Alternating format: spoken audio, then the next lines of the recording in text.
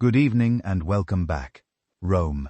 For over 2,000 years, the history of the West was defined by a single city. It was a civilization that conquered the known world, wrote the laws that still govern us today, and engineered a legacy that outlasted its own gods.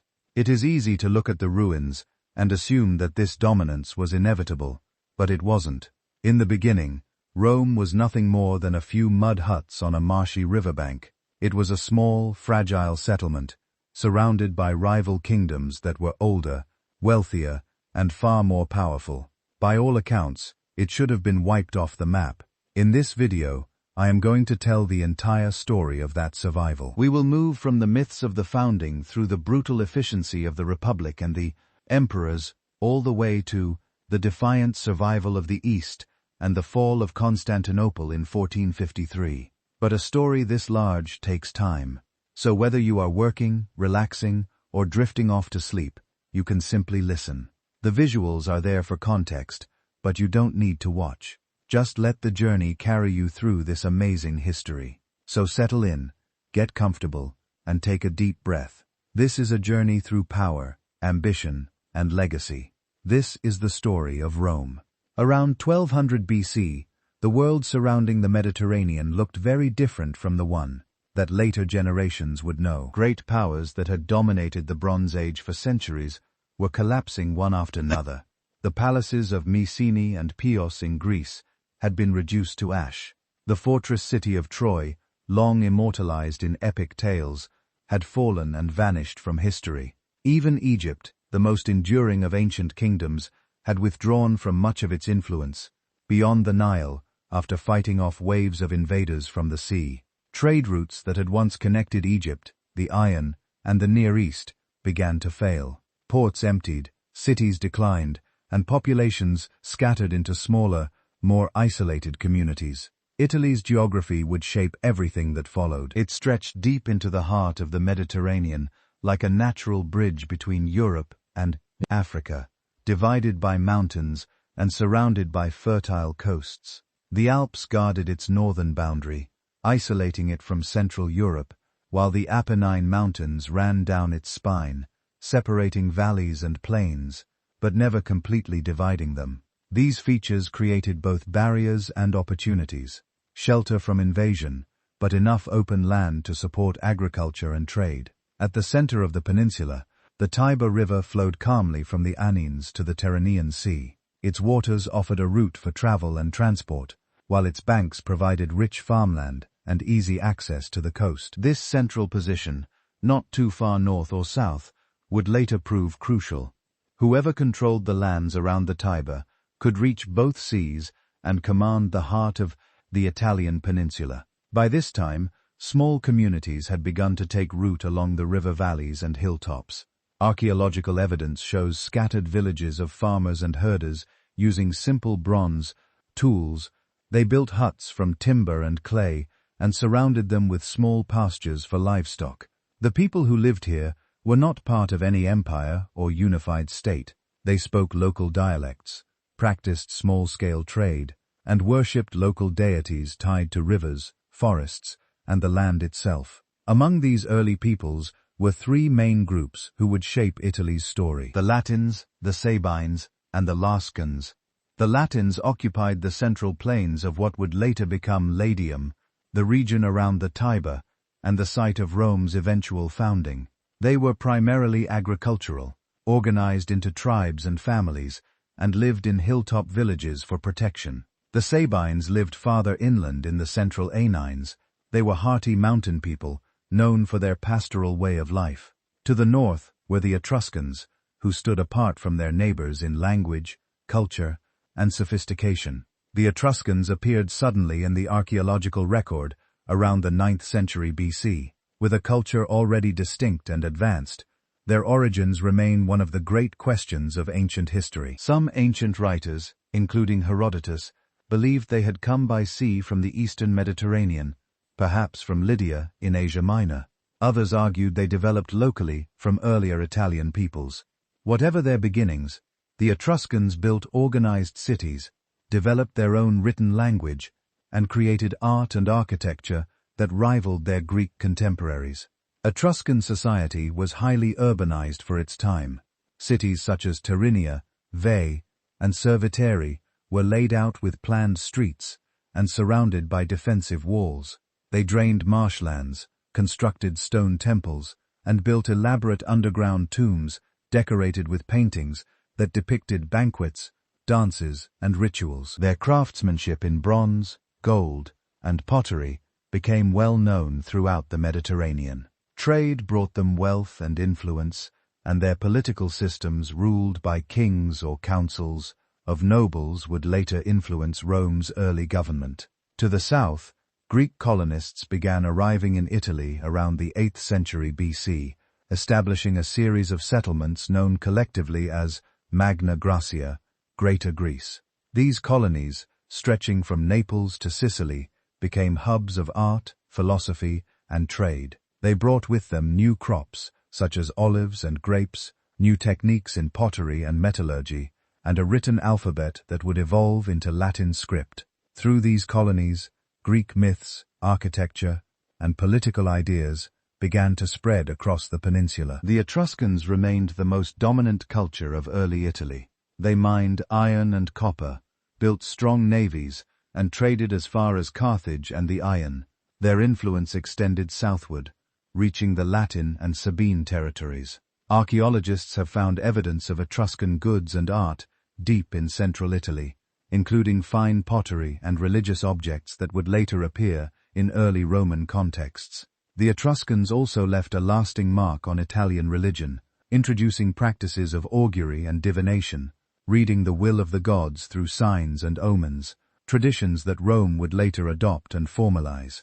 Meanwhile, the Latins, though less advanced, were slowly consolidating their own small communities. They shared a common language and similar religious practices, which helped bind them together despite the absence of central authority. Their settlements often sat at top volcanic hills, surrounded by fertile valleys and fields. One of these settlements, located near a crossing of the Tiber, held a particularly favorable position. It stood close enough to the sea to benefit from trade, but far enough inland to be safe from coastal raids. It was here that the first stones of Rome would one day be laid. Beyond Italy, the rest of the Mediterranean was continuing to evolve. The Phoenicians, skilled seafarers from the Levant, were expanding westward, establishing trading posts across North Africa and Spain. One of their colonies, Carthage, founded in the 9th century BC, would later become Rome's greatest rival. In Greece, city-states such as Athens, Sparta, and Corinth were beginning to take form. Across the sea in the Near East, the Assyrians were rising to power, creating vast empires built on conquest and fear. Within this wider network, Italy remained on the edge, not yet central to the world's great powers, but poised to become one. Every element that would later define Rome was already forming. The mix of cultures, the strategic geography, and the drive for expansion that came naturally from competing in a fragmented landscape. The stage was set.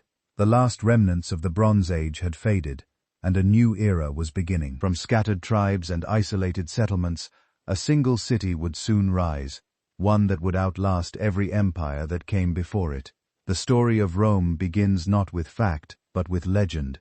According to Roman tradition, the city was born from struggle, betrayal, and destiny.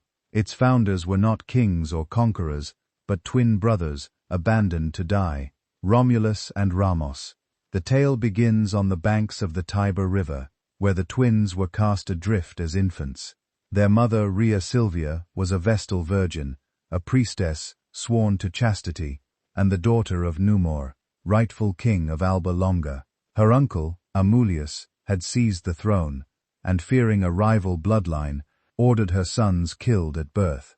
The servants, tasked with the execution, could not bring themselves to do it. Instead, they placed the infants in a basket and set it adrift on the swollen river, leaving their fate to the gods. The basket floated downstream until it came to rest at the base of a fig tree in the lowlands near the Palatine Hill. There, according to the myth, a she-wolf discovered the crying infants and carried them to her den. She nursed and protected them until a shepherd named Faustulus found the twins, and raised them as his own. As they grew, the brothers became strong, bold, and restless leaders among the local herders and hunters who lived in the forests and hills along the river. Eventually they learned their true identity, that they were princes of Alba Longa and heirs to a stolen throne. They returned to overthrow Romulus, restoring their grandfather Numore to power. But instead of remaining in Alba Longa, they decided to found a new city of their own, on the land where they had been saved as infants. Here, the myth turns violent, as Roman myths often do. The brothers could not agree where to build or who should rule. Romulus favored the Palatine Hill, while Remus preferred the Aventine. To settle the dispute, they sought a divine sign, watching the skies for vultures.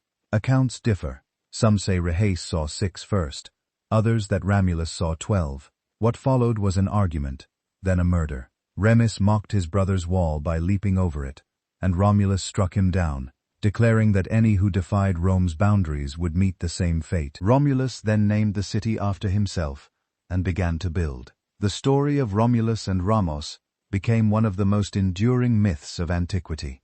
It placed divine favor, violence, and destiny at the core of Roman identity. The wolf, symbolizing both savagery and nurture, became a lasting emblem of the city, a reminder that strength was born from struggle, and that Rome's survival was never guaranteed, but always earned. For Romans, this legend was more than folklore.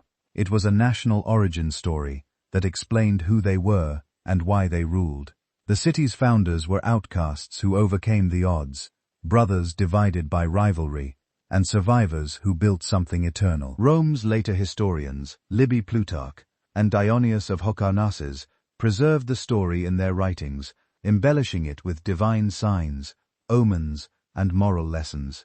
But behind the myth lies something tangible, a real settlement that began to form on the hills above the Tiber around the same time the legend is set. Archaeology offers the first glimpse of Rome as it truly was. Excavations on the Palatine Hill have revealed traces of huts dating back to the mid-8th century BC, roughly 750 to 730 BC. Aligning closely with the traditional founding date of 753 BC, given by ancient Roman historians. The remains include post holes outlining oval-shaped dwellings, hearths for cooking, and shards of simple pottery. These were not the grand marble structures that would later define the city, but they represent a living community, small, fortified, and organized. Nearby, burial sites from the same period contain grave goods such as bronze tools, weapons, and ornaments, suggesting a settled population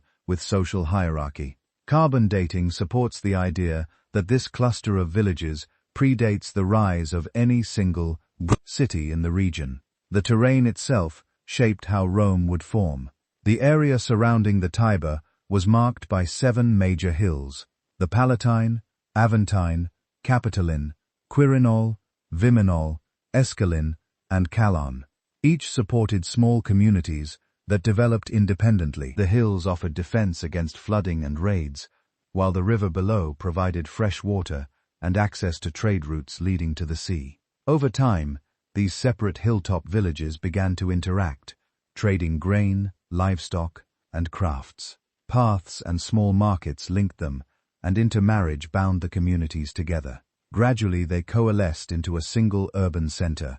The Palatine Hill, with its commanding view and central location, became the heart of this early Byzantine settlement. Archaeologists have identified post holes marking the foundations of early huts that match the descriptions of Romulus's supposed house given by later writers. For centuries afterward, Romans preserved a small hut on the Palatine as the Casa Romuli, the house of Romulus, a sacred relic of their city's beginnings. At the same time, influences from the north were reshaping the region. By the late 8th and early 7th centuries BC, Rome had evolved from a loose collection of villages into a structured city-state. Its layout reflected both practicality and religious order. Streets and walls were aligned according to ritual, mirroring the Etruscan belief that cities should reflect the harmony of the heavens. Temples were built to local gods, and early sanctuaries appeared along the riverbanks and in the newly formed Forum Valley. Yet, despite these cultural and architectural influences, the Romans maintained a distinct sense of identity. They viewed themselves as tougher, more disciplined, and less indulgent than their neighbors. This early self-image, half myth, half reality, became a defining feature of Roman culture for centuries. The stories of the city's early years reinforce that character. After founding the city, Romulus faced a problem. His new settlement was filled with men, but lacked women. To secure its future, he devised a plan that would later be remembered as the rape of the Sabine women. Romulus invited the neighboring Sabines to a festival honoring Neptune. When the Sabines arrived, the Romans suddenly seized their daughters and took them as wives. War followed, as the Sabines marched on Rome to reclaim them. According to legend, the conflict ended only when the women themselves intervened, placing their bodies between their Roman husbands and their Sabine fathers. Their plea for peace led to the unification of the two peoples. The story reflects not only the violence of early city building, but also the recurring Roman theme of unity through struggle. Rome's growth was always tied to conflict and to the absorption of its rivals. Romulus ruled for many years, establishing the city's first institutions. He divided the population into tribes and curiae, early social and political units that formed the foundation of Roman civic life. Each tribe supplied soldiers and contributed to religious ceremonies. Romulus also created a council of 100 elders, the Senate, to advise the king. Though modest in scope, this early assembly would evolve into one of the most powerful governing bodies in history. Religion played a central role in every aspect of Roman life from the beginning. The city's earliest rituals centered on local deities of fire, water, and fertility. As Rome grew, these traditions became formalized into a complex system of temples, priesthoods, and sacrifices. The boundary of the city, known as the Pomerium, was marked through sacred ceremony, separating the protected civic space from the outside world. Crossing it with weapons was forbidden, a rule that centuries later would make Julius Caesar's crossing of the Rubicon so infamous. Romulus himself eventually vanished from the mortal world in dramatic fashion. During a storm, as he addressed his soldiers near the Palatine, he was said to have been taken up into the heavens by the god Mars, becoming the divine figure Quirinus. Whether the story hid a political assassination or served as mythic closure, it reinforced the idea that Rome's founder was chosen by the gods, and that the city's was bound to the divine. Whether born from myth or built from mud and sweat, the early city carried within it the traits that would one day define an empire: resilience, ambition, and the belief that destiny favored the strong.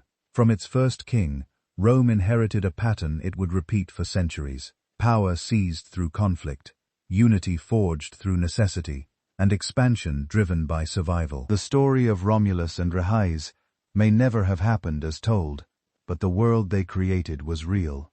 By uniting scattered tribes under one banner, Rome began a transformation that would reach far beyond its hills and riverbanks. These rulers, remembered as the 7 kings of Rome, transformed a loose cluster of tribes into a functioning state. Some were builders, others conquerors or lawmakers, but each shaped the character of the city in ways that endured long after their deaths. What began as a settlement of farmers and warriors became, under their leadership, the loose foundation for a civilization that would dominate the Mediterranean world. After the disappearance of Romulus, the city turned toward stability. The Senate, uncertain who should rule, eventually chose a Sabine named Numa Pompilius. His reign marked a shift from conquest to order.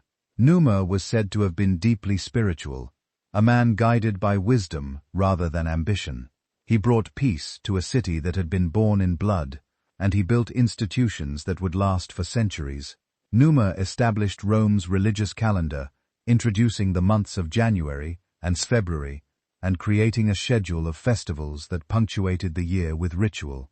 These ceremonies, tied to agriculture and the changing seasons, helped unite Rome's scattered population through shared belief. Numa also created several of the city's priestly colleges. The Pontifex oversaw religious law and maintained sacred records. The augurs interpreted the will of the gods by observing the flight of birds. The Vestal virgins, women chosen from noble families, tended the eternal flame of Vesta, believed to safeguard the city's spirit.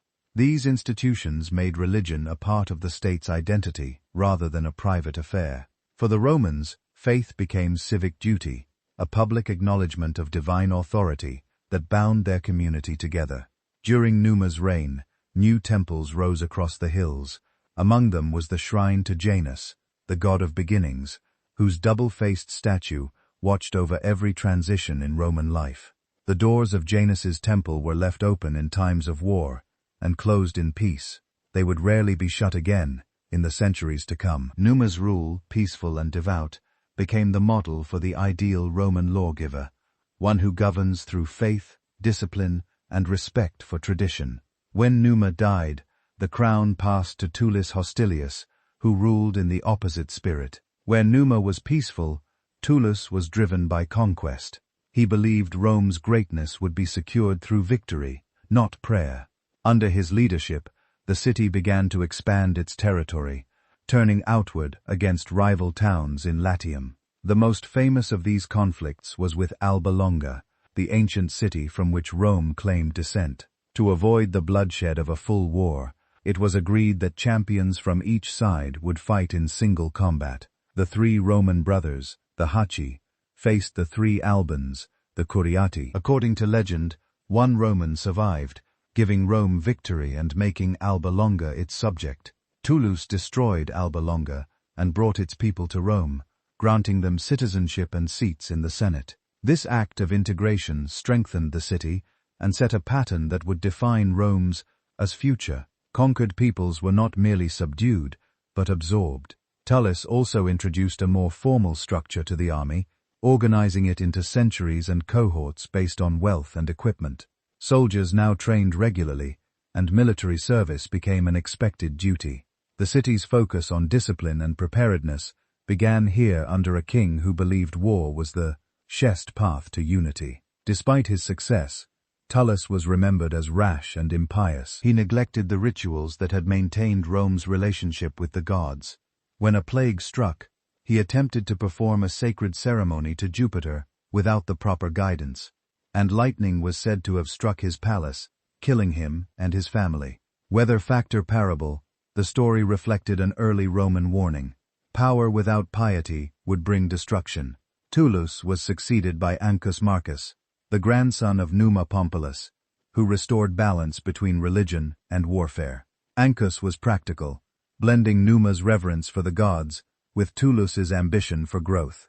Under his rule, Rome secured its first foothold on the coast by founding the port of Aia near the mouth of the Tiber. This gave the city direct access to trade across the Tyrrhenian Sea, ensuring a steady flow of salt, fish, and imported goods. Ancus also built the Pons Sublicius, Rome's first bridge over the Tiber. Constructed entirely of wood, it became both a strategic and symbolic link between the city and the lands beyond. Control of the river crossings strengthened Rome's position as a commercial center, while new fortifications expanded its borders. Ancus annexed several Latin towns, bringing their people into the Roman fold and granting many the right to settle on the Aventine Hill. His willingness to incorporate conquered communities created the diverse, layered population that would later define the Republic. Under Ancus, Rome became more organized. He introduced written laws to ensure fairness and built the first prison, the Carcer, on the slopes of the Capine Hill. These measures showed the growing complexity of Roman society, a city that now required more than custom to maintain order. Ancus's reign ended peacefully, remembered for its fairness and balance. But his achievements would soon give way to a new kind of leadership, one shaped by wealth, engineering, and ambition. Lucius Tarquinius Priscus, known as Tarquin the Elder, was the first king of Etruscan origin. His rise reflected the growing influence of Etruscan culture on Rome. Born in the wealthy Etruscan city of Tarquini, Tarquin moved to Rome seeking opportunity. Through charm and cunning, he won the support of Ancus Marsh, and eventually succeeded him as king. His reign marked the beginning of Rome's transformation into a city of grandeur. Tarquin brought these talents with him. He began the construction of the Cloaca Maxima, a massive underground drainage system that reclaimed the marshy valley between the Palatine and Capitoline hills. This newly dried land became the Roman Forum, which would serve as the center of politics, trade, and religion for the next 1,000 years. Tarquin also expanded the city's boundaries, encircling the Capitoline Hill with walls, and starting the foundations of the great temple of Jupiter, Optimus Maximus.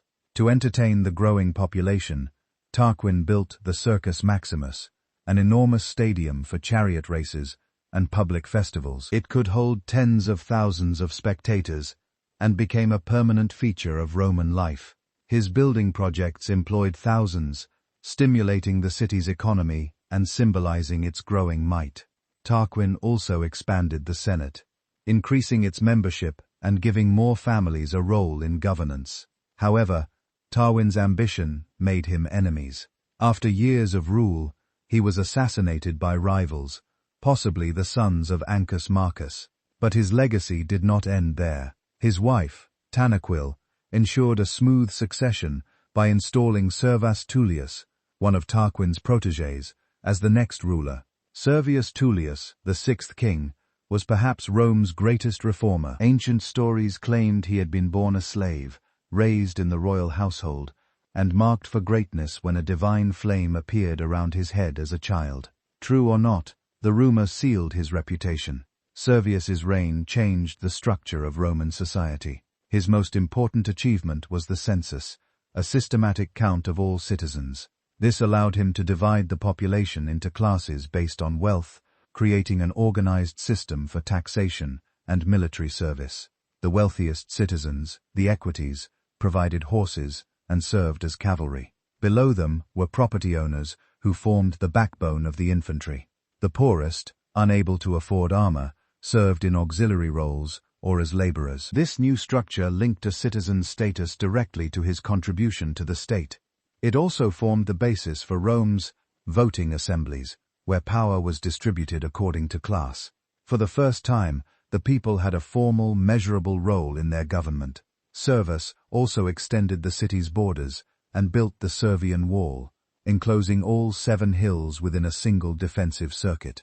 The wall, nearly 7 miles long, symbolized the unity and strength of Rome.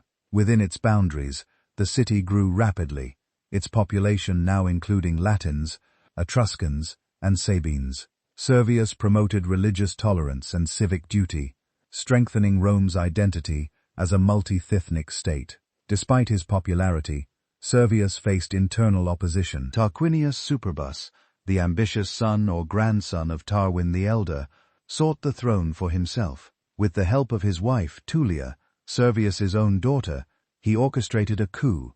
Servius was thrown down the steps of the Senate House and murdered, and his body was left in the street. Tullia is said to have driven her chariot over her father's corpse, a crime that horrified the city but went unpunished. Tarquinius Superbus ruled as a tyrant. He eliminated rivals, ignored the Senate, and concentrated all authority in his hands. He ruled not by consent, but by fear. Yet, even under his oppression, Rome continued to grow. He completed the Temple of Jupiter on the Capitol and Hill, turning it into the grandest sanctuary in the city. He waged wars across Latium, securing alliances through force and intimidation. Rome was now the dominant power in central Italy, but its people were restless under his cruelty. The final collapse of the monarchy came through a scandal that struck at the heart of Roman honor. During a campaign against the Etruscan city of Arda, Tarquin's son, Sextus, visited his cousin's home and assaulted Lucretia, the wife of Lucius Tarquinius Collatinus. Humiliated and unable to live with the shame, Lucretia summoned her husband and his allies, told them what had happened, and took her own life. Her death shocked Rome. Her friend Lucius Junius Brutus took up her cause, swearing an oath before her body that no king would ever again rule over the Romans. The people rose in revolt. The Senate and the army turned against the Tarquins, and the royal family was forced into exile. In 509 BC, after more than 2 centuries of monarchy, the Romans abolished kingship altogether. They established a new form of government, the Republic, in which 2 consuls were elected each year to share power. Lucius, Junius, Brutus, and Catinus became the first of these consuls, marking the beginning of a new chapter in Roman history. The memory of the kings lingered long after their rule ended, but it also left behind a deep suspicion of kingship that would shape Roman politics forever. When the Republic was born, it inherited everything the monarchy had created, and vowed never to repeat its mistakes. A monarchy of 7 kings laid Rome's bones. The Republic would give it breath. The new Roman Republic was founded on one defining principle: balance. The monarchy's fall had shown that power concentrated in one hand would always corrupt. In response, the Romans created a structure designed to limit ambition through competition. 2 consuls, chosen annually by the citizens, replaced the king. They held equal power, each capable of vetoing the other's decisions. Both commanded armies, presided over the Senate, and acted as judges. But their 1-year terms ensured no man could turn temporary authority into a throne. When crisis arose, the Senate could appoint a dictator, but even this role was temporary, restricted to 6 months, and meant solely for emergencies. This new structure was both practical and symbolic. It acknowledged Rome's dependence on strong leadership while ensuring accountability.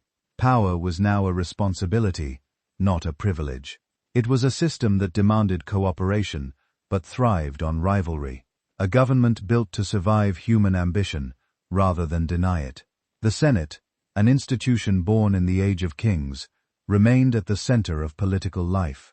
Its members, drawn from the city's most distinguished families, served for life. They were the keepers of Rome's traditions, its laws, and its collective memory. While the consuls came and went, the Senate endured, guiding long-term policy and maintaining stability. It had no formal power to make laws, but its advice, or senatus consultum, carried the weight of authority. Over time, this body became the true seat of power, shaping foreign policy, controlling finances, and preserving the continuity that held the Republic together. Beneath the Senate stood the popular assemblies, where citizens could vote on laws and elect magistrates.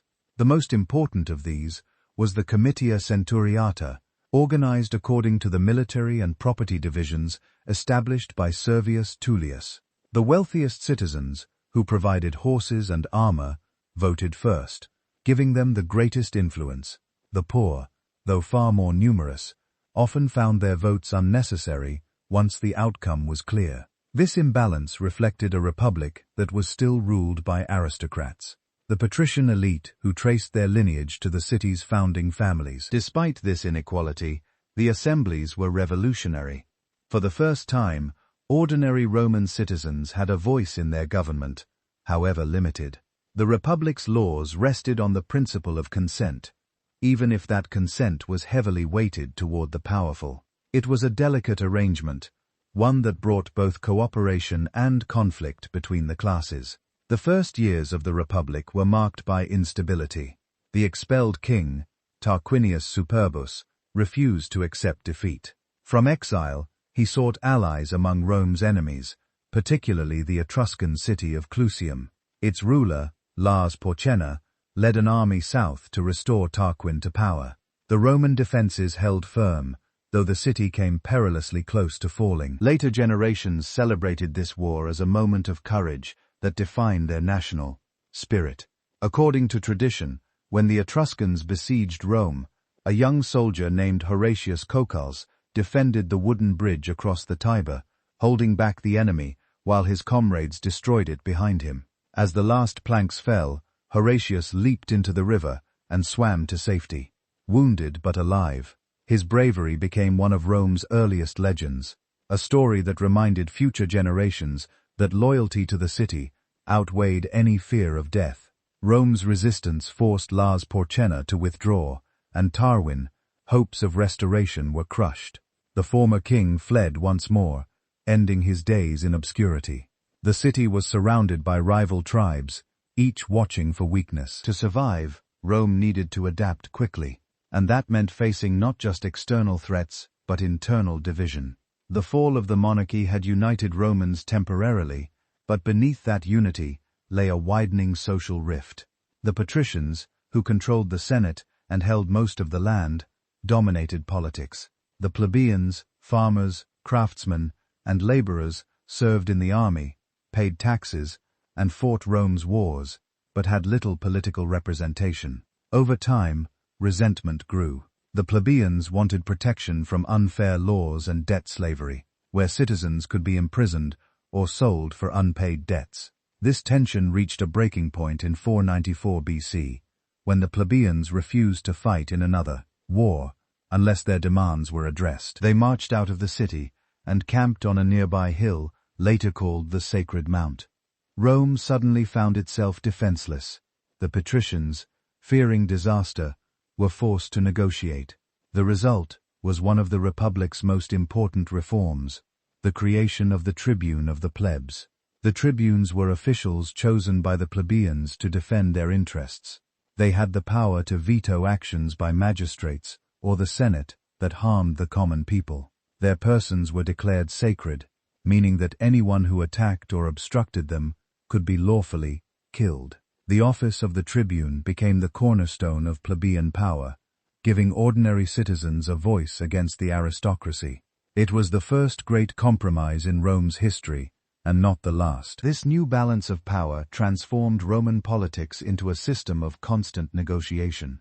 Every law and reform became a tug-of-war between patrician privilege and plebeian rights. The struggle, though often tense, also gave Rome its strength. Instead of collapsing under division, the city learned to survive through compromise. The Republic's flexibility allowed it to adapt to changing times without losing stability, a trait that would help it endure for nearly 5 centuries.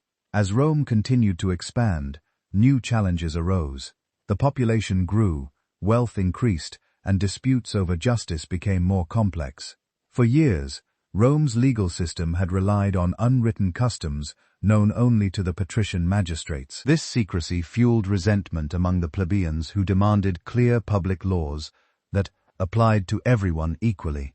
After years of pressure, the Senate agreed to codify Rome's laws in writing. In 451 BC, a commission of 10 men called the Dembiri was appointed to draft the first Roman code of law. They studied Greek legal traditions and inscribed their rulings on bronze tablets displayed in the Forum. The result became known as the 12 Tables, the foundation of Roman law. These laws covered property, crime, marriage, and family life. They set penalties for theft, established rights of appeal, and defined procedures for trials. Though harsh by modern standards, the 12 Tables represented fairness and transparency. For the first time, all citizens could see the laws that govern them. The Desveri, however, grew too powerful. After completing the first 10 tables, they refused to step down, adding 2 more that many viewed as unjust. The people revolted again, restoring the old government and reaffirming the principle that no office should hold unchecked authority. The 12 Tables remained, but their creators became a warning about the dangers of ambition, a lesson the Romans never forgot. Culturally, Rome began to distinguish itself from the Etruscans and Greeks who had once influenced it. The early republic fostered values of discipline, hard work, and civic duty. Public service became an honor, and personal ambition was measured by how much a man contributed to the state. The Latin phrase mos maiorum, the way of the ancestors, embodied this ideal. It referred to the customs, morals, and traditions that guided every aspect of Roman life.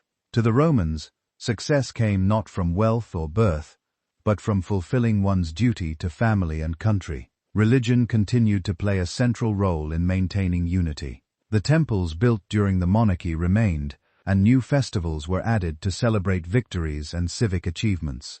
The gods were seen as protectors of the republic, their favor tied to the city's virtue. Every political act, from declaring war to passing laws, required religious approval through rituals and augury. The belief that Rome prospered because of divine favor reinforced the idea that civic and religious life were inseparable. While Rome's political system grew stronger, its military structure evolved alongside it. Every citizen was a soldier bound by duty to defend the Republic. Consuls led their legions into battle, while veterans returned to serve in the Senate or Hevsarchain assemblies. The army became both a defense and a training ground for leadership, creating a direct link between military service and political power. It was through these legions that Rome would later expand far beyond Latidium. The early Republic also began to define its external policies. Nearby cities, once allies or rivals under the monarchy, watched Rome's transformation with caution. The new state pursued stability through treaties, trade, and limited conquest, gradually bringing surrounding Latin communities under its influence. Rome's combination of military readiness and diplomatic restraint allowed it to expand, without provoking total war. This balance between order and conflict became the defining feature of Roman politics. Where other states fractured under class struggle or autocratic rule, Rome adapted. The Republic thrived because it never stopped evolving. Out of rebellion came law, and out of inequality came reform. By the dawn of the 4th century BC, Rome was no longer a fragile city rebuilding after the fall of its kings. It was a unified, self-governing state, ambitious, organized, and confident. Rome had outgrown kings. Soon it would outgrow Italy. By the 4th century BC, Italy was a patchwork of independent tribes, city-states, and kingdoms. The Etruscans ruled the north. The Samnites dominated the mountains, and the Greek colonies flourished in the south. Between them lay the Latin towns, Rome's oldest neighbors, allies, and rivals. To bring them all under one banner would take 2 centuries of war, diplomacy, and endurance. The young Republic spent much of the 5th century BC defending its borders, fighting small wars that tested its resilience and discipline. Out of these early conflicts emerged a distinctive Roman approach to warfare, one that valued organization, adaptability, and the steady grind of persistence over short bursts of glory. By the late 4th century BC, the Latin towns that once shared kinship with Rome had begun to resent its dominance. The Latin League, an alliance formed generations earlier for mutual defense, had become strained. Rome expected obedience, but the Latins demanded equality. The tension erupted into the Latin War around 340 BC, a conflict that would decide whether Rome would rule Latium or remain its equal. The fighting was fierce, but decisive. At the Battle of Vuvius, Roman legions and Latin armies clashed in brutal hand-to-hand combat, ending with a Roman victory that broke the League's unity. After the war, Rome did something unusual. Instead of destroying its former allies, it absorbed them. Some Latin towns received full citizenship, while others were granted partial rights, allowing them to trade and marry within Rome, but not to vote. This system of graded citizenship, part inclusion, part subordination, became one of Rome's greatest political inventions. It turned enemies into partners and ensured loyalty through mutual benefit. By rewarding cooperation and punishing rebellion, Rome transformed the Latin League into the foundation of its growing empire. The same policy extended to conquered lands. Rather than occupy every region directly, Rome established colonies, small fortified settlements of Roman citizens and Latin allies who acted as military outposts. These colonies secured key roads and river crossings, spreading Roman law and culture into the countryside. They also served as an early form of deterrence, showing potential rebels that Roman power was never far away. Over time, a network of these colonies spread across Latium, Campa, and Etruria, binding the region together through loyalty and dependence. But Rome's ambitions did not stop at Lam. To the east lay the Ionian Mountains, and beyond them the Samnites, a proud and warlike people who controlled much of central and southern Italy. The Samnites were seasoned warriors, accustomed to fighting in the rugged highlands where Roman formations struggled to maneuver. Their mountain strongholds made them difficult to defeat, and their confederation of tribes rivaled Rome in size and strength. The First Samnite War began around 343 BC, triggered by disputes over the rich plains of Campa. The city of Capua, threatened by Samnite raids, appealed to Rome for help. When the Romans intervened, they found themselves drawn into a long and bitter struggle. Though Rome claimed victory, the peace was temporary. The Samnites regrouped, and within a generation, war erupted again. The Second Samnite War became one of the most grueling campaigns in Rome's early history. The mountainous terrain favored ambushes and attrition, and the Samnites proved relentless opponents. In 321 BC, the Romans suffered one of their worst humiliations at the Coding Forks, a narrow mountain pass, where their army was trapped. Forced to surrender without a fight, the Roman soldiers were made to pass beneath a symbolic yoke of spears, a ritual of submission meant to disgrace them.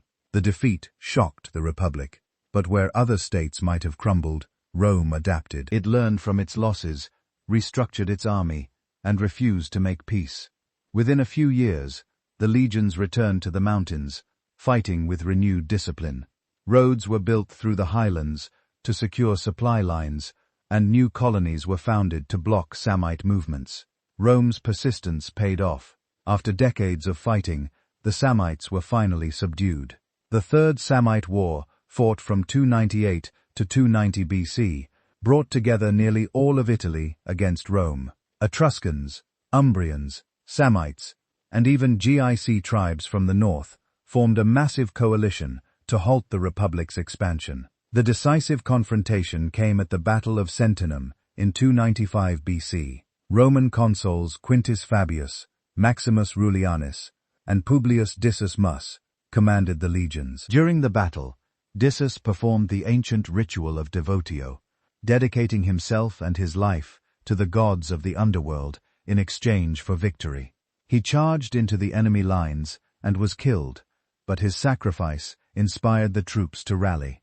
The Romans broke the coalition's army and crushed its resistance. The victory at Sentinum confirmed Rome's dominance in central Italy. One by one, the remaining Etruscan and Umbrian cities submitted. The old Etruscan League, once the most advanced power in the region, had been weakened by centuries of rivalry and now fell under Roman control. By 290 BC, Rome controlled nearly all of central Italy. Its legions were unmatched in discipline, and its alliances secured loyalty across the peninsula. Yet, the Republic's southern frontier remained unstable. Beyond the mountains of Campa lay Magna Graecia, the Greek colonies of southern Italy.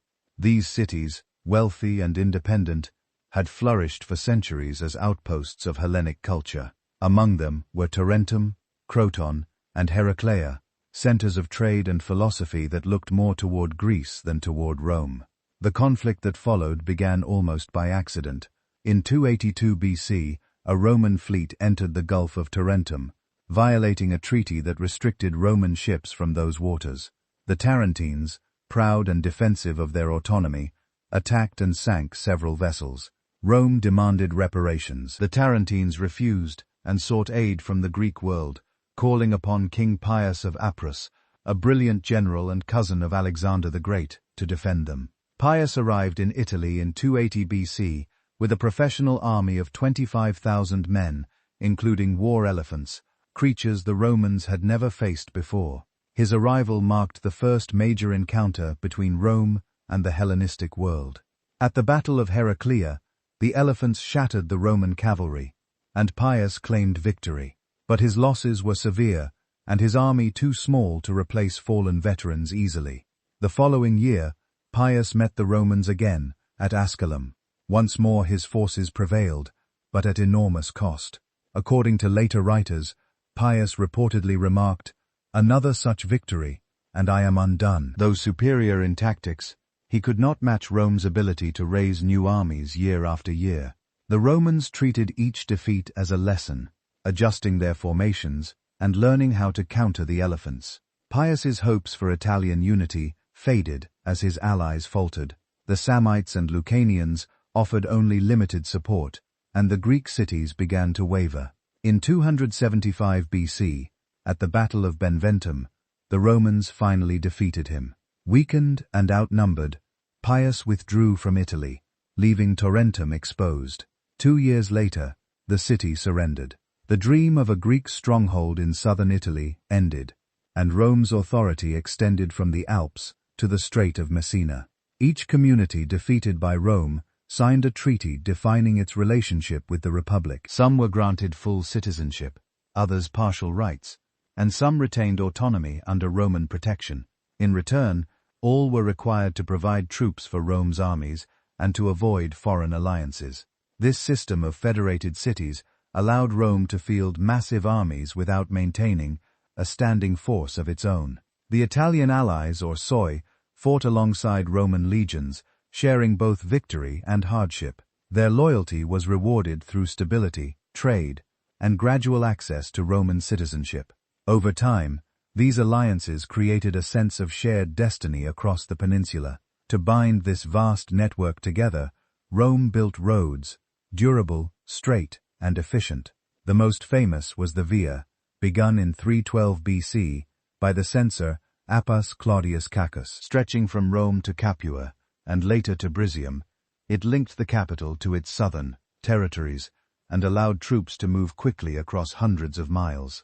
These roads were engineering marvels built from layers of stone and gravel that survived for millennia. Alongside them, colonies and fortresses ensured control over key regions. The infrastructure not only supported military campaigns, but also fostered trade, communication, and cultural unity. As the Republic expanded, its army evolved into a model of discipline and standardization. The Roman legion replaced the older phalanx-style formations inherited from the Greeks. Each legion was divided into maniples, flexible units that could maneuver independently, ideal for Italy's diverse terrain. Soldiers served as citizen soldiers, supplying their own armor and weapons, bound by oath to defend the Republic. This system created a military force that was not only professional, but deeply personal. Every Roman fought not for pay, but for the safety and honor of his homeland. By the mid-3rd century BC, Rome had achieved what no Italian state before it had managed through relentless warfare, strategic diplomacy, and calculated generosity. It had unified the entire peninsula. Etruscans, Samnites, Greeks, and Latins now fought under the same standards. The republics, in influence, extended from the snow-capped Alps in the north to the rich farms of Sicily's northern shores. By 265 BC, the Italian peninsula lay under Roman control. Roads, colonies, and alliances had bound its people together more tightly than conquest alone ever could. Yet across the sea, a new challenge was rising. In North Africa stood Carthage, a wealthy maritime empire whose ships ruled the western Mediterranean. The collision between these two powers was inevitable, and the wars that followed would test Rome's newfound unity in ways it had never imagined. Yet, for all its strength, the Republic's ambitions were still shaped by fear. Rome had fought its neighbors to protect itself, to ensure that no rival could threaten its survival. But across the sea, in the rich lands of North Africa, there stood a power that would test those fears like none before it. Carthage. Carthage was not a kingdom of soldiers, but a vast commercial empire, founded centuries earlier by Phoenician settlers from Tyre. It grew from a coastal colony into the wealthiest maritime state in the western Mediterranean. Its ships dominated trade routes from Spain to Sicily, carrying silver, grain, and exotic goods. Carthage's harbors were masterpieces of engineering, massive circular docks capable of housing hundreds of warships, each maintained by a professional navy. Its strength lay not in its citizens who focused on commerce, but in the armies it hired, mercenaries from Spain, Gaul, and Numidia, who fought for gold rather than loyalty. The rivalry between Rome and Carthage was inevitable.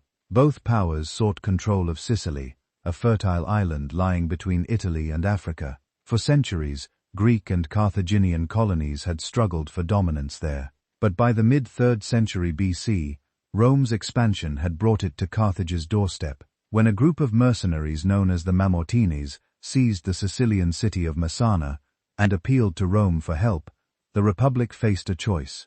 Carthage had already intervened, sending troops to the island. To aid the Mamertines meant challenging Carthaginian power directly. Rome hesitated at first, but could not ignore the strategic importance of Sicily. In 264 BC, the Senate voted for war. The First Punic War began as a clash of opposites, a land-based republic against a naval empire. Rome had never been a seafaring nation. Its legions were unmatched on land, but Carthage's fleets ruled the waves. Early Roman expeditions across the strait were disastrous. Ships were sunk, armies stranded, and coastal towns burned. Yet in typical Roman fashion, defeat only drove determination. Within a few years, the Republic had built an entire navy from nothing, copying and improving Carthaginian designs. The Romans approached naval warfare, as they did everything else, with engineering and discipline. Realizing they could not outmaneuver Carthage's skilled sailors, they turned sea battles into land battles. They invented a device known as the corvus, a hinged boarding bridge fitted with a massive spike.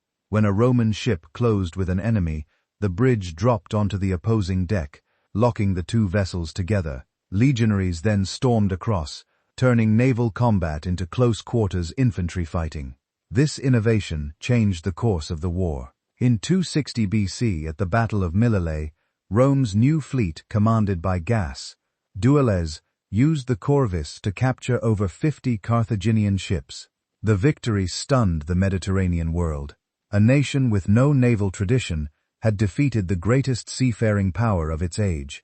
The struggle continued for more than 2 decades. Battles raged across Sicily, Sardinia, and the sea itself. Both sides suffered enormous losses. Entire fleets were destroyed by storms and misfortune. At one point, nearly 500 Roman ships sank in a single tempest off the coast of Africa. Yet neither side relented. Rome persisted through sheer endurance, raising new fleets, training new crews, and replacing every loss. In 241 BC, after 23 years of conflict, Carthage finally sued for peace. Its navy shattered, its treasury drained. It surrendered Sicily, the first Roman province outside Italy. Sardinia and Corsica followed soon after. The war had proven that Rome could project power far beyond its homeland. The Republic had built its first empire, but it had also made a mortal enemy. For Carthage, the defeat was devastating, but not fatal. Its influence in Africa remained strong, and its merchants rebuilt their fortunes through trade in Spain. There, a new Carthaginian power base emerged under the leadership of Hamlar Barca, a brilliant general who had fought Rome in Sicily. His hatred of the Republic was passed to his son Hannibal, who would grow to become one of history's greatest commanders. The peace between Rome and Carthage lasted barely a generation. In 218 BC, a small city in Spain called Saguntum, allied to Rome, came under siege by Carthaginian forces led by Hannibal himself. When the city fell, Rome demanded his surrender. Carthage refused, and the Second Punic War began. Hannibal's plan was bold, and unlike anything Rome had faced. Rather than meet the legions head-on in Italy's southern waters, he would strike at the heart of the Republic by land, from Spain across the Pyrenees, through Gaul, and over the Alps. His march was a feat so audacious that many thought it impossible. He led an army of nearly 50,000 men, cavalry, and war elephants across mountain passes buried in snow. The journey was brutal. Thousands died of cold, hunger, and ambush. Yet, by the time he descended into northern Italy, Hannibal still commanded a formidable force. His first encounters with the Romans were devastating. In late 218 BC, at the river Trebia, he lured a Roman army into a trap, surrounding and annihilating it. The following year, he ambushed another force near Lake Tresamne, using fog and terrain to conceal his cavalry. In a single day, more than 15,000 Romans were killed. The Republic reeled, its allies terrified. The worst came in 216 BC at Cani, a dusty plain in southern Italy. Here, the Republic assembled the largest army in its history. 86,000 men, a force of sheer overwhelming weight, intended to crush the invader once and for all. The Roman plan was simple, brutal, and traditional. Pack the legions into a massive deep block, and smash through the Carthaginian center by brute force. They were betting on mass. Hannibal was betting on geometry. Hannibal, outnumbered nearly 2-1, arranged his troops in a way no Roman commander had ever seen. He pushed his center forward to form a convex crescent bulging toward the enemy, while placing his elite African infantry hidden on the wings. As the Roman steamroller crashed into the center, Hannibal's front line did not break. It slowly retreated, bending backward, step by step. The Romans, thinking they were winning, poured forward into the retreating curve, packing themselves tighter and tighter to secure the kill. They did not realize they were walking into a sack. As the Roman line compressed, they lost their ability to maneuver. At the critical moment, Hannibal's elite African infantry swung inward from the sides, and his heavy cavalry, having chased the Romans off the field, returned to slam into the legion's rear. The trap snapped shut. What followed was not a battle, but a slaughter. Pressed shoulder to shoulder, the Roman soldiers were so tightly packed, they could not even raise their swords. For hours, the Carthaginians worked inward from the edges, cutting down the trapped legions with mechanical efficiency. By sunset, the field was soaked in blood. Over 50,000 Romans lay dead, including 80 senators and one of the 2 consuls. It remains to this day one of the deadliest single days of combat in human history. Hannibal sent a bushel of gold rings back to Carthage, taken from the fingers of the fallen Roman aristocracy, as proof that the Republic was broken. The shock of Cana nearly broke the Roman spirit. Many allies defected, believing Rome was finished. Yet in this abyss of defeat, the Republic found its greatest strength: the refusal to accept reality. The Senate outlawed the word peace. They refused to ransom the prisoners. Instead, they turned to Quintus Fabius Maximus, an old general who understood that Hannibal could not be beaten in a fair fight. Fabius adopted a strategy that was universally hated, but entirely necessary: avoiding battle. He shadowed Hannibal's army, cutting off supply lines, picking off stragglers, and scorching the earth. They called him Cunctator, the delayer. It was unglamorous, frustrating work, but it bought Rome time. Time to rebuild its legions, and time to find a general who could match Hannibal's genius.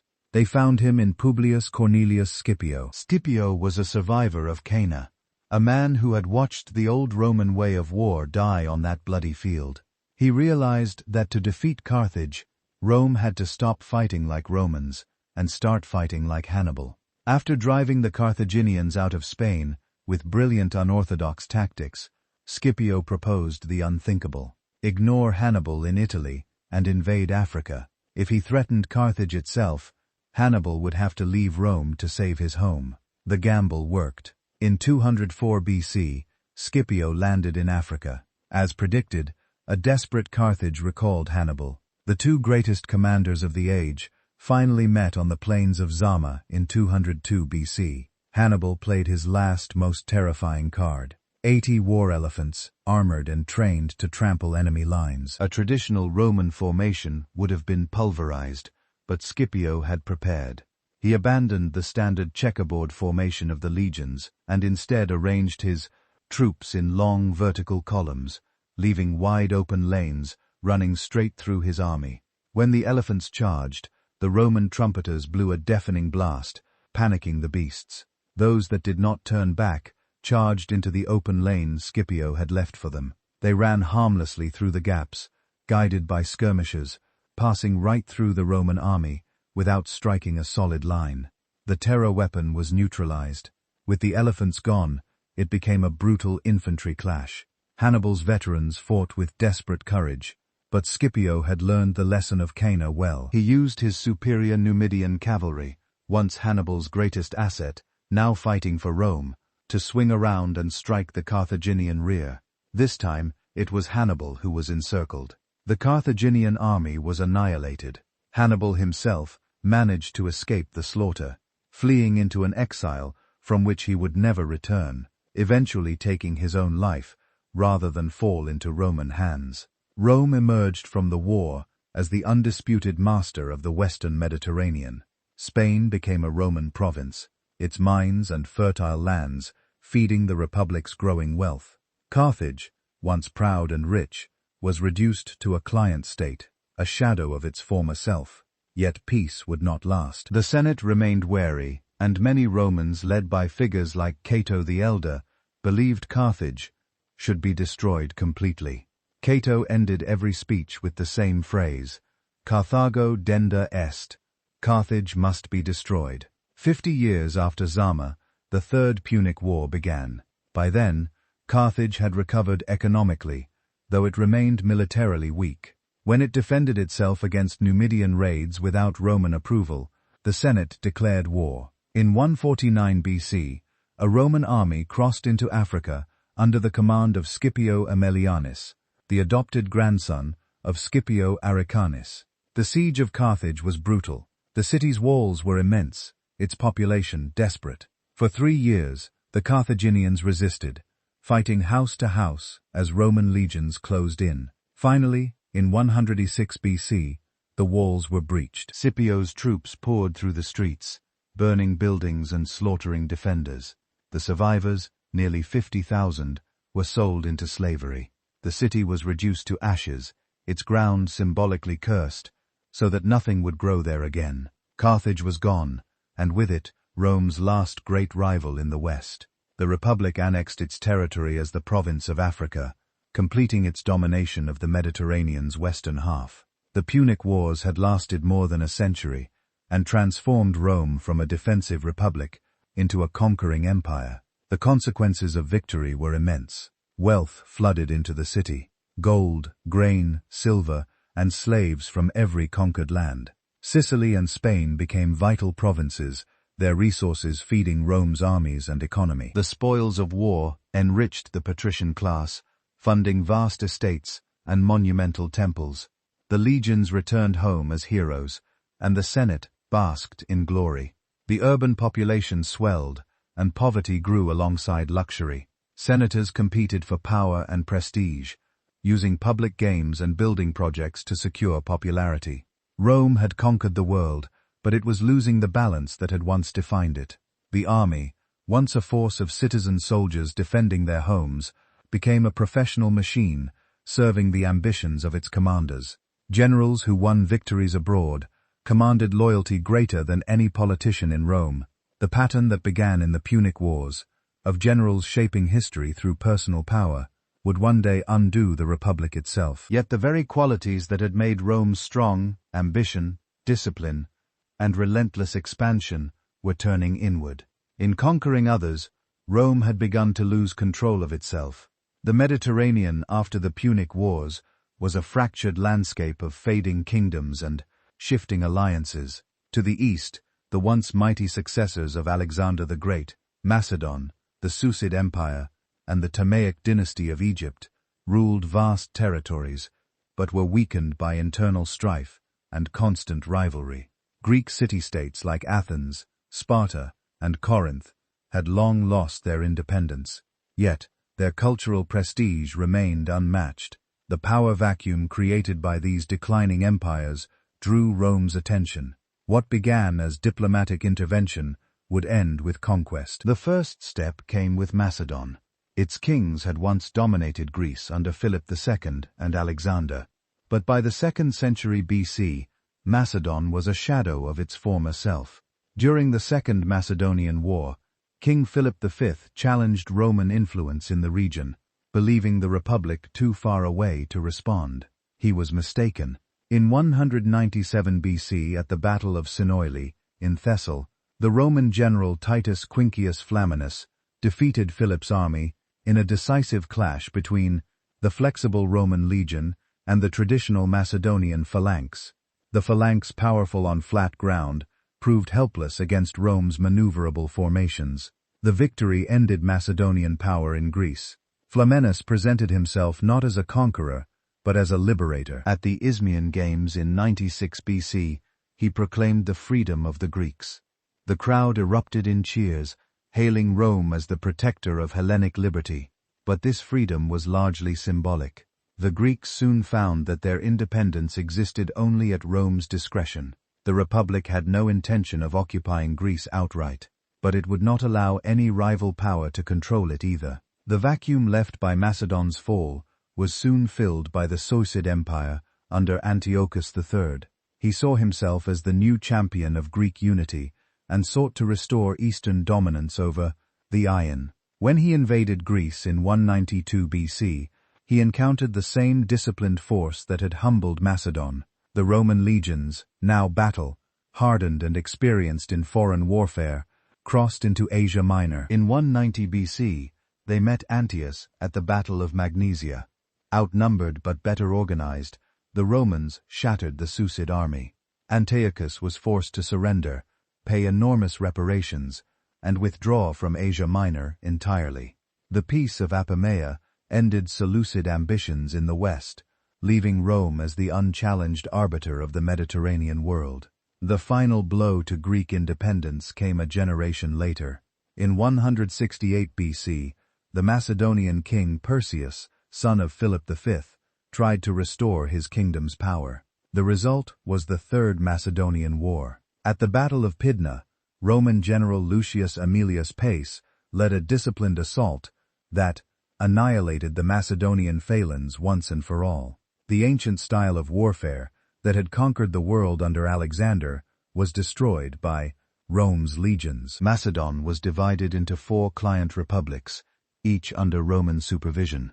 But when the Greeks rebelled one last time, Rome's patience ended. In 146 BC, the same year Carthage fell, the city of Corinth, one of Greece's richest and proudest, defied Roman authority. The consul Lucius Mummus led an army into the city, capturing and razing it to the ground. Its treasures were looted, its inhabitants enslaved, and its ruins left as a warning. Greece was formally absorbed into the Republic as the province of Acca. The land that had once given the world philosophy, art, and democracy now belonged to a foreign empire. While Rome conquered in the east, its legions were also locked in a relentless campaign in Spain. The Iberian Peninsula had been claimed after the Second Punic War, but control existed only on paper. The rugged terrain and fierce independence of the local tribes made pacification slow and brutal. Guerrilla warfare, ambushes, and betrayals became the rhythm of the campaign. Spain's mines of silver and iron were among the richest in the ancient world, and Rome was determined to hold them. Successive governors fought endless wars against the Celtians, Lusitanians, and other tribes who resisted Roman occupation. Towns were besieged, alliances broken, and entire regions devastated. Yet even here, new leaders rose, whose names would echo through history. One of them was Scipio Aemilianus, the adopted grandson of Scipio Ariconis. As a young commander, he earned fame in the Spanish Wars for his discipline and decisiveness. His later role in the destruction of Carthage would make him a symbol of Roman ruthlessness. But it was in Spain that he learned how to fight a war of endurance, one not won by brilliance, but by relentless persistence. The fighting in Spain revealed the changing nature of Rome's empire. The Republic no longer fought defensive wars against invading enemies, but offensive ones of expansion and consolidation. Governors now commanded armies for years at a time, far from Rome's oversight, enriching themselves with plunder and tribute. Victories brought not only glory, but immense personal wealth. For ambitious men, conquest became a path to political power. Meanwhile, Rome itself was changing. The flow of wealth and slaves from conquered lands transformed its society. The old virtues of simplicity and frugality gave way to luxury and excess. Greek art, literature, and philosophy flooded into the city, reshaping Roman taste and thought. Captured statues adorned temples and villas. Greek tutors taught the children of senators. The cultural tide from Greece was irresistible. For centuries, Romans had seen themselves as practical and austere, a people of farmers and soldiers. Now they began to admire the sophistication of Greek civilization. They studied its philosophy, adopted its architecture, and emulated its style. Wealthy nobles filled their homes with marble sculptures and mosaics, taken from conquered cities. Greek became the language of education and refinement.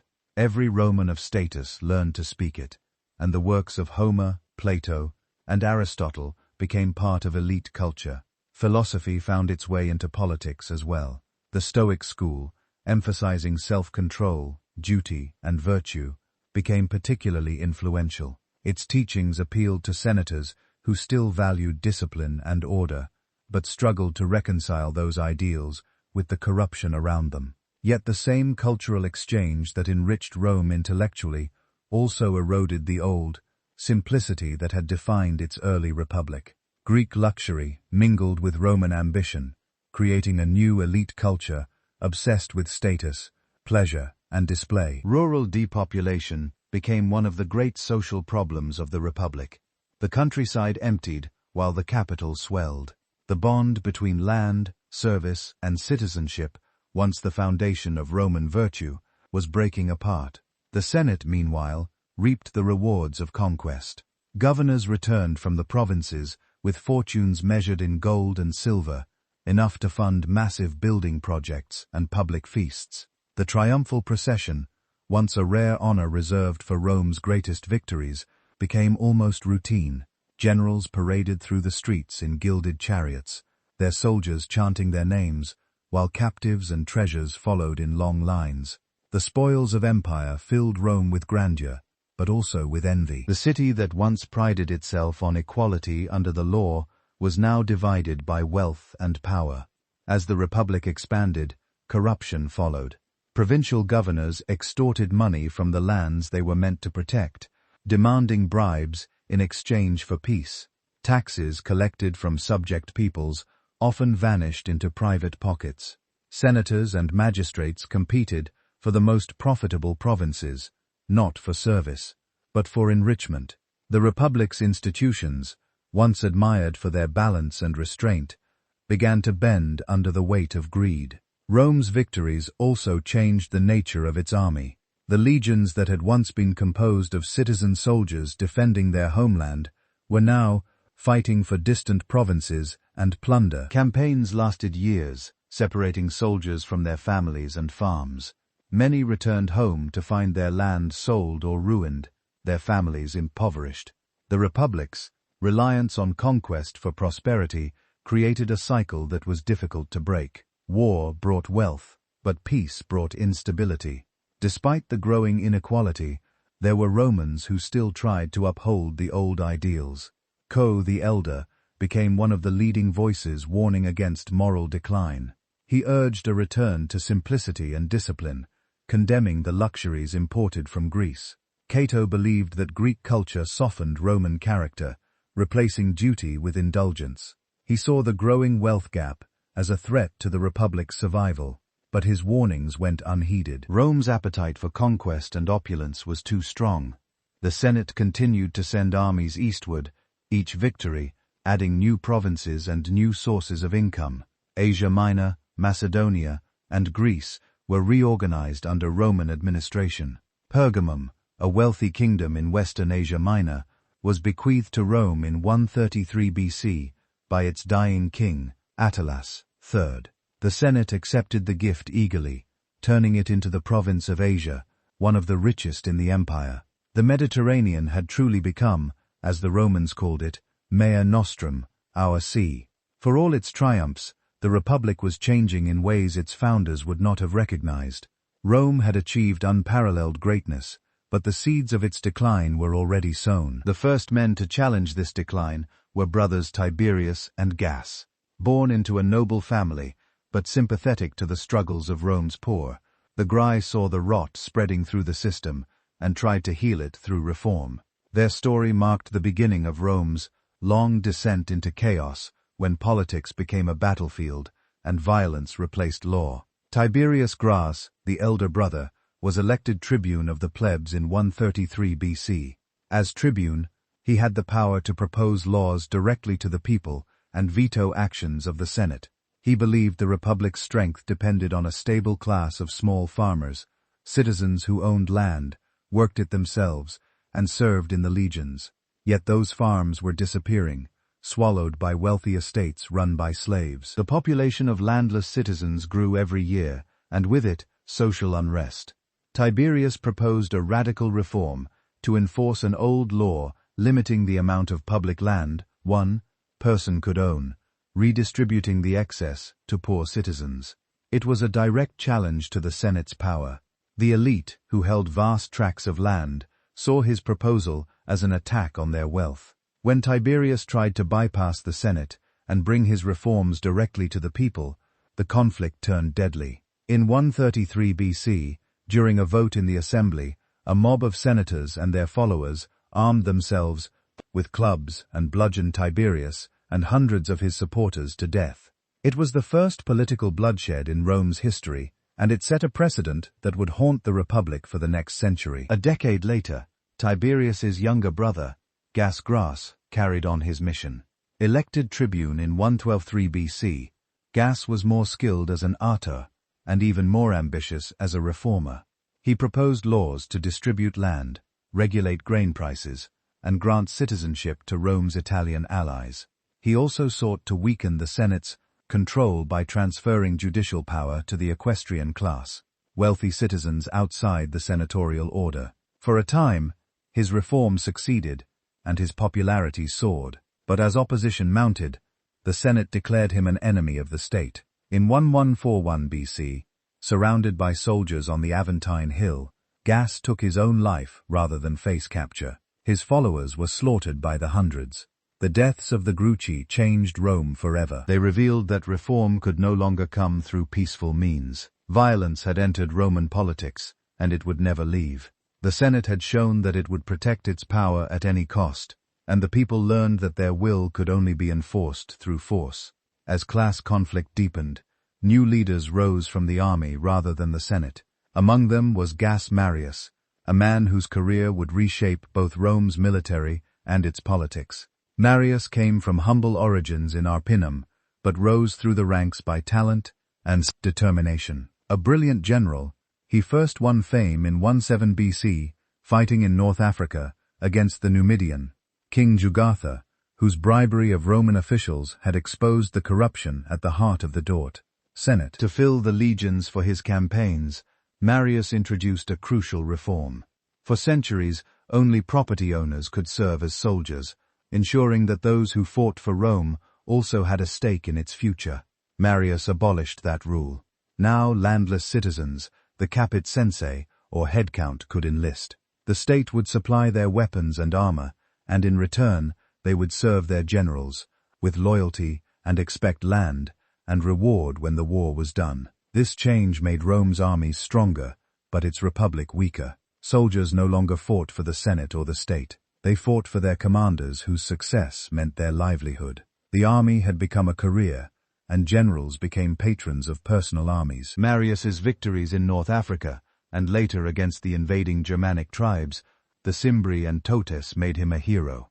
He was elected consul an unprecedented 7 times, yet his power and ambition terrified the Senate.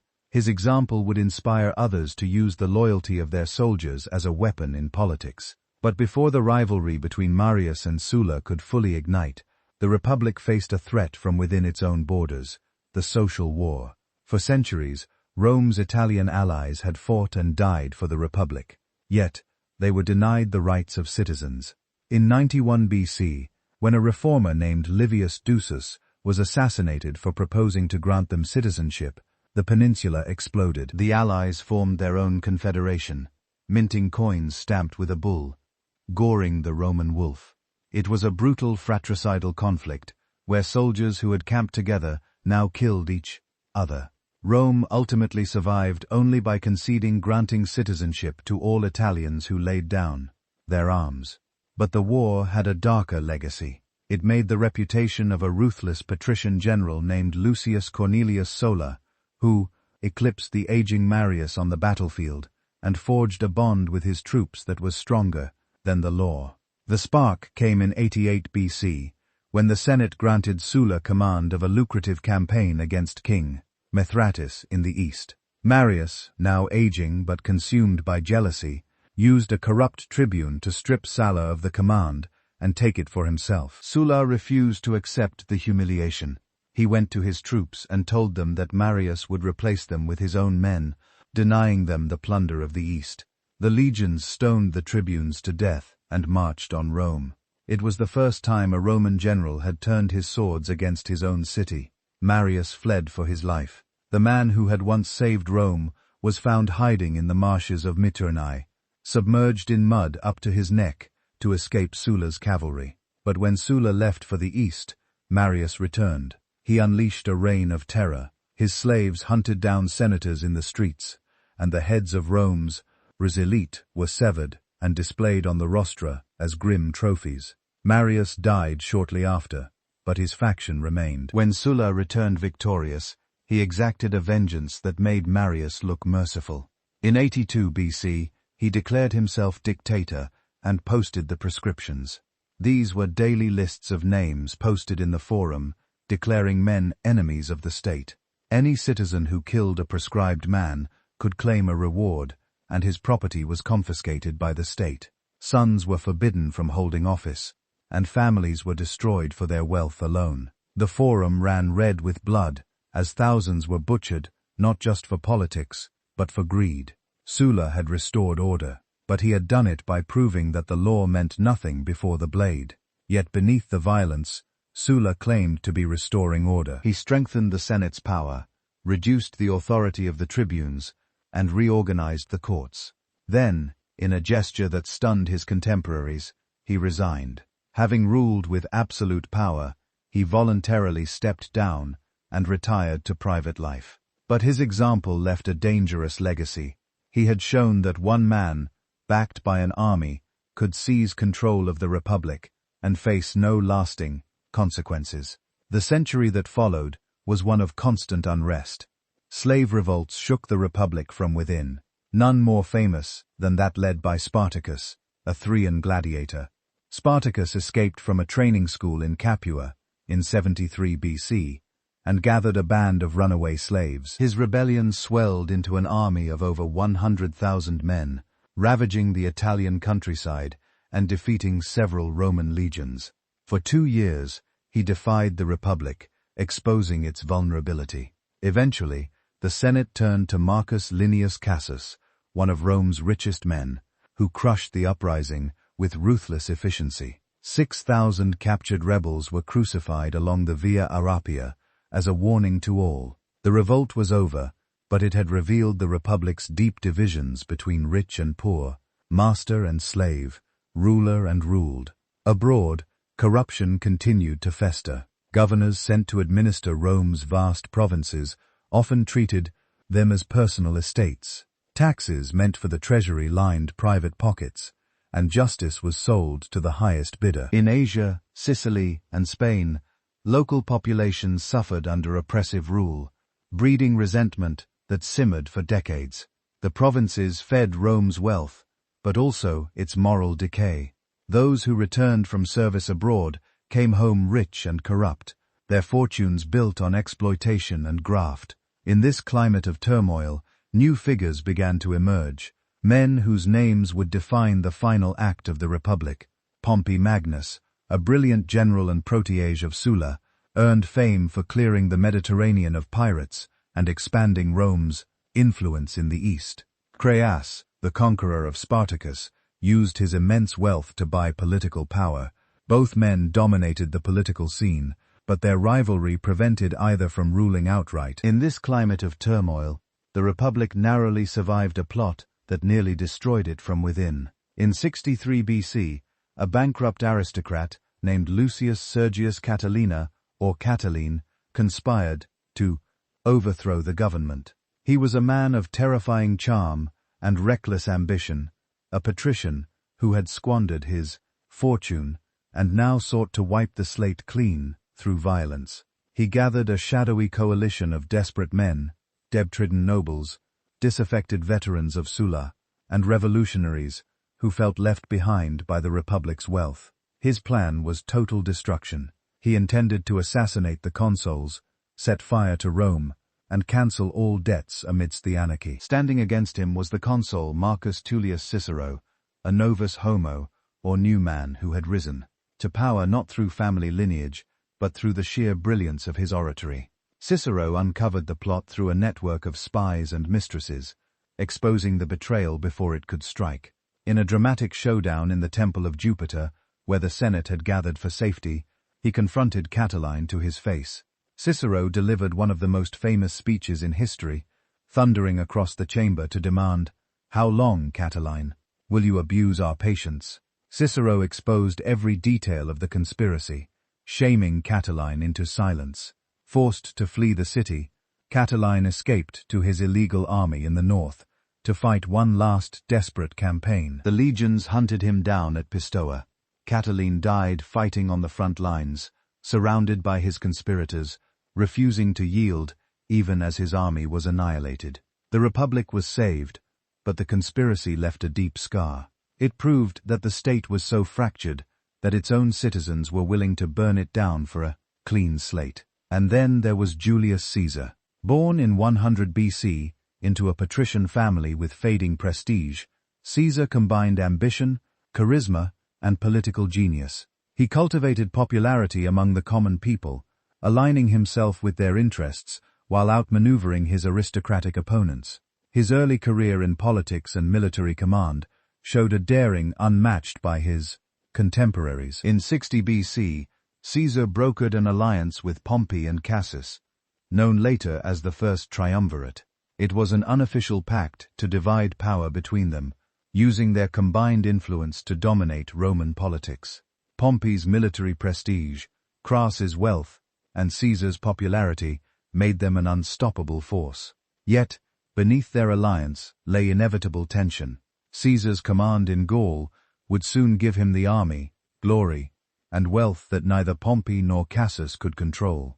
His rise would push the Republic to its breaking point. The Republic was still standing, but its foundations were cracking, and in the growing shadow of those cracks, one man's name was beginning to rise: Julius Caesar. The alliance began with mutual benefit. Caesar sought a military command to secure wealth and prestige equal to his partner's. He was granted the governorship of Cisalpine Gaul, Urcum, and later Transalpine Gaul, an enormous territory stretching from northern Italy into modern-day France. What followed was one of the most extraordinary military campaigns in history. For nearly a decade, from 58 to 50 BC, Caesar led his legions through the forests, rivers, and plains of Gaul. The campaign culminated in 52 BC at the Siege of Alesia, a battle that would become a masterclass in military engineering. Versand, a charismatic chieftain, had united the tribes and retreated to a massive hilltop fortress. Caesar realized the position was too strong to storm, so he decided to starve them out. He ordered his legions to construct a line of fortifications encircling the entire mountain. 10 miles of walls, towers, ditches, and deadly traps, designed to keep the Gauls inside. But before the ring closed, Vercingetorix sent riders to summon help. A relief army of nearly 250,000 Gauls arrived to attack Caesar from the rear. Caesar was now trapped. He was outnumbered 4 to 1, sandwiched between the fortress and the relief army. Instead of retreating, he ordered a second wall, built facing outward. The Romans were now fighting inside a donut of fortifications, besieged from both sides. The battle that followed was desperate. The Gauls attacked from the inside and the outside simultaneously, throwing wave after wave against the Roman earthworks. At the critical moment when the Roman line was about to break, Caesar donned his famous scarlet cloak and rode personally into the fray.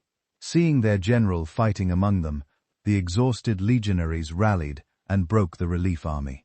Vercingetorix, seeing hope vanish, rode out and surrendered at Caesar's feet. Gaul was conquered. The legions built bridges across vast rivers like the Rhine, constructed fortified camps in a single night, and even launched expeditions into Britain, marking the first Roman contact with the island.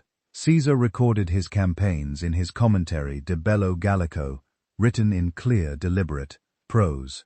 These commentaries served as both reports to the Senate and propaganda for the people. They depicted Caesar as a man of destiny, calm, decisive, and favored by fortune. In truth, his campaigns were brutal. Entire tribes were slaughtered and hundreds of thousands were enslaved. But to Rome, his victories brought glory and riches. His soldiers adored him for his leadership and his habit of sharing their hardships. When storms destroyed their ships or supplies ran short, Caesar suffered beside them. The bond between general and legion grew unbreakable. While Caesar conquered Gaul, events in Rome began to unravel. Crassus sought his own glory in the east, leading an army against the Parthian Empire. In 53 BC, at the Battle of Carrhae, his forces were annihilated and he was killed. His death broke the delicate balance of the triumvirate, leaving Pompey and Caesar as rivals. Pompey aligned himself with the Senate, presenting himself as the defender of the Republic against Caesar's growing power. The Senate, fearing Caesar's popularity and his loyal army, ordered him to disband his legions and return to Rome as a private citizen. To obey would mean the end of his career and likely his life. To defy would mean civil war.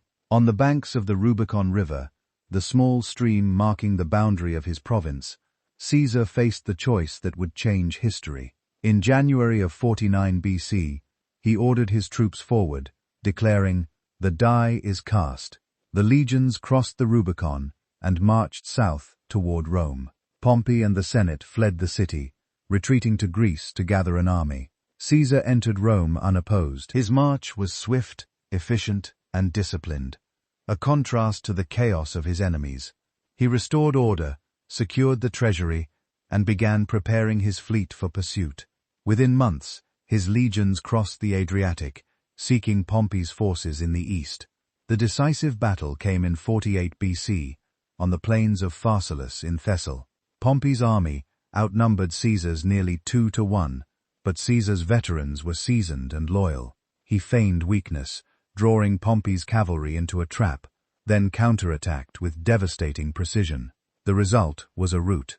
Pompey fled the field, his army shattered, and sailed for Egypt, hoping for refuge with the young pharaoh Ptolemy VII. When Caesar arrived in Alexandria soon after, he discovered that Pompey had already been murdered on the shore by the Egyptians, who sought to curry favor with Rome's new master. Caesar was reportedly horrified when presented with his rival's severed head. Pompey had been both enemy and compatriot, a man of Rome, and his death marked the true end of the Republic's old order. Caesar's time in Egypt became a turning point in more ways than one. The kingdom was in turmoil, divided between Ptolemy VII and his sister Cleopatra. Caesar intervened both to secure grain supplies for Rome and to stabilize the region. Cleopatra, known for her intelligence and political skill, won his support and soon his affection. With Roman troops at her side, she triumphed over her brother who was killed in battle. Cleopatra was restored to the throne, and her alliance with Caesar secured Egypt as a friendly, client kingdom. During his months in Alexandria, Caesar fathered a son with Cleopatra named Caesarion. He toured the Nile and the pyramids, fascinated by Egypt's grandeur, yet even in this distant land, his thoughts remained fixed on Rome. With Pompey dead, resistance still simmered across the Republic in Africa, Spain, and the East. Caesar spent the next few years crushing these remnants, defeating Pompey's allies in every corner of the empire. His victory at the Battle of Munda in 45 BC ended the civil wars and left him the undisputed master of Rome. Caesar returned home to a hero's welcome. The Senate, stripped of power, named him dictator for 10 years and soon after for life. It was an unprecedented step. The Republic founded to avoid kings now had a single ruler. Yet Caesar's rule was not one of tyranny. He governed with energy and vision, reshaping Rome's institutions for the world it now commanded. He launched sweeping reforms. He reorganized the calendar, replacing the outdated lunar system with the solar Julian calendar, the basis of the modern one used today. He settled veterans on new lands, reducing unemployment and easing social unrest.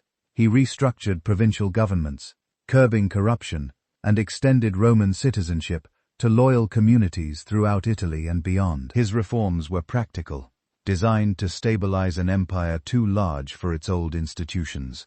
But Caesar's concentration of power alarmed the Senate. Many feared that he intended to crown himself king. Statues of him appeared in temples, and honors once reserved for gods were bestowed upon him. Rumors spread that he planned to move the capital to Alexandria or to wear a diadem. Caesar dismissed such claims, but his behavior, his disregard for the Senate, his reliance on loyal supporters, his public arrogance, deepened resentment among Rome's elite. The final blow came on the Ides of March 44 BC. A group of senators, including many of Caesar's closest allies, plotted his assassination. Among them was Marcus Junius Brutus, descended from the man who had helped overthrow Rome's last king nearly 5 centuries earlier. On the morning of March 15th, Caesar arrived at the Senate meeting in the theater of Pompey. As he took his seat, the conspirators surrounded him. They drew daggers and struck. According to tradition, he fell beneath 23 wounds, crying out in disbelief at Brutus's betrayal. His body lay at the foot of Pompey's statue, the blood of one ruler staining the monument of another. The conspirators expected to be hailed as liberators, saviors of the Republic. Instead, the city was plunged into chaos. The people mourned Caesar as a hero, not a tyrant. His funeral, organized by Mark Antony, turned into a riot. Antony displayed the dictator's body before the crowd, pointing to the wounds and reading Caesar's will, which left money and land to the citizens of Rome. The mob erupted, setting fire to the Senate house and hunting down the assassins. The liberators fled, their cause already doomed. Caesar's death marked the end of the Republic in all but name. The institutions remained, but they were empty shells, manipulated by those who now fought to inherit his power. Antony, Caesar's trusted general and ally, claimed authority in the city, while Caesar's grandnephew and adopted son, Gaius Octavius, later known as Augustus, began his rise from obscurity. The struggle between them would ignite another civil war and complete the Republic's transformation into an empire. For many Romans, Caesar's rule had seemed like salvation after decades of bloodshed. He had restored order, paid soldiers, and brought peace to the provinces. His assassination was seen not as the defense of liberty, but as a crime against stability. The Senate that had claimed to save the Republic had, in truth, destroyed it. Rome wept for its fallen leader. His statue was crowned with flowers, his image carried in processions, and his name spoken with reverence. A comet that appeared in the sky after his death was hailed as his soul ascending to the heavens. The man who had conquered Gaul, defied the Senate, and reshaped the world, had become a god in the eyes of his people. In the years that followed, Caesar's name would become the measure of power itself. Emperors from Augustus to the Tsars of Russia and Kaisers of Germany would carry his title. His legacy endured in both the systems he created and the empire that rose from his ashes. From that sacrifice, Rome's next chapter began, the Age of Emperors. Out of that chaos rose a young man whose ambition and patience would reshape the Roman world forever. Gaius Octavius, Caesar's adopted heir. Octavian was just 18 when the news of his great-uncle's murder reached him in the spring of 44 BC. He was studying in Uria, far from Rome, but within weeks he set out to claim his inheritance. He was frail in appearance and soft-spoken, but beneath the modest exterior lay a sharp mind and unshakable will. The assassins had fled east, and Mark Antony, Caesar's trusted lieutenant, had seized control of Rome, rallying the people through fiery speeches and the promise of revenge. Few took the young Octavian seriously at first, but his claim to Caesar's name and his mastery of politics would soon make him the most dangerous man in the Republic. Upon returning to Italy, Octavian moved carefully. He flattered the legions once loyal to Caesar, and paid their overdue wages from his own fortune. The soldiers, seeing in him the continuation of Caesar's legacy, rallied to his banner. Antony, threatened by the youth's growing popularity, tried to block his rise. But Octavian's patience and skill outmaneuvered him. In a few short months, the young heir had turned Caesar's veterans into his own army. The Senate, desperate to use him against Antony, formally recognized him and gave him command. In 43 BC, their combined forces defeated Antony at Mutina, but the victory only deepened the division. The Senate's leaders distrusted Octavian, and he distrusted them. By the end of that year, Octavian reversed alliances and marched on Rome. Rather than fight another civil war, he negotiated peace with Antony and another of Caesar's loyalists, Marcus Aemilius Lepidus. Together, they formed the Second Triumvirate, a legally recognized three-man dictatorship, with absolute authority to restore order to the Republic. What followed was not order, but terror. The triumvirs divided the western provinces among themselves. Octavian took Italy in the west, Antony the East, and Lepidus Africa. To secure power, they launched a wave of prescriptions, publishing lists of enemies to be executed, and their property confiscated. It was political purging on a scale unseen even under Sulla. Friends turned on friends, and family members betrayed one another for survival. Cicero, the great orator and defender of the Republic, was among the most famous victims. Once a critic of Antony, his name appeared on the lists. When soldiers came for him, he did not resist.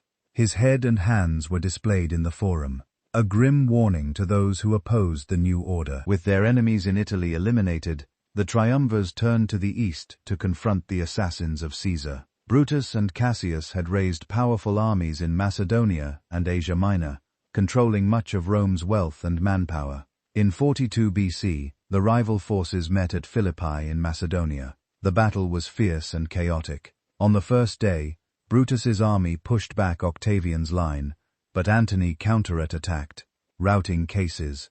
Believing the battle lost, Cassius took his own life. Weeks later, the armies clashed again, and this time, Brutus's troops broke under pressure. Surrounded, he fell on his sword. The men who had killed Caesar were gone, their dream of restoring the Republic extinguished. The victory left Antony and Octavian as the undisputed masters of Rome, but peace between them was fragile. Antony governed the east, ruling from Greece and later Egypt, while Octavian returned to Italy to settle veterans and restore stability. The division of power seemed practical at first, but it set the stage for another and final civil war. Antony's ambitions grew as he established his base in Alexandria. There he met Queen Cleopatra, the last ruler of Egypt's Ptolemaic dynasty and the former lover of Caesar. Their alliance was both political and personal. Cleopatra sought to preserve Egypt's independence. Antony sought wealth and legitimacy in the east. Their union scandalized Rome. Cleopatra was portrayed as a sorceress who had ensnared one of Rome's greatest generals. Rumors spread that Antony intended to make Alexandria the new capital of the empire, placing a crown on his own head and that of his foreign queen. Octavian seized on these fears with ruthless precision. He presented himself as the defender of Rome's traditions and the protector of its values. Through propaganda, he depicted Antony as a traitor corrupted by Eastern luxury and foreign influence. In 32 BC, Octavian convinced the Senate to declare war not on Antony directly, but on Cleopatra. It was a brilliant maneuver. To attack Antony would be civil war, but to fight Cleopatra was to defend Rome from a foreign threat. The climactic confrontation came the following year, in 31 BC, off the coast of Actium, in western Greece. Antony and Cleopatra commanded a massive fleet, over 500 ships strong, while Octavian's admiral Marcus Vipanius Agria led a smaller but more disciplined force. For hours, the two sides clashed amid smoke and fire. At the height of the battle, Cleopatra's ships broke formation and fled. Antony followed her, abandoning his fleet and sealing his fate. The remainder of his navy surrendered or was destroyed. In the aftermath, Octavian pursued his enemies to Egypt. When his forces entered Alexandria in 30 BC, Antony and Cleopatra took their own lives. The ancient kingdom of the pharaohs became a Roman province, its immense wealth flowing into Octavian's coffers. The long struggle for control of the Republic was over. Octavian returned to Rome as the sole ruler of the known world. But he understood what had destroyed Caesar. Rome's people might accept a single leader, but they would not accept a king. Octavian moved cautiously, cloaking absolute power in the language of tradition. In 27 BC, he formally handed back authority to the Senate, declaring that the Republic had been restored. The gesture was largely symbolic. The Senate, grateful and intimidated, bestowed upon him a new title, Augustus, meaning the revered one. He also received the title Princes, or First Citizen, implying equality among men, while concealing his supremacy. Augustus had become Rome's first emperor without ever calling himself one. His authority rested on three foundations: control of the army, control of the provinces, and control of public perception. He held command over all legions, the right to appoint governors, and the ability to veto any law. The Senate retained its formal powers, but it was now a theater, its debates directed by Augustus's will. The Republic's old offices still existed, but they were empty shells, sustained for appearance rather than function. Having secured power, Augustus turned to rebuilding the state. His first priority was stability. After decades of civil war, Rome's institutions were in ruins, its economy strained, and its provinces restless. Augustus reorganized the government from the ground up. He established a permanent bureaucracy staffed by loyal administrators, standardizing governance across the empire. He created a professional civil service to collect taxes, maintain records, and oversee justice in the provinces. For the first time, Rome's empire was managed as a coherent whole rather than a patchwork of conquered lands. Corruption among provincial governors was curbed through stricter oversight. A regular census was introduced to track population and property, forming the basis for taxation and resource distribution. To secure his rule, Augustus also reformed the army. He reduced its size to a more sustainable level, settling veterans on land grants and keeping only the most loyal legions under direct command. He established the Praetorian Guard, an elite corps stationed near Rome to protect his person and maintain order. The Guard became both a symbol and an instrument of imperial power, ensuring that no rival could rise unchecked. Augustus understood that peace depended as much on perception as policy. He embarked on a vast program of public works to restore confidence in Rome's greatness. Temples were rebuilt, aqueducts repaired, and monuments raised to celebrate the gods and the empire's achievements. The city's skyline transformed under his rule. The boast he would later make, that he found Rome a city of brick and left it a city of marble, was no exaggeration. Religious revival formed another cornerstone of his rule. Augustus presented himself as the restorer of traditional Roman virtues, piety, duty, and family. He rebuilt old shrines, revived forgotten festivals, and claimed divine favor through association with Apollo, the god of order and light. Moral legislation encouraged marriage, penalized adultery, and promoted family life. Public morality became a political tool, binding society together under the image of the emperor as both leader and guardian.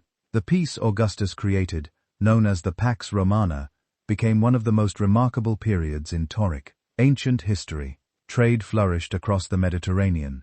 Roads connected distant provinces, and piracy all but vanished. From Spain to Syria, millions lived under a single administration, using the same currency and speaking Latin or Greek as common tongues. The empire's boundaries stretched from the Atlantic to the Euphrates, and from the deserts of Africa to the Rhine. But in 9 AD, the dream of expanding into the dark forests of Germania ended in nightmare. Publius Quintilius Varus, a Roman governor linked by marriage to Augustus himself, marched 3 entire legions deep into the woodland. He believed he was on a routine mission to suppress a minor uprising guided by a trusted Germanic ally named Arminius. But Arminius was a double agent, a chieftain's son raised in Rome, who had learned the secrets of the legions only to turn them against his masters. He lured Varus into a trap in the Tiber forest. As the Roman column stretched out for miles along a narrow, muddy path, a violent storm broke, turning the ground into a swamp. The soldiers, weighed down by waterlogged shields and heavy armor, slipped and stumbled, unable to form their disciplined battle lines. Suddenly, the trees erupted. Thousands of Germanic warriors poured from the ridges, attacking the chaotic column from all sides. The slaughter lasted for 3 days. Varus, realizing all was lost, fell on his own sword. Nearly 20,000 men were butchered, their bodies left to rot in the ancient woods, and the 3 sacred eagle standards were captured. The defeat shattered the myth of Roman invincibility. When the news reached the capital, Augustus was broken. For months, he let his hair and beard grow untrimmed, and was heard wandering the halls of his palace, banging his head against the walls and screaming, "Vis, give me back my legions." The disaster ended Rome's ambition to conquer the north, forcing the empire to accept the Rhine as its permanent frontier, a scar on the map that would never heal. Beneath the stability of the Pax Romana, Augustus maintained power with quiet ruthlessness. Opponents were exiled or quietly removed. His control of propaganda shaped every aspect of public life. Poets, historians, and artists celebrated him as the bringer of peace and renewal. The greatest of these was Virgil, whose epic, the Aeneid, told the story of Rome's divine origins and destiny, linking Augustus to Aeneas and the gods themselves. Horace praised the moral order restored under his rule, while Livy chronicled Rome's history as a lesson in virtue and endurance. Through their words, the emperor's reign was immortalized as the culmination of centuries of struggle, the fulfillment of Rome's destiny. Augustus's rule also redefined citizenship and belonging. He extended rights to communities across Italy and the provinces, drawing them closer into the imperial fold. Local elites were encouraged to adopt Roman customs and serve in administration, spreading loyalty through privilege rather than force. This policy of inclusion helped maintain unity across a vast and diverse empire. His reforms brought prosperity, but they came at the price of freedom. The Senate had lost its power, elections were carefully managed, and dissent was dangerous. Yet, after decades of civil war, most Romans welcomed stability over liberty. Augustus's genius lay in giving the illusion of republican tradition while exercising monarchic control. To the people he was princes but name. Augustus ruled for more than 40 years. Under his guidance, Rome entered an age of peace and progress unmatched in its history. Roads, laws, and cities spread Roman influence to the farthest corners of the empire. The legions became instruments not of conquest alone, but of order and civilization. The provinces thrived, and the capital became the center of a world empire. In his final years, Augustus ensured his legacy would endure. He appointed his stepson Tiberius as successor, and carefully managed the transition to avoid the chaos that had followed Caesar's death. When Augustus died in 14 AD, at the age of 75, the Senate declared him a god. Temples were built in his honor, and his name became synonymous with power itself. At the dawn of the 1st century AD, every soldier, every road, and every mile of territory was part of an intricate system designed to maintain balance, the machinery of empire. That machinery extended far beyond the battlefield. Augustus had built not only a state, but a structure, a government capable of managing millions across 3 continents. The emperor stood at the top, surrounded by a council of advisors, drawn from the Senate and equestrian class. Below them, provincial governors administered territories, collected taxes, and enforced Roman law. Civil servants scribi and appared census data, maintained accounts, and ensured communication flowed between Rome and its provinces. The efficiency of this bureaucracy was astonishing for its time. Citizenship, once reserved for the privileged few in Italy, now spread outward as both reward and instrument of control. Cities that proved loyal received Latin rights, limited forms of citizenship that offered legal protections and status. Over generations, entire regions were absorbed into the Roman system. Local elites adopted Roman dress, language, and customs, sending their sons to study in the capital and serve in the imperial administration. The result was unity through assimilation rather than oppression. A Spaniard, a Gaul, or a Syrian could rise to power through service and education. In time, they would even sit on the imperial throne. Rome's physical presence bound its empire together as tightly as its laws. The roads that crisscrossed the provinces were the arteries of civilization. Built with precision, layered in stone and gravel, they connected every major city to the capital. Couriers could travel from the Alps to the Nile in weeks, their journeys marked by way stations and milestones carved with the names of emperors. The roads carried merchants, legions, and news, but also culture, spreading Latin, Roman architecture, and law to every corner of the empire. The Romans were master builders. Their aqueducts carried fresh water across mountains and valleys into cities that glittered with marble.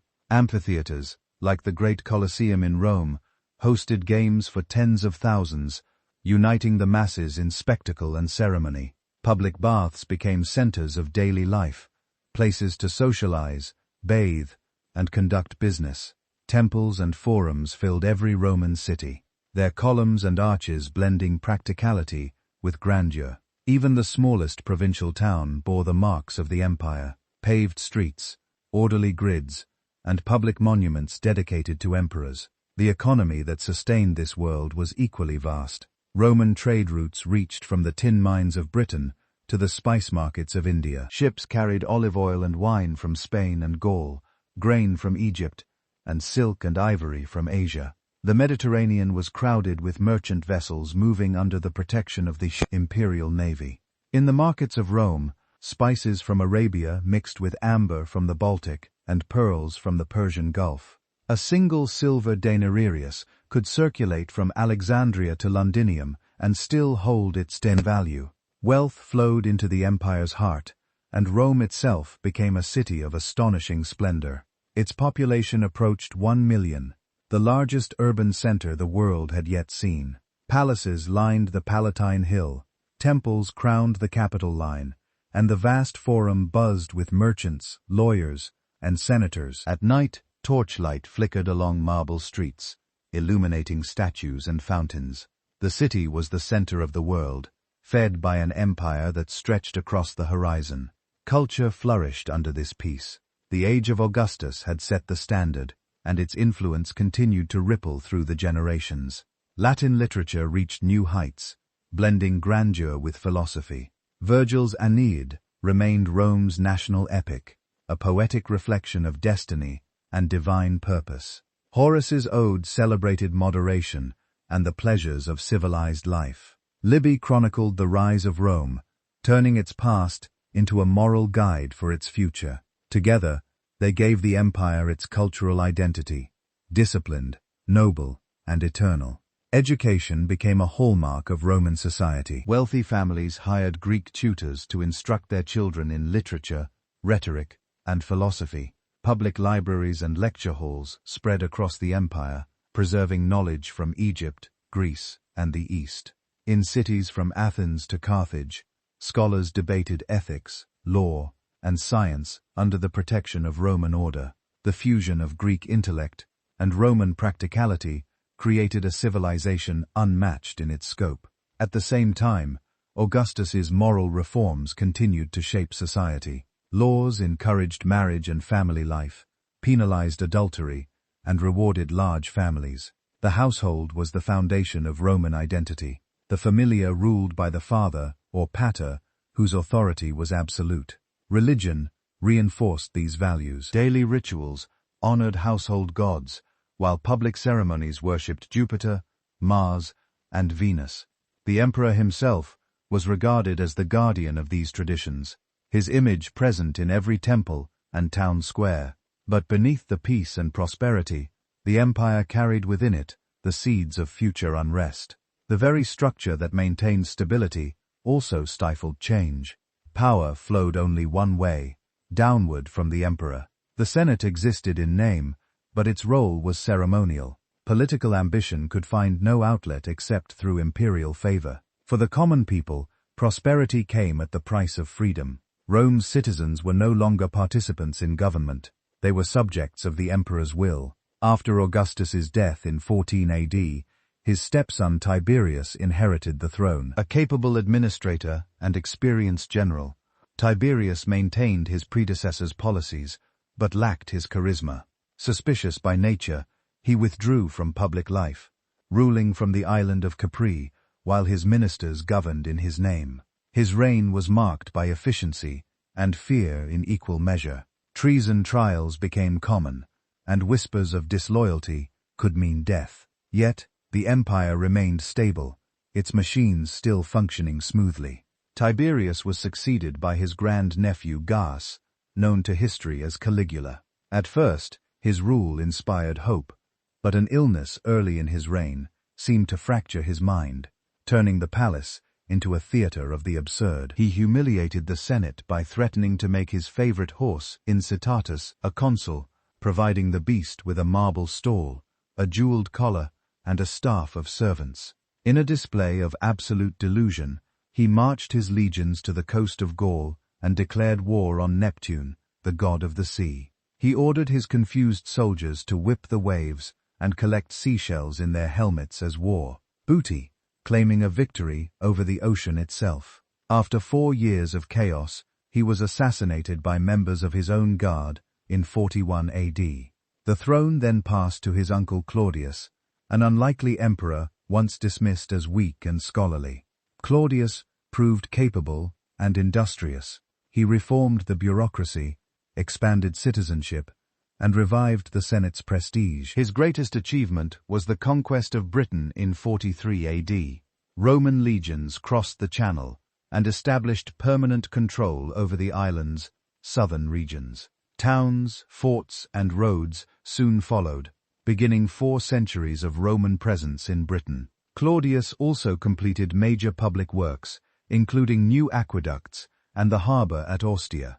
Yet intrigue continued within his court. Poisoned, perhaps, by his wife Agrina, he died in 54 AD, leaving power to her son Nero. Nero's reign began with promise.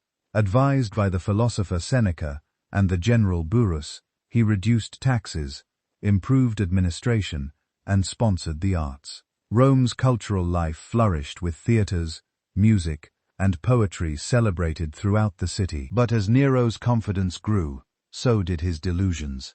He envisioned himself not as a ruler, but as a star, demanding the world be his audience. He forced senators and generals to attend his endless lyre recital, locking the theatre gates so no one could leave. Ancient historians claimed that women feigned labor and men pretended to die just to be carried out of the excruciating performances to escape his vanity. In 64 AD, disaster struck. A massive fire swept through Rome, destroying much of the city. The blaze raged for days, consuming temples, homes, and warehouses. Ancient accounts differ on its origin. Some blamed negligence, others Nero himself. According to later writers, while the city burned, the emperor watched from his palace and sang of Troy's fall. Whether true or exaggerated, the rumor sealed his reputation. To deflect blame, Nero accused the city's small but growing Christian community of starting the fire. The persecution that followed was brutal.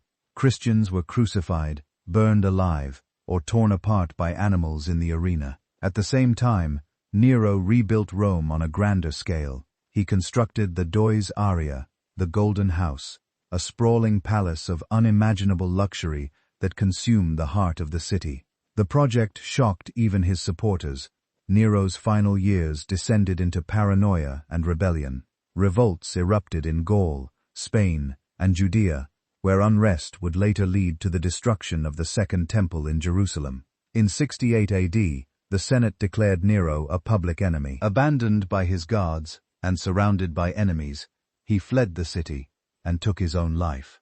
His death ended the Julio-Claudian dynasty and plunged Rome once more into civil war. The Pax Romana had not ended, but its golden surface was cracking. The empire Augustus had built still stood strong, its roads and legions holding the world together. But the harmony of its ruling family was gone. The peace of Rome was built on power, and power always bred ambition. Behind the grandeur of marble and the hum of trade, discontent and corruption began to grow. In the summer of 64 AD, flames rose over the city of Rome. Citizens fled in panic, dragging what little they could carry, while the wind carried embers from one district to another. For 9 days, the inferno raged. By the time it ended, 10 of the city's 14 regions lay in ruins. The heart of the empire, the marble capital of the world, had become a smoldering skeleton of stone and ash. At the center of this disaster stood the Emperor Nero, whose reign had already drifted from promise into madness. When the fire began, Nero was at his villa in Antium, 30 miles away. He returned to find chaos, organizing relief efforts, opening public buildings as shelters, and importing grain to feed the displaced. Yet, rumors spread faster than aid. Whispers claimed he had ordered the fire himself to clear land for a new palace, or that he had stood on a balcony as the flames rose, singing of the fall of Troy. Whether true or not, the story became legend. The emperor, who had once been adored, now became a figure of hatred. To deflect blame, Nero looked for scapegoats. His choice fell upon a small and unpopular sect, the Christians.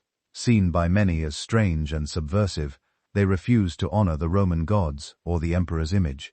Nero accused them of arson and unleashed a wave of persecution. Dozens were crucified along the roads, burned alive in the gardens of his palace, or torn apart by animals in public games.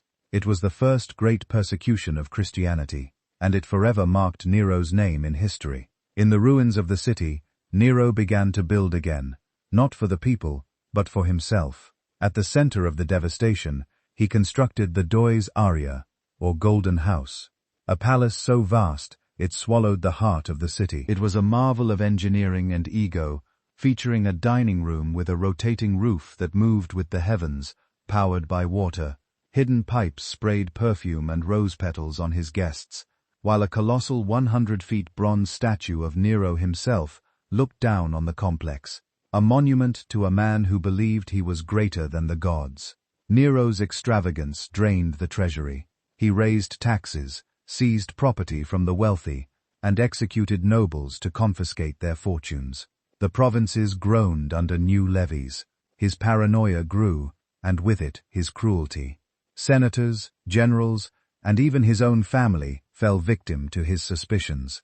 His mother, Agrena, had already been murdered years earlier, stabbed after surviving a failed attempt on her life at sea. His wife, Octavia, was executed, accused of adultery, and his advisor, Seneca, once a guiding influence, was forced to take his own life. By the late 60s AD, the emperor's rule had become unbearable. The empire began to fracture. In 68 AD, revolt broke out in Gaul under Gaius Julius Vindex, soon joined by other provincial leaders. In Spain, the governor Servius Sitius Galba declared himself emperor. Even within Italy, loyalty to Nero wavered. The Praetorian Guard, once his personal protectors, turned against him. When Galba promised them payment and reform as rebellion spread, Nero panicked. Deserted by his guards and abandoned by the Senate, he fled the city disguised and took refuge in a villa on the outskirts of Rome. Surrounded and facing capture, he placed a dagger to his throat. His final words were said to be, "What an artist dies in me." With his death, the Julio-Claudian dynasty, the family of Augustus, came to an end. The emperor's death left a power vacuum, and with it came one of the most chaotic years in Roman history, the year of the 4 emperors. In the span of little more than 12 months, 4 men would rise to power, each claiming the empire and each meeting a violent end. Galba I entered Rome as a symbol of renewal. Old, stern, and frugal, he promised to restore discipline after Nero's decadence. But he made a fatal error. He forgot that loyalty in the late empire had a price tag. When the Praetorian Guard demanded their customary bonus, Galba famously replied, "I choose my soldiers, I do not buy them." It was a noble sentiment that cost him his life. The Guard, outraged by his stinginess, struck a deal with a rival. In January 69 AD, Galba was ambushed in the Roman Forum. His litter was overturned, and he was hacked to death by his own troops, his head severed and paraded on a spear. His successor, Marcus U, seized power with the backing of the Guard. U was younger, and had been one of Nero's drinking companions, but he found himself immediately at war. Far to the north, the hardened legions of the Rhine refused to recognize him, proclaiming their own general Auli Vitellius as emperor. The 2 armies collided at the Battle of Bedriacum in northern Italy. U's forces were shattered. Rather than prolong the slaughter, U calmly put his affairs in order and stabbed himself in the heart, declaring that one man's death was preferable to the ruin of the state. Vitellius entered Rome not as a savior, but as a conqueror. His reign was a grotesque parody of leadership. He was a man of enormous appetite, famous for banquets where he served platters of flamingo, tongues and pike livers, while the empire crumbled around him. He ignored the administration to focus on the next feast. But in the east, the legions of Judea and Syria had had enough. They declared their allegiance to a nonsense general named Vespasian. As Vespasian's forces marched on Rome, the city descended into urban warfare. For the first time in history, Roman armies fought each other inside the capital itself. The Temple of Jupiter, on the Capitoline Hill, was burned down in the fighting. Vitellius, terrified and abandoned, tried to hide in a doorkeeper's lodge in the palace. He was dragged out by the mob, tortured, and thrown into the Tiber, leaving the streets to Vespasian. With his rival dead, the Senate had no choice but to ratify the victor. The chaos ended, and the empire, weary of war, embraced Vespasian as its new ruler. The Flavian dynasty had begun. Vespasian's reign marked Rome's recovery after years of turmoil. A soldier by background, he restored order through pragmatism and hard work. His first act was to refill the treasury, which had been emptied by Nero's extravagance and civil war. He reformed the tax system, curbing corruption and ensuring that revenues from the provinces flowed back to the capital to fund public works. He even introduced a tax on the city's public latrines, joking when criticized that money does not smell.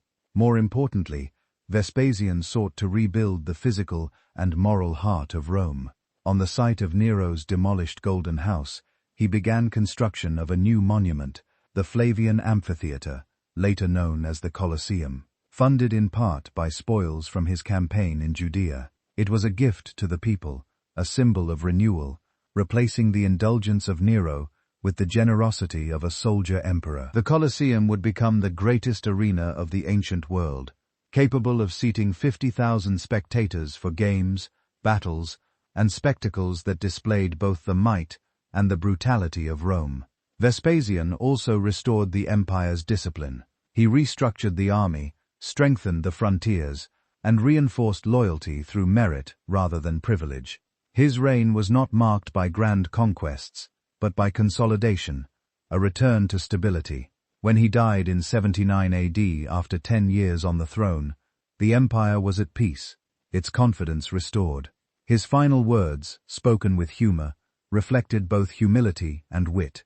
"I think I am becoming a god." His eldest son, Titus, succeeded him. Known for his charisma and generosity, Titus had already proven himself as a capable commander during the Jewish War. It was under his leadership that Roman legions besieged Jerusalem in 70 AD, an event that would become one of the most brutal sieges in antiquity. The city was already tearing itself apart from within. Rival Jewish factions fought for control, burning their own food supplies in a suicidal power struggle. While Titus encircled the walls with a ring of crucifixion crosses, anyone attempting to flee, the city was captured and nailed to the wood in full view of the defenders, a psychological terror designed to break their will. Inside the walls, starvation set in. The historian Josephus recorded scenes of horror where leather belts and shoes were boiled for food, and the dead piled up in the streets. But the defenders fought with a ferocity that stunned the legions. They dug tunnels under Roman siege towers, forcing Titus to fight for every inch of ground. Finally, the Romans breached the Antonia fortress and poured into the Temple Mount. The fighting reached the Second Temple itself, the holiest site in Judaism. Amid the chaos, a soldier threw a burning brand into the sanctuary, setting the gold and cedar ablaze. Titus supposedly tried to save the structure, but the fury of his soldiers could not be contained. The temple was burned to the ground, and the city was leveled. Tens of thousands were slaughtered in the ruins, or sold into slavery, and the treasures of the temple were carried away to Rome. The Arch of Titus, still standing today, commemorates that victory, its carvings depicting soldiers carrying the golden manura through the streets of Rome. The spoils from Judea helped complete the Colosseum, built partly as a celebration of this triumph. Titus's reign, though short, was marked by both disaster and compassion. In 79 AD, only months after his accession, nature delivered a blow that would freeze a moment of Roman history forever. On a warm afternoon in August, Mount Vuvius, a mountain locals believed to be a dormant vine-covered peak, exploded with the force of 100,000 atomic bombs. A column of ash and pumice shot 20 meters into the stratosphere, blocking out the sun. Pliny, the younger, watching from across the bay, described it as a pine tree made of smoke rising into the heavens. For the cities of Pompeii and Herculaneum, there was no escape. At Herculaneum, a superheated pyrolastic surge, a wall of gas and rock moving at hurricane speeds, hit the city, instantly carbonizing the inhabitants where they stood. In Pompeii, The end was slower, but equally terrifying. Ash fell like heavy snow, collapsing roofs and trapping citizens in their homes. As the air turned to poison, thousands perished, their bodies encased in volcanic debris that would harden into stone molds, preserving their final moments of terror for 2,000 years. Titus organized relief efforts, personally donating funds to rebuild affected towns. But the cities themselves were lost, buried, and forgotten until the modern age. His generosity won him the affection of the people. 2 years later, in 81 AD, a massive fire and a plague struck Rome, testing the city's resilience once again. Titus responded with the same compassion, earning the title Delicia Humani Generis, darling of the human race. When he died suddenly that same year at the age of 41, the empire mourned sincerely. Titus was succeeded by his younger brother Domitian, a man of intelligence, ambition, and paranoia. Where Titus had ruled with warmth, Domitian ruled with fear. He saw conspiracies everywhere and sought absolute control over every aspect of government. He expanded the emperor's authority, treating the Senate with open contempt, and styled himself as a divine ruler. His reign was marked by efficiency. The frontiers were strengthened, the currency stabilized, and great building projects completed, including the reconstruction of the Temple of Jupiter on the Capitoline Hill. Yet his suspicion and cruelty alienated Rome's elite. Domitian revived treason trials, executed senators and generals on flimsy charges, and filled the capital with spies. His autocratic style foreshadowed the emperors who would follow, efficient yet feared. Despite his successes in administration in the army, his tyranny grew unbearable. In 96 AD, members of his own court conspired against him. He was stabbed to death in his palace by a group of officers and servants. With his death, the Flavian dynasty came to an end, but its legacy endured. Together, their reigns marked the empire's passage from ruin to renewal, from fire and blood to marble once again. When Emperor Nerva died in 98 AD, power passed smoothly to his adopted son, Marcus Opus Trajanus. Trajan, a soldier from the provinces of Spain, Trajan embodied the empire's new spirit, disciplined, pragmatic, and ambitious. Under his rule, Rome entered an era of expansion and grandeur. His military campaigns restored the vigor of conquest that had defined the Republic centuries earlier. Trajan's first target was Dacia, a kingdom north of the Danube in what is now Romania. Rich in gold mines and fiercely independent, Dacia had long been a thorn in Rome's side. In 101 AD, Trajan moved north. His campaign against Dacia was not just a war of soldiers, but of engineering. To cross the mighty Danube River, a natural barrier that had halted Roman armies for centuries, Trajan ordered his architect, Apollodorus of Damascus, to build a wonder. They constructed a massive bridge over 3,000 feet long, with stone piers resting on the riverbed, a feat of engineering that stunned the barbarian tribes. The legions marched across dryshod, striking into the heart of the Dacian kingdom.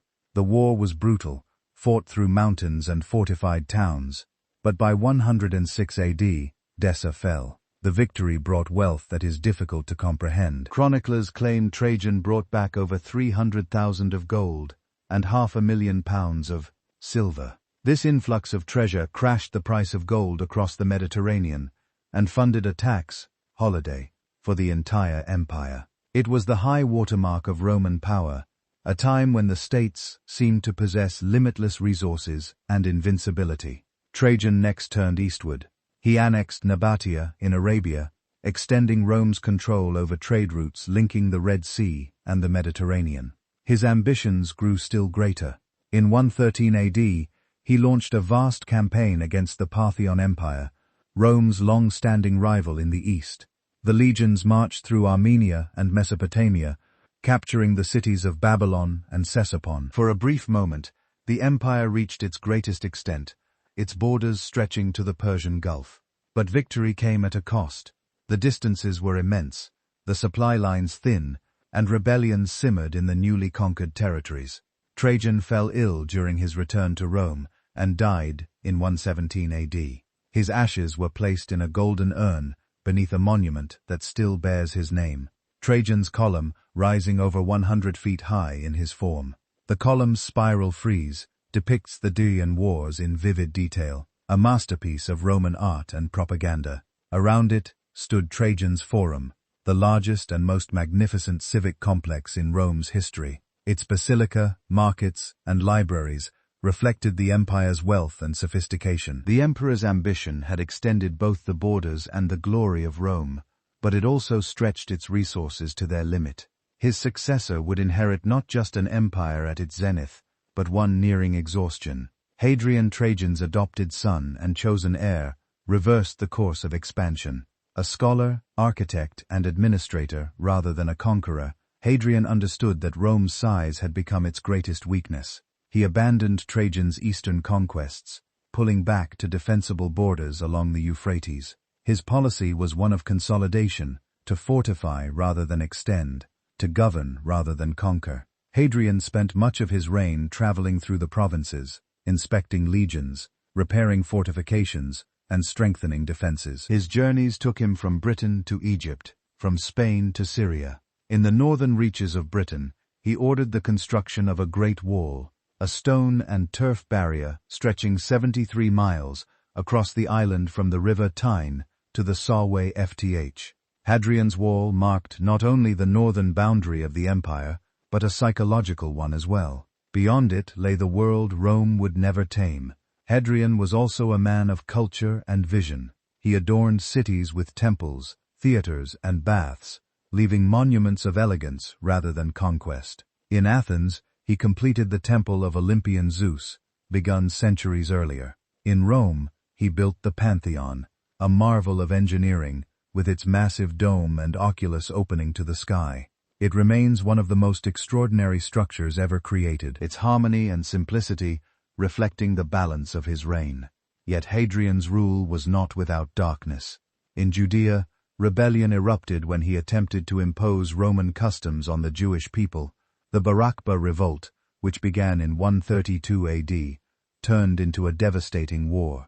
Roman legions crushed the uprising after 3 years of brutal fighting, razing cities and depopulating the land. Hundreds of thousands died and Judea was renamed Syria Palestina in an attempt to erase its identity. The rebellion's suppression marked one of the bloodiest episodes of the imperial era. When Hadrian died in 108 AD, the empire was secure but weary. His chosen successor, Antoninus Pius, would preside over what historians would later call Rome's most peaceful age. Antoninus was a cautious and steady ruler, a man of law rather than war. He maintained stability through fairness and restraint. His reign, lasting 23 years, was almost entirely free of conflict. The frontiers held firm, the economy flourished, and the Senate functioned smoothly. He promoted justice, reformed the legal system, and improved conditions for slaves and the poor. Under his rule, the empire experienced a rare moment of calm, a balance between strength and benevolence. Public works flourished once again. Temples, roads, and aqueducts were built across the provinces. Cities prospered, and the arts continued to thrive. It was said that under Antoninus, no man feared his neighbor, and no army marched without need. Yet even this peace concealed deeper strains. The cost of maintaining the empire's vast network of roads, armies, and bureaucracy was rising. Economic growth slowed, and the strain on resources began to show. Rome's prosperity was immense, but fragile, dependent on constant flow from the provinces, a system that could not expand forever. When Antoninus died in 161 AD, power passed to his adopted sons, Marcus Aurelius and Lucius Verus, the first joint emperors in Roman history. The transition was peaceful, but the era of serenity soon ended. A new age of conflict and uncertainty began to test the empire's endurance. Lucius Verus took command of a war against the Parthians in the east, while Marcus remained in Rome. The campaign was successful, but the returning legions brought with them a new and deadly enemy: disease. The Antonine Plague, possibly smallpox or measles, spread rapidly through the empire. Cities were emptied, armies weakened, and trade disrupted. Millions may have died. The epidemic marked the beginning of a long demographic and economic decline. Marcus Aurelius, meanwhile, faced relentless pressure on the northern frontiers. Germanic tribes crossed the Danube, raiding Roman territory and threatening the stability of the provinces. For years, the emperor led campaigns from the front, living with his soldiers in harsh conditions, amid the mud and cold of the frontier camps. He wrote the Reflections that would later become Meditations, a work of Stoic philosophy that revealed his calm amid turmoil.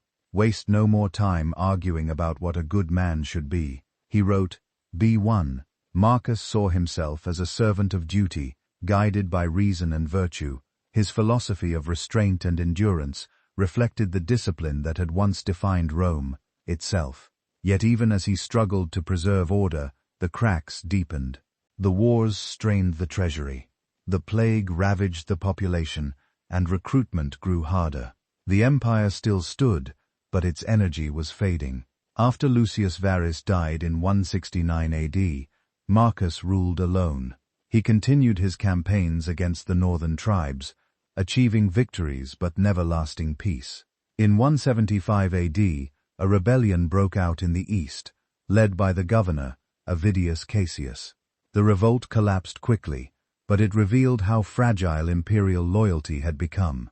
Marcus forgave those involved, preferring mercy to vengeance, an act that showed his wisdom, but also his weariness. As 179 AD came to an end, the philosopher-emperor faced the twilight of his reign.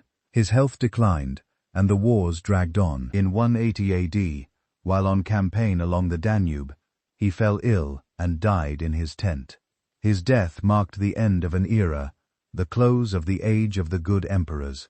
Expansion had stopped, the economy was slowing, and the ideal of civic duty that had guided the early emperors was fading. Marcus Aurelius's son, Commodus, succeeded him, but he was a man wholly unfit to rule. Where his father embodied reason, Commodus embraced a bloody vanity. He scandalized the Senate by performing in the Colosseum not as an emperor, but as a gladiator. He fought hundreds of bouts, slaying exotic beasts from a protected platform and slaughtering disabled veterans or citizens.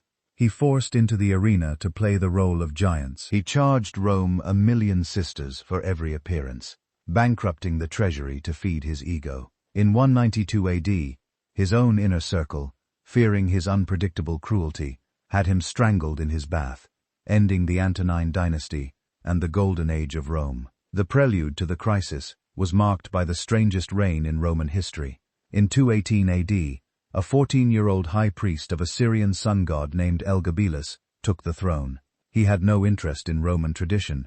He brought a sacred black meteorite to the capital and declared it the supreme deity, replacing Jupiter himself. The citizens watched in disbelief as their emperor walked backward in front of the stone's chariot, refusing to turn his back on his god. He shocked the Senate by marrying a Vestal virgin, violating Rome's most sacred laws, and appearing in the palace, wearing makeup, demanding to be addressed as the empress rather than the emperor. The sight proved too much even for Rome. In 222 AD, he was murdered by his own guards and thrown into the Tiber, leaving the throne to his cousin, Sais Alexander. Alexander ruled for 13 years, attempting to restore dignity to the empire, but the soldiers eventually turned on him too. The true collapse began in 235 AD. He had tried to buy peace with invading Germanic tribes, but his troops, angry at his caution, murdered him along with his mother. With his death, the Severon dynasty ended, and the empire plunged into chaos. Over the next 50 years, more than 24 emperors would rule, most for only months, before being assassinated or overthrown by their own armies. Historians later called it the crisis of the 3rd century. It was a time when the empire's foundations shook so violently that its survival seemed a miracle. The instability began in the legions. For centuries, Rome's emperors had maintained their power by balancing loyalty between the Senate, the people, and the army. But by the 3rd century, that balance had collapsed. The Senate was irrelevant, the people powerless, and only the army mattered. Generals who commanded the loyalty of their troops could make or unmake emperors at will. The Praetorian Guard, originally formed to protect the emperor, had long since become a political weapon, selling their allegiance to the highest bidder.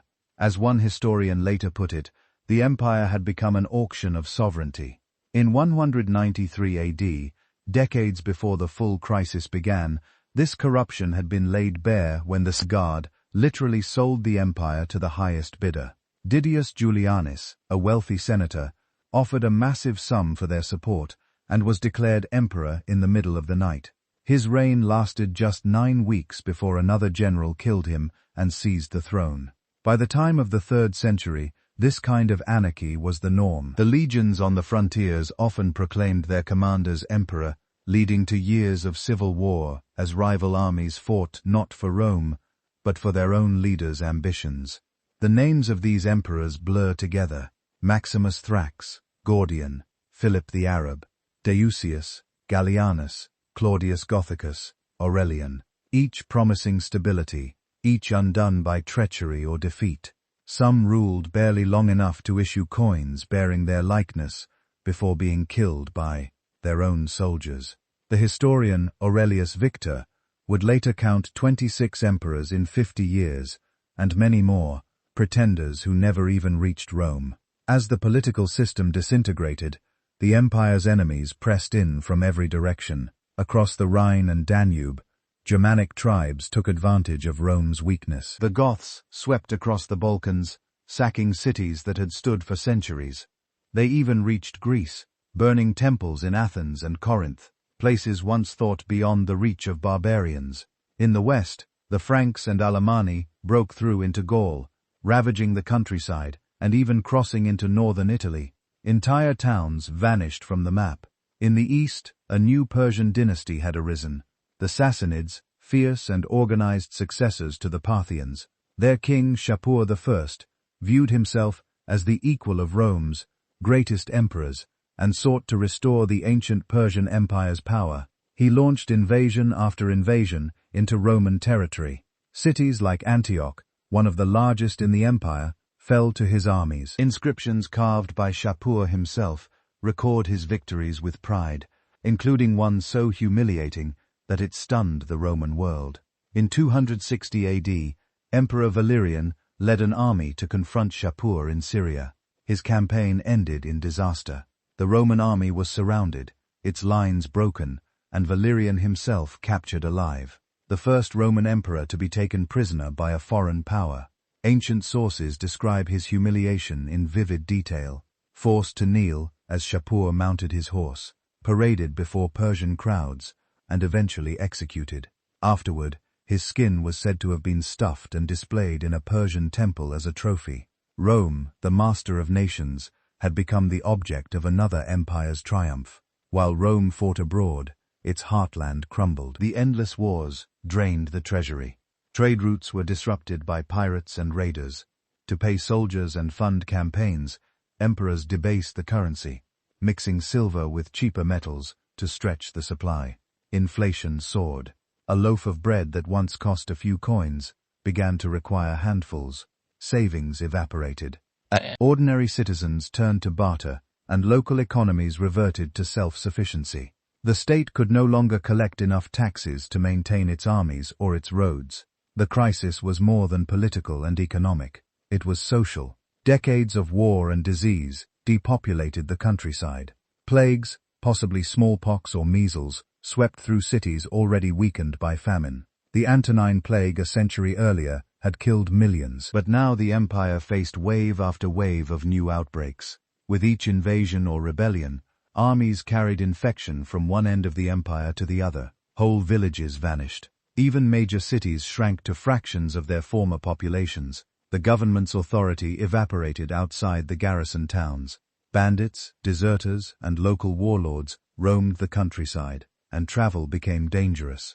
Wealthy landowners fled to fortified estates, ruling their own domains like petty kings. The Roman ideal of citizenship, unity under law, dissolved into survivalism. At the same time, religion began to shift. The old gods seemed silent in the face of such calamity, and new faiths found followers. Eastern mystery cults like those of Isis and Mithras grew popular, promising salvation and personal connection to the divine.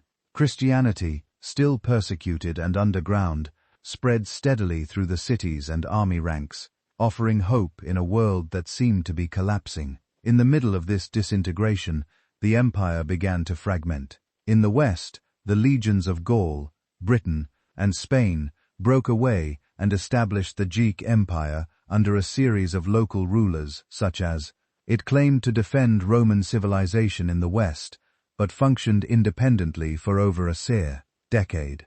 In the east, another power rose from the desert, the Palmyrene Empire. Palmyra, once a caravan oasis in Syria, had grown rich from trade between Rome and the east. Its leader, Oudinus, had fought to defend the region against Persian invasions, and was rewarded with authority over much of the eastern provinces. After his assassination, his widow, Queen Zenobia, took command. Intelligent, multilingual, and charismatic, Zenobia ruled in the style of the old Hellenistic monarchs. She expanded her control across Egypt, Syria, and Asia Minor, creating a new Eastern empire centered on Palmyra. Coins bearing her image circulated widely, and she styled herself Queen of the East.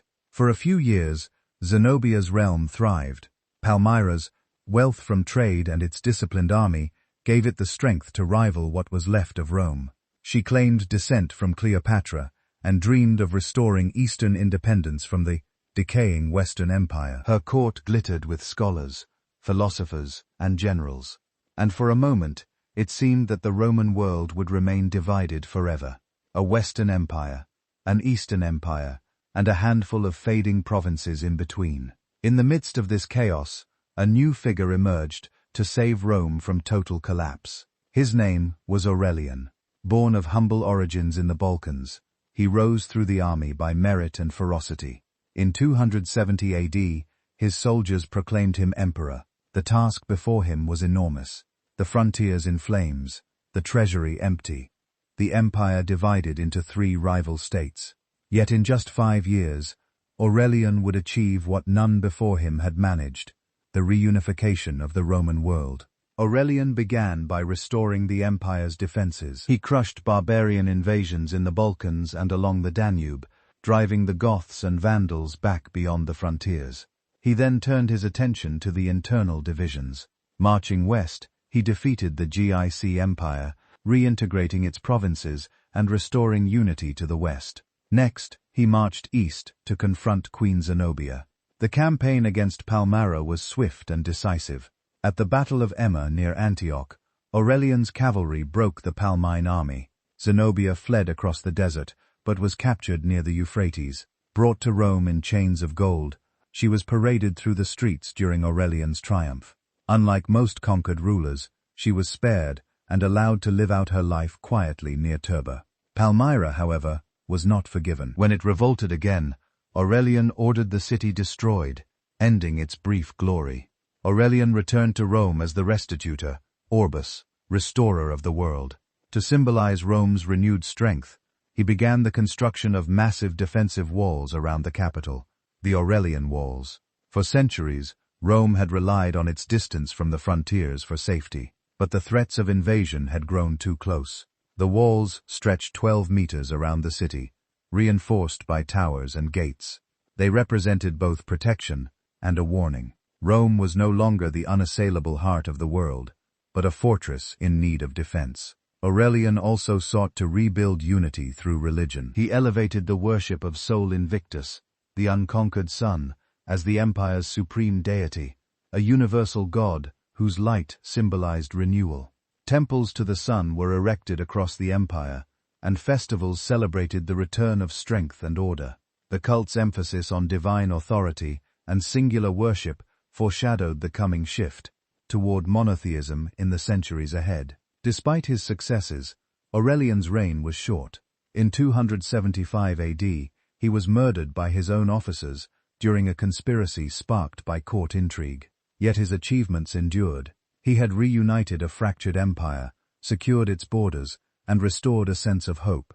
After 50 years of darkness, the decades that followed remained turbulent, but Aurelian's reforms laid the foundation for recovery. New emperors rose, some lasting only months, others leaving a lasting mark. Among them was Probus, who continued rebuilding the frontiers, and Carus, who campaigned deep into Persia.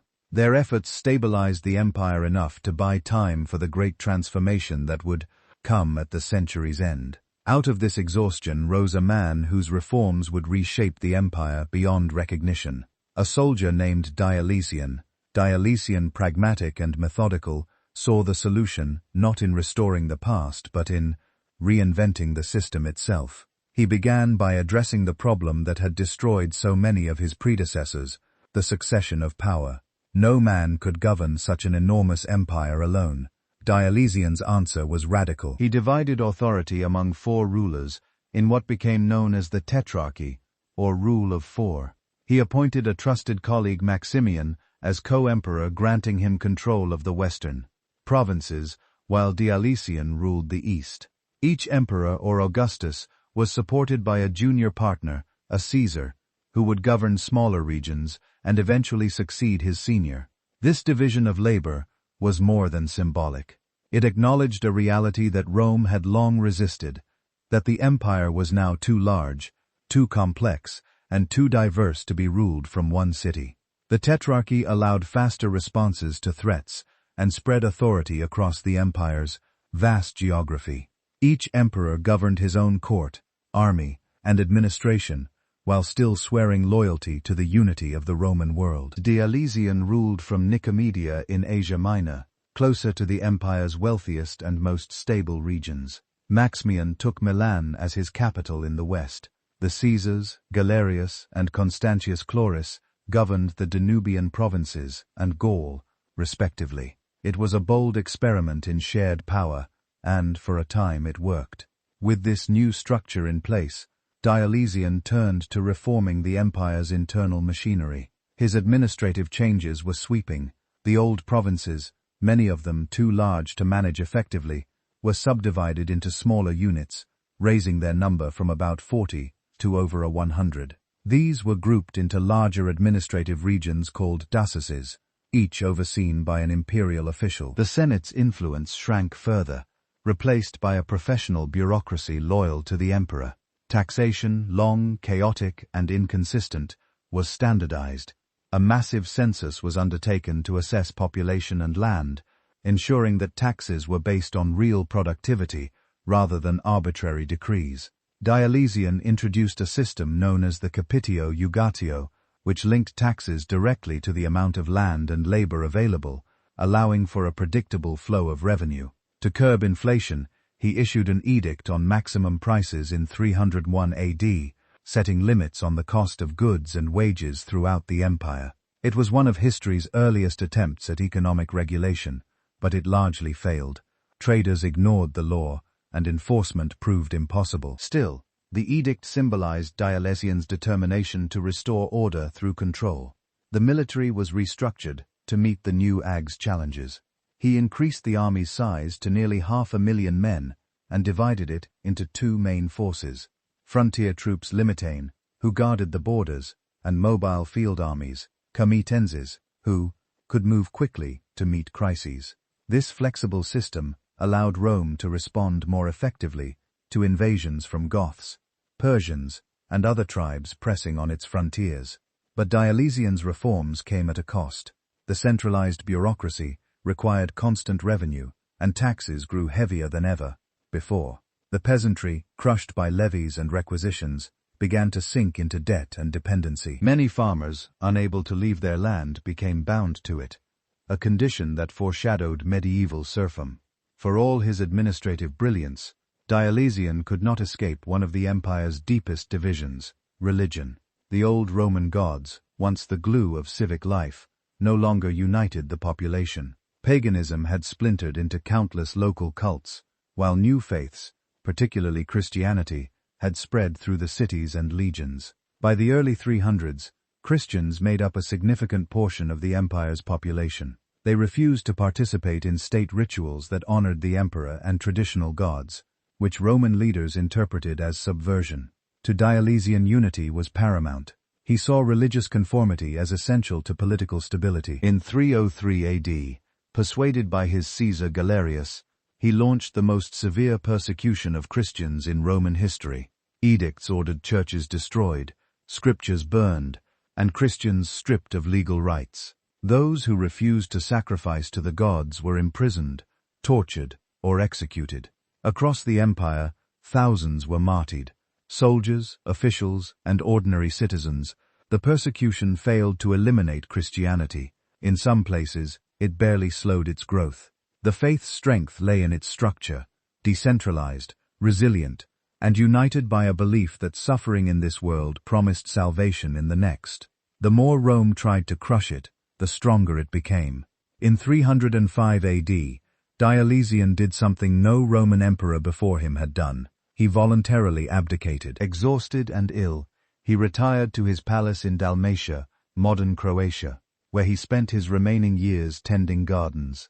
His experiment and shared rule collapsed almost immediately. Within months, the Tetrarchy fell apart as the Caesars and new generals fought for supremacy. The empire was once again at war with itself. Out of this turmoil emerged a new figure who would reshape not only the empire, but the course of Western civilization.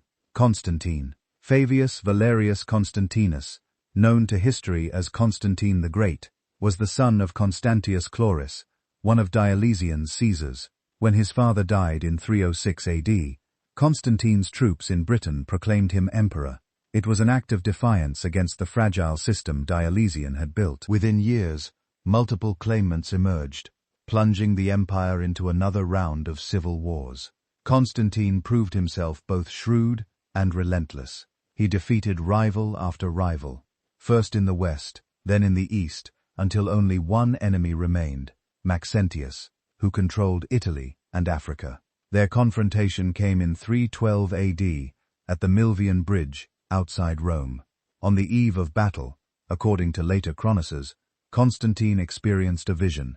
He saw in the sky a cross of light and the words in Hoc signo vincis, in this poc, sign you will conquer. Taking it as divine command, he ordered his soldiers to mark their shields with the symbol of Christ. The next day, his army routed Maxentius's forces. The defeated emperor drowned in the Tiber, and Constantine entered Rome as sole ruler of the West. The victory at the Milvian Bridge changed everything. Whether his vision was divine, political, or both, Constantine became the first Roman emperor to openly embrace Christianity. The following year, in 313 AD, he and his eastern co-emperor Linnaeus issued the Edict of Milan, granting full religious tolerance throughout the empire. For the first time, Christians could worship freely, without fear of persecution. Confiscated church property was restored, and Christian communities emerged from the shadows into public life. Constantine's adoption of Christianity was both a moral and political revolution. It ended centuries of persecution and aligned the empire with a faith that was already spreading across its provinces. Yet it was not an immediate conversion of the state. Pagan temples continued to operate, and many in the aristocracy clung to the old gods. But the balance had shifted irrevocably. Christianity, once outlawed, now had the emperor's protection. Constantine understood the power of symbols. To mark his triumph and the empire's renewal, he founded a new capital in the east, Constantinople. The choice was practical and visionary. The old city of Byzantium, located on a peninsula where Europe meets Asia, controlled key trade routes between the Mediterranean and the Black Sea. It was defensible, wealthy, and strategically central to the empire's eastern provinces. In 330 AD, Constantinople was formally dedicated. It was a city built in the Roman style, with forums, aqueducts, and theaters, but infused with Christian imagery and purpose. Churches stood beside pagan monuments, and the city's heart was the great Hippodrome, where emperors would address their people for 1,000 years. Rome remained a symbol, but power had shifted eastward. As Constantine consolidated his rule, he restructured the empire around his new faith. He convened the Council of Nika in 325 AD, bringing together bishops from across the empire to define Christian doctrine and settle disputes that threatened unity. The council produced the Nicene Creed, the first universal statement of Christian belief, affirming the divinity of Christ. The emperor, once Pontifex Maximus of Rome's pagan religion, now acted as protector and patron of the Church. Constantine's policies transformed every aspect of Roman life. Sunday became a day of rest. Crucifixion, the punishment once used on Christ himself, was abolished. Clergy received privileges and exemptions, while churches became centers of authority and wealth. Christian charity institutions, hospitals, orphanages, and poorhouses began to appear in cities. The empire was changing not just politically, but spiritually. Yet, Constantine was also pragmatic. He never entirely abandoned the imagery of Rome's traditional gods. His coins and monuments still bore the symbols of Saul Invictus, the unconquered sun, a bridge between old and new. For many Romans, the transition to Christianity was gradual, blending ancient customs with new belief. Pagan temples remained active for another century, though their influence waned. Constantine ruled until 337 AD, leaving behind an empire transformed. When he died, he was baptized on his deathbed, becoming the first Christian emperor in full. His legacy was monumental. He had reunited the empire, founded a new capital, and turned Christianity from a persecuted sect into a state religion. The changes he began continued under his successors. By the end of the 4th century, Emperor Theodosius I made Christianity the empire's official faith, banning pagan sacrifices and closing many temples. The gods that had once ruled Rome, Jupiter, Mars, Venus, and the rest, faded into memory. The old religion of the Republic was gone, replaced by the cross. This transformation was more than spiritual. It changed the very nature of imperial power. The emperor was no longer merely a mortal favored by the gods, but God's representative on earth. The unity of empire and church would define the next 1,000 years of European history. After Constantine's death, the empire was divided among his 3 sons, Constantine II, Constantius II, and Constans. The arrangement was meant to ensure cooperation, but instead produced rivalry. Each brother ruled a region, Constantine II in the west, Constans in Italy and Africa, and Constantius II in the east. Within a decade, ambition and suspicion turned to civil war. By 350 AD, 2 brothers were dead, and Constantius II ruled alone from Constantinople, the glittering city that now rivaled Rome itself. Emperors increasingly delegated authority to trusted generals and administrators, effectively creating separate spheres of power. Rome remained the empire's symbolic capital, but its political importance was fading. The Western emperors often ruled from cities closer to the troubled frontiers, Milan, Trier, and later Ravenna, where armies could be dispatched quickly against invading tribes. Constantinople, by contrast, was secure, prosperous, and defensible. Built on a peninsula surrounded by water, it became not only the seat of government for the East, but the heart of a new Roman identity, one Greek in language, Christian in faith, and cosmopolitan in culture. By the late 4th century, this administrative divide had hardened into 2 distinct centers of power. The Western Empire, with its capitals in Italy and Gaul, faced the constant strain of invasion. Its frontiers along the Rhine and Danube were manned by overstretched legions, struggling to repel wave after wave of Germanic tribes, Goths, Vandals, Alemanni, and Franks. The Eastern Empire, with its wealth concentrated in Anatolia, Syria, and Egypt, was better protected by geography and fortified cities. It could afford diplomacy where the West could only fight.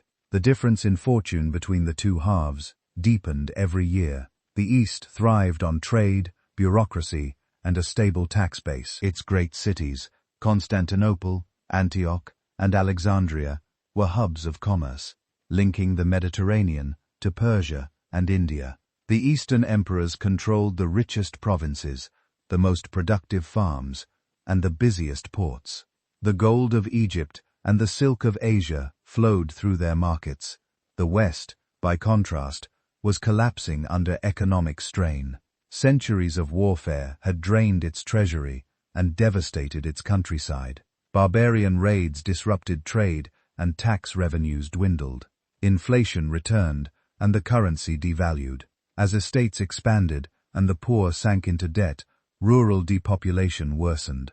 Many small farmers abandoned their land, seeking protection from powerful landowners or fleeing into the mountains. The state relied increasingly on forced labor and conscription to keep its armies in the field. The social fabric of the West began to tear. The old aristocracy, once the backbone of civic life, withdrew into private luxury, building fortified villas far from the frontiers. Town councils, which had managed local administration since the Republic, struggled to function. Public works fell into decay. Aqueducts cracked and roads went unrepaired. Even the legions, long the pride of Rome, were no longer purely Roman. They were filled with recruits from the provinces, and more often with barbarian mercenaries hired to fight Rome's wars. As the political and economic differences widened, so too did the cultural and linguistic divide. The East spoke Greek, the West spoke Latin. This was more than a matter of words. It reflected two different worlds. The East inherited centuries of Hellenistic philosophy, art, and urban sophistication. Its cities valued scholarship, theology, and imperial ceremony. The West remained practical and martial, clinging to the traditions of Roman law and military authority. The Eastern emperors wrote in the language of Aristotle and the Gospels. The Western emperors ruled through decrees and soldiers. Religion, once a unifying force, began to follow the same fault lines. The conversion of Constantine had bound the empire to Christianity, but the new faith quickly fractured into rival interpretations. Questions about Christ's nature, divine or human, or both, sparked fierce debates that divided bishops, cities, and even emperors. Councils were called to settle doctrine, but each decision created new dissent. The Council of Nika, in 325 AD, had declared Christ to be of the same substance as the Father, a rejection of the Arian belief that he was created and therefore subordinate. Yet Arianism continued to spread, particularly in the East and among the Gothic tribes beyond the empire. The controversy revealed how theology had become a matter of imperial policy. Emperors appointed bishops, exiled heretics, and used faith as an instrument of unity, or division. The state and the church were now inseparable, but they did not always agree. In the East, the alliance between emperor and church grew strong. The Patriarch of Constantinople became one of the most powerful figures in Christendom, second only to the emperor himself. The emperor saw himself as God's chosen ruler, the earthly guardian of divine order. Theology and politics intertwined, creating a vision of empire that saw its mission as both secular and sacred. In the West, however, the Church began to develop a different role. With imperial authority weakening, bishops filled the vacuum left by collapsing civil institutions. They organized aid for the poor, negotiated with invading tribes, and became the moral leaders of their cities. The Bishop of Rome, the Pope, began to assert greater independence, claiming spiritual primacy based on his succession from Saint Peter. While the Eastern emperors ruled through divine right, the Western bishops ruled through faith, laying the groundwork for the medieval papacy. As the 4th century drew to a close, the empire's unity was increasingly fragile. The emperors continued to claim a single Roman state, but in practice, two distinct governments existed. The dividing line ran roughly along the Adriatic Sea, separating Latin Europe from the Greek-speaking East. The final formal division came in 395 AD, after the death of Emperor Theodosius I. He was the last ruler to govern both East and West as one empire. Upon his death, his two sons inherited the divided world, Arcadius in the East and Honorius in the West. It was not a planned separation, but an acknowledgement of reality. The Eastern court centered in Constantinople was efficient and wealthy. The Western court, now based in Ravenna, was vulnerable and poor. Meanwhile, the East continued to prosper. Constantinople became the empire's beating heart, its population swelling as refugees from the West poured in. Its walls, the Theodosian walls, built in the early 5th century, were an engineering marvel, a triple line of stone defenses that would protect the city for 1,000 years. The Eastern emperors, better administrators than warriors, relied on diplomacy and wealth to manage their enemies. They bought peace when they could, and fought only when they must. Trade remained the key to the East's success. The grain of Egypt, the spices of Arabia, and the silks of China filled its markets. The city of Alexandria remained a center of learning, where scholars studied philosophy, medicine, and mathematics. Antioch thrived as a crossroads of commerce and culture. The East prosperity allowed it to fund armies, pay ransoms, and sustain a bureaucracy that kept the empire functioning.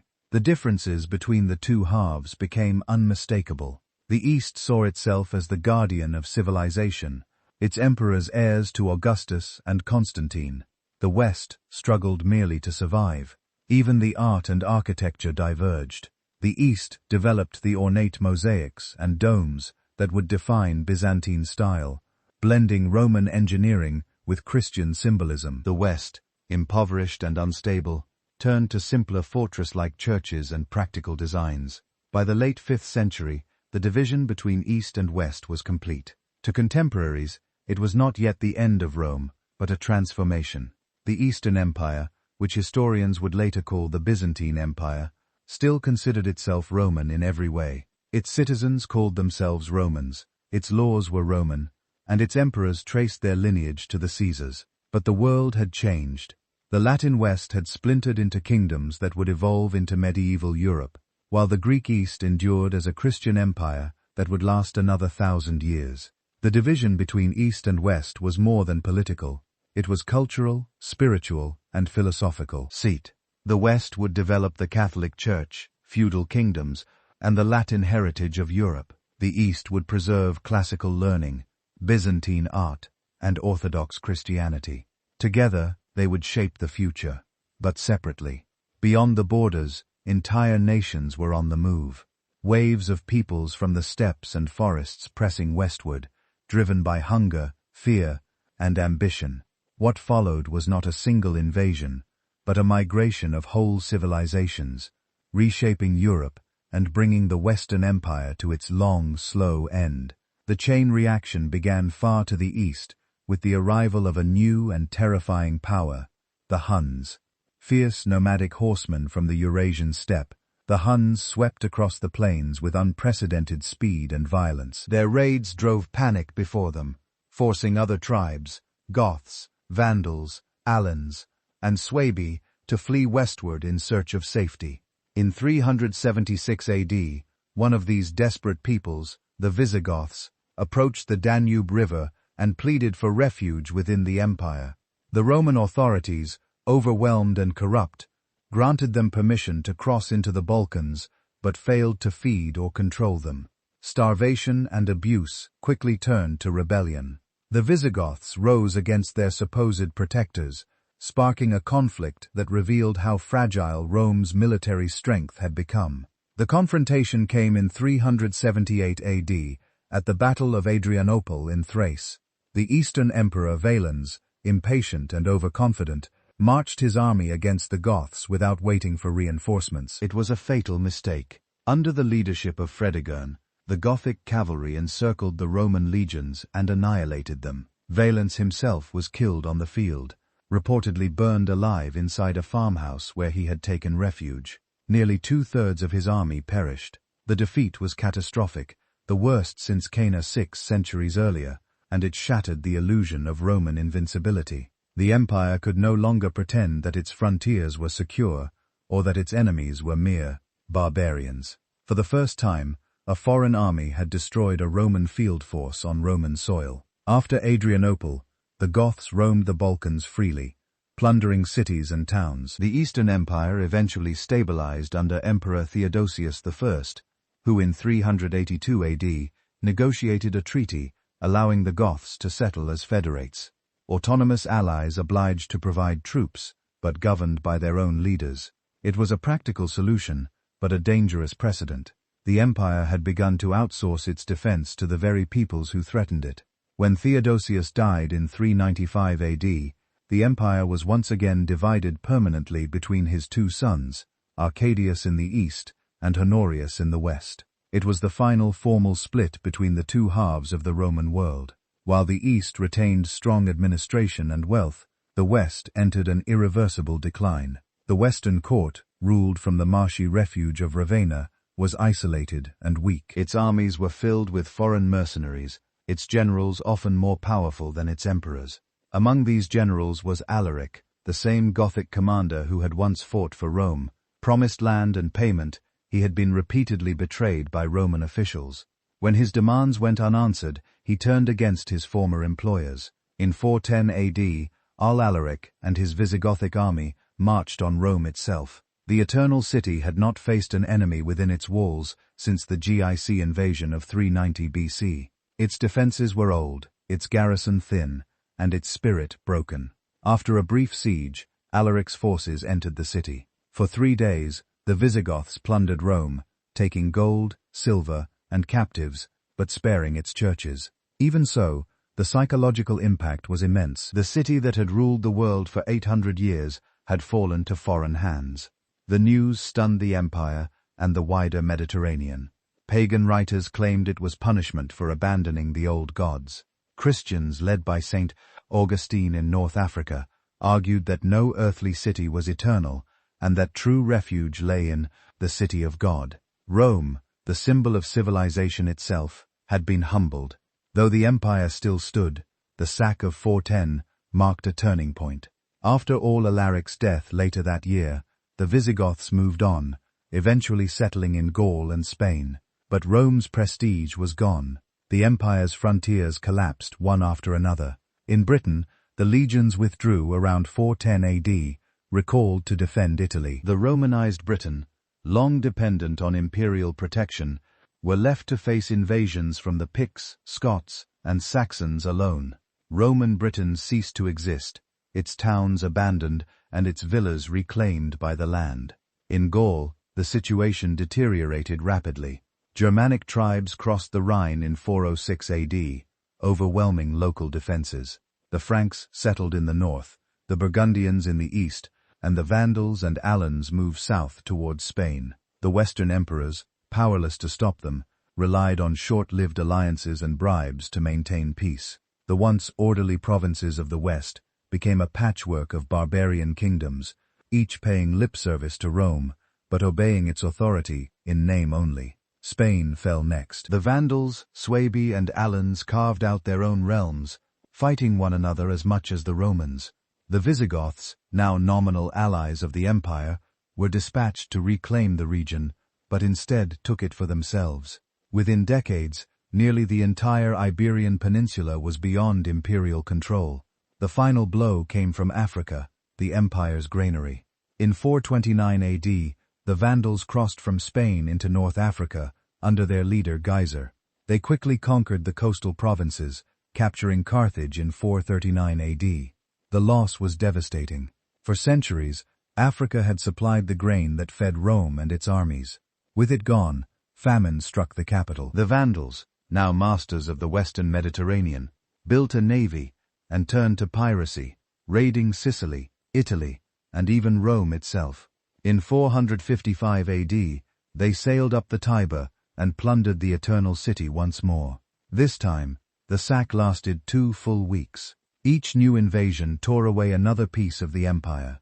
The Roman state, once a model of order, now survived only through improvisation. Powerful generals like Addius, known as the last of the Romans, held the frontiers together through diplomacy and cunning rather than strength. Addius managed to forge alliances with some barbarian tribes against others, culminating in a temporary victory over the Huns at the Battle of the Catalanian Plains in 451 AD. There, Roman and Visigothic forces together halted Attila the Hun's advance into Gaul. Yet even this victory could not save the West. A few years later, Aetius was murdered by Emperor Valentinian III, and the fragile balance he had maintained collapsed.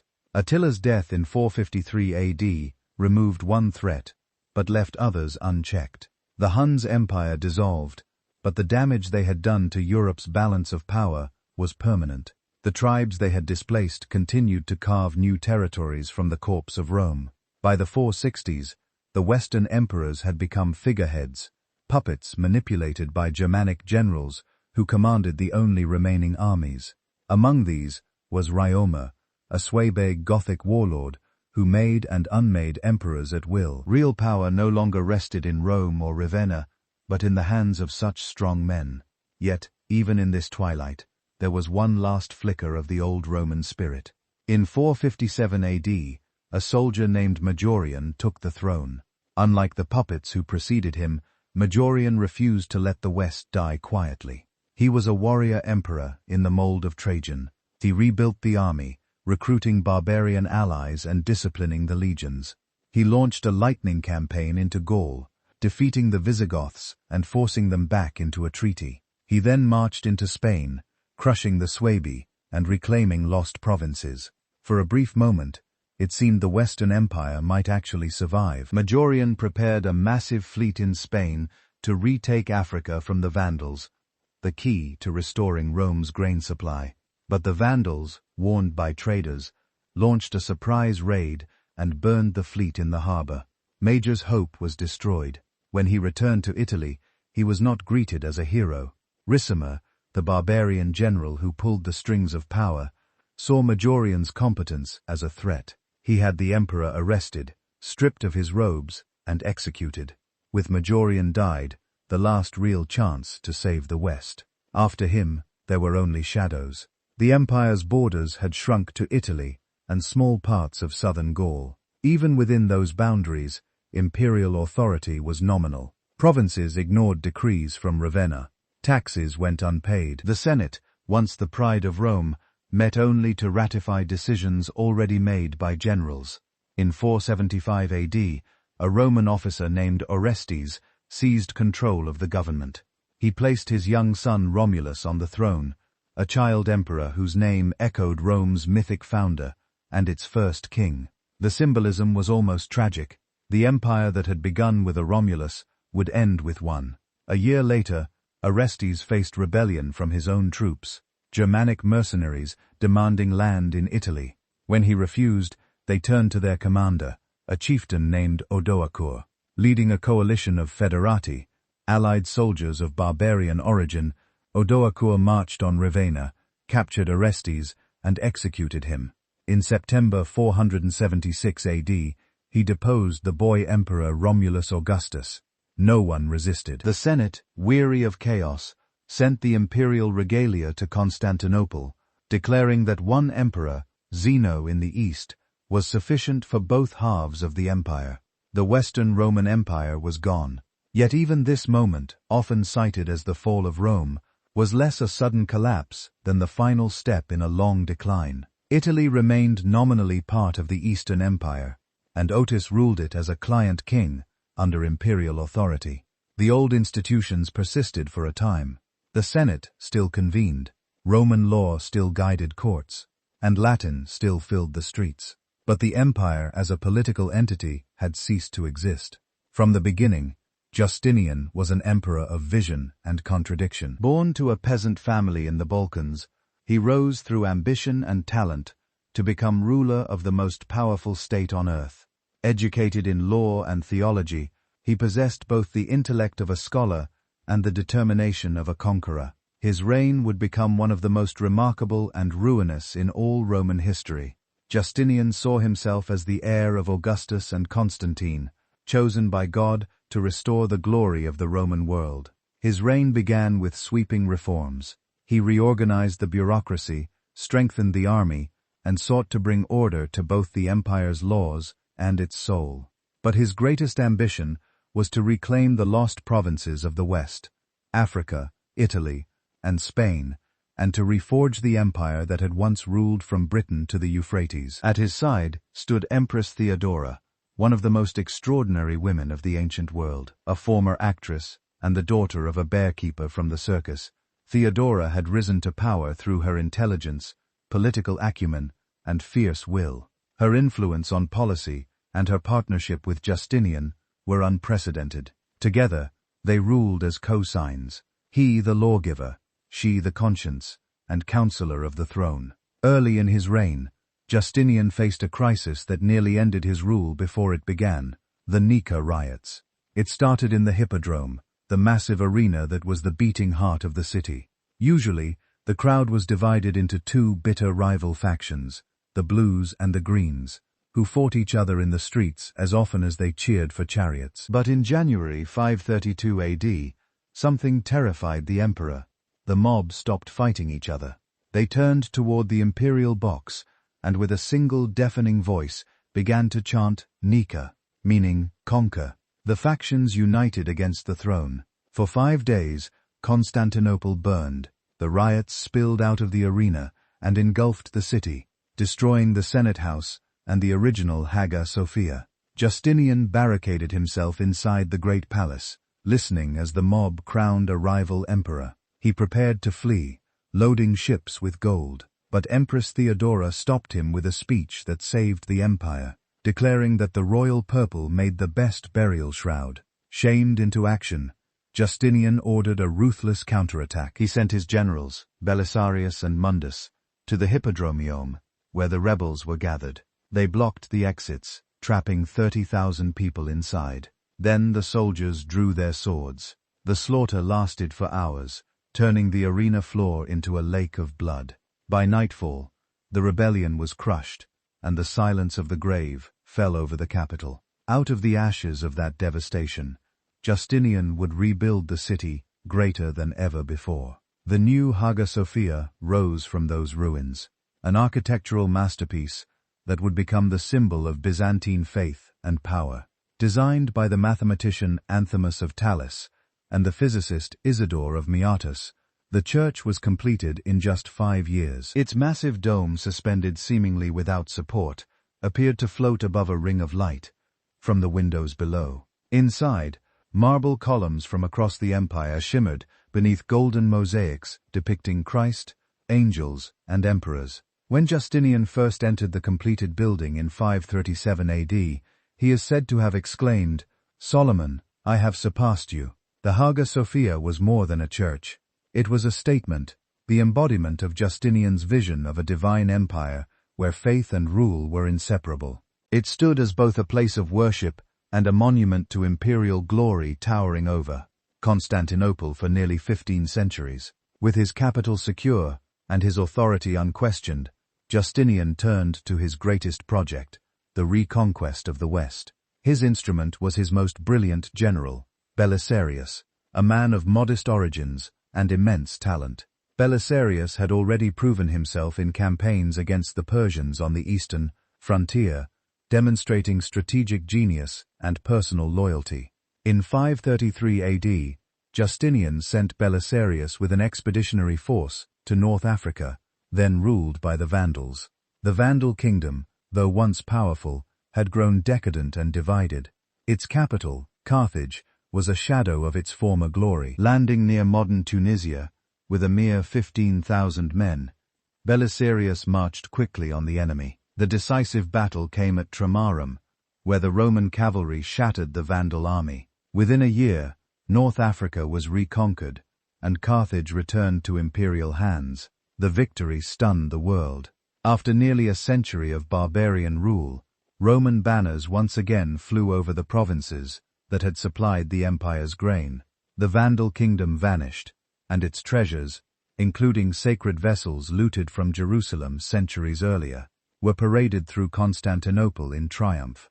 Flushed with success, Justinian set his sights on Italy. The Ostrogothic kingdom, ruling from Ravenna, controlled the remnants of Roman civilization in the west. Though prosperous and largely peaceful, it was weakened by internal divisions. In 535 AD, Belisarius invaded Sicily, capturing it easily and then advanced onto the Italian mainland. Within 2 years, he seized Naples, Rome, and eventually Ravenna itself. The Ostrogothic king Witage surrendered, and for a moment, it seemed that Justinian's dream of a restored empire had been realized. But Italy was not easily held. Even as Belisarius fought in the west, the Persians attacked the empire's eastern borders. The strain of defending 2 fronts drained the treasury and stretched the army thin. The Goths regrouped under a new king, Totila, who launched a fierce counteroffensive. Cities changed hands again and again as the war dragged on for nearly 20 years. In the end, another of Justinian's generals, Narses, completed the reconquest. At the Battle of Tagini in 552 AD, Nars crushed the Gothic forces, killing Totila and ending the war. The Romans reclaimed Italy, though the land was devastated and its people exhausted. A few years later, Nars pushed into southern Spain, capturing parts of the coast from the Visigoths. The empire's reach now spanned from the Pillars of Hercules to the Euphrates, the largest it had been since the days of Trajan. Even as his armies fought abroad, Justinian pursued another grand project at home, the reform of Roman law. Over the centuries, the empire's legal system had become a maze of decrees, edicts, and contradictory rulings. Justinian sought to bring order to this chaos. In 528 AD, he appointed a commission of jurists led by the scholar Tribonian to compile and codify all existing laws. The result was the Corpus Iuris Civilis, or body of civil law, also known as the Codex Justinianus. Completed over several decades, the code organized and clarified centuries of legislation, preserving the essence of Roman legal thought. It covered every aspect of governance, property, contract, and criminal law, and it became the foundation of legal systems in Europe for centuries to come. Long after the empire itself was gone, the Code of Justinian continued to shape Western jurisprudence, influencing modern civil law from France to Russia. While Justinian worked to restore the empire's body, he also sought to heal its soul. Theological disputes still divided the Christian world. The schisms over Christ's nature, between Chalcedonian orthodoxy and the Monoisite belief in a single divine nature, threatened imperial unity. Justinian, ever the administrator, attempted reconciliation through a combination of persuasion and decree. He sponsored the construction of churches, summoned councils, and issued edicts of faith. Yet his efforts often deepened divisions rather than mending them. The empire remained a patchwork of belief, bound more by law and loyalty than by doctrine. For all his successes, Justinian could not escape the limits of mortality and nature. In 541 AD, a new and deadly threat appeared, the Plague of Justinian. It began, as many epidemics did, in the ports of Egypt, carried by fleas on rats aboard grain ships. From there, it spread rapidly across the Mediterranean, reaching Constantinople in 542 AD. Within weeks, the city was overwhelmed.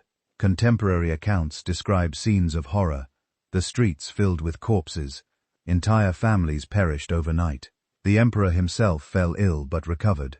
The death toll is impossible to know, but modern estimates suggest that as many as 25 to 50 million people across the empire may have died, perhaps half its population. The plague struck again in waves for 2 centuries, weakening the economy, depopulating towns, and crippling the army. The plague broke the empire's back. Exhausted and depopulated, the restored provinces began to slip away almost immediately. In Italy, the Lombards invaded within a decade of Justinian's death, seizing much of the north. In Spain, the Visigoths reclaimed the lost territories. In North Africa, rebellion and invasion returned.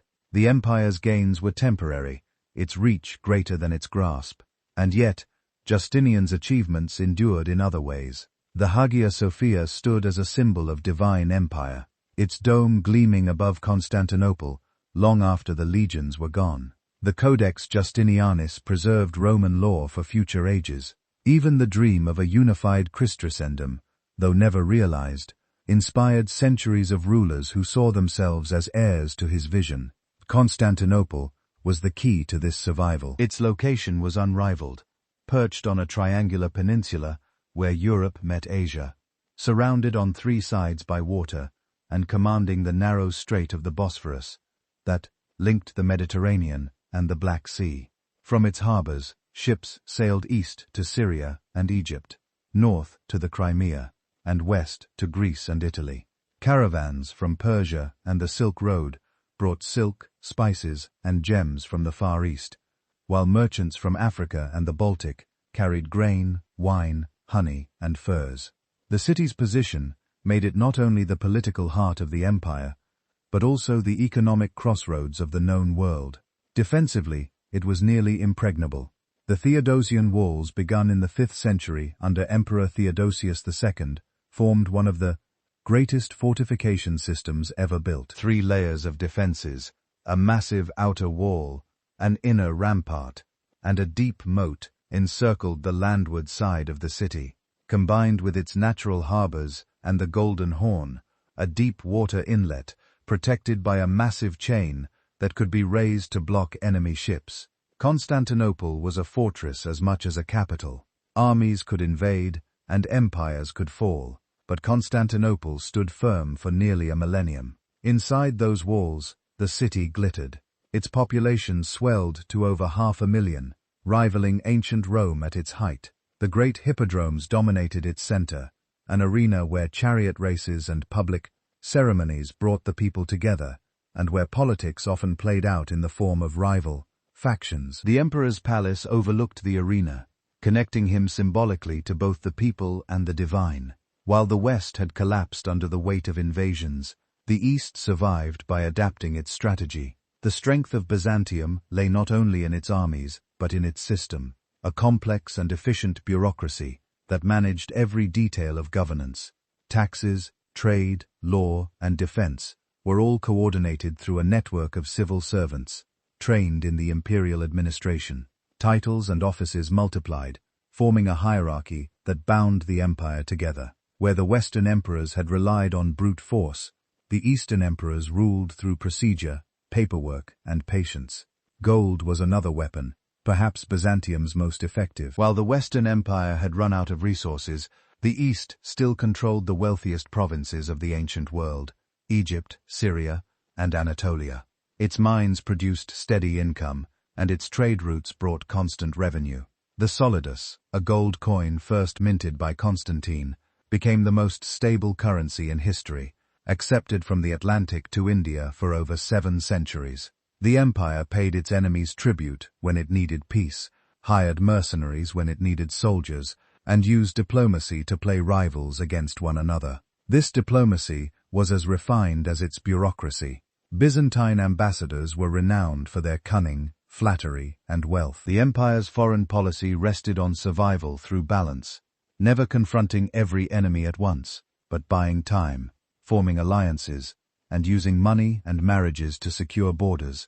Envoys traveled to the courts of Persians, Huns, and later Slavs, armed not just with treaties, but with gifts, gold, and promises. When force failed, persuasion and bribery often succeeded. Culturally, the empire grew increasingly Greek. The transformation had begun centuries earlier, but by the 6th century, the shift was complete. Greek replaced Latin as the language of administration, literature, and theology. The educated elite read Homer and Plato as readily as scripture. Roman law and institutions remained, but the culture that surrounded them was distinctly Hellenic. Constantinople became the heir not only of Rome, but of Athens and Alexandria, a fusion of imperial order, Greek intellect, and Christian faith. This new identity, however, brought tension. The empire's unity now rested on its religion, Christianity, but faith proved as divisive as it was unifying. The early centuries of the Byzantine world were dominated by theological debate and political struggle over the nature of Christ. The great councils of the Church were called not only to preserve doctrine, but also to maintain imperial cohesion. The first of these, the Council of Nika in 325 AD, had established orthodoxy against Arianism, the belief that Christ was a created being and not equal to God the Father. But Arianism continued to thrive, especially among the Gothic tribes who had converted to Christianity beyond the empire's borders. Later, new disputes emerged. The Council of Ephesus in 431 AD condemned Nestorianism, which taught that Christ's divine and human natures were separate. 2 decades later, the Council of Chalcedon declared that Christ possessed both natures in one person. These decisions did not end debate, they deepened it. In Egypt, Syria, and Armenia, large communities rejected the Chalcedonian definition, adhering instead to monopisism, the belief in a single divine nature of Christ. The resulting schisms tore at the empire's unity. The emperors found themselves caught between theology and politics, trying to reconcile doctrine with the practical need to hold the provinces together. The emperors of Byzantium often acted as both political and religious leaders.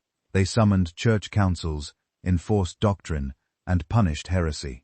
The church and the state were intertwined in what later historians called Caesaropism, the fusion of imperial authority and spiritual oversight. This arrangement created stability, but also controversy. The emperor was seen as God's representative on earth, ruling not only by law, but by divine will. Dissent, whether political or religious, became a challenge to both throne and altar. Amid these struggles, the empire remained remarkably resilient. Its armies, though smaller than those of the classical legions, were professional and well organized. The military reforms begun under Diocletian and Constantine continued to evolve. Soldiers were now recruited from across the provinces, and often from barbarian tribes that had settled within the empire.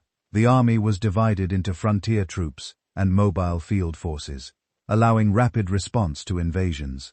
The empire's military strength was embodied in its defenses. The Theodosian walls protected Constantinople from land invasion, while fortified cities across the provinces served as strongholds against attack.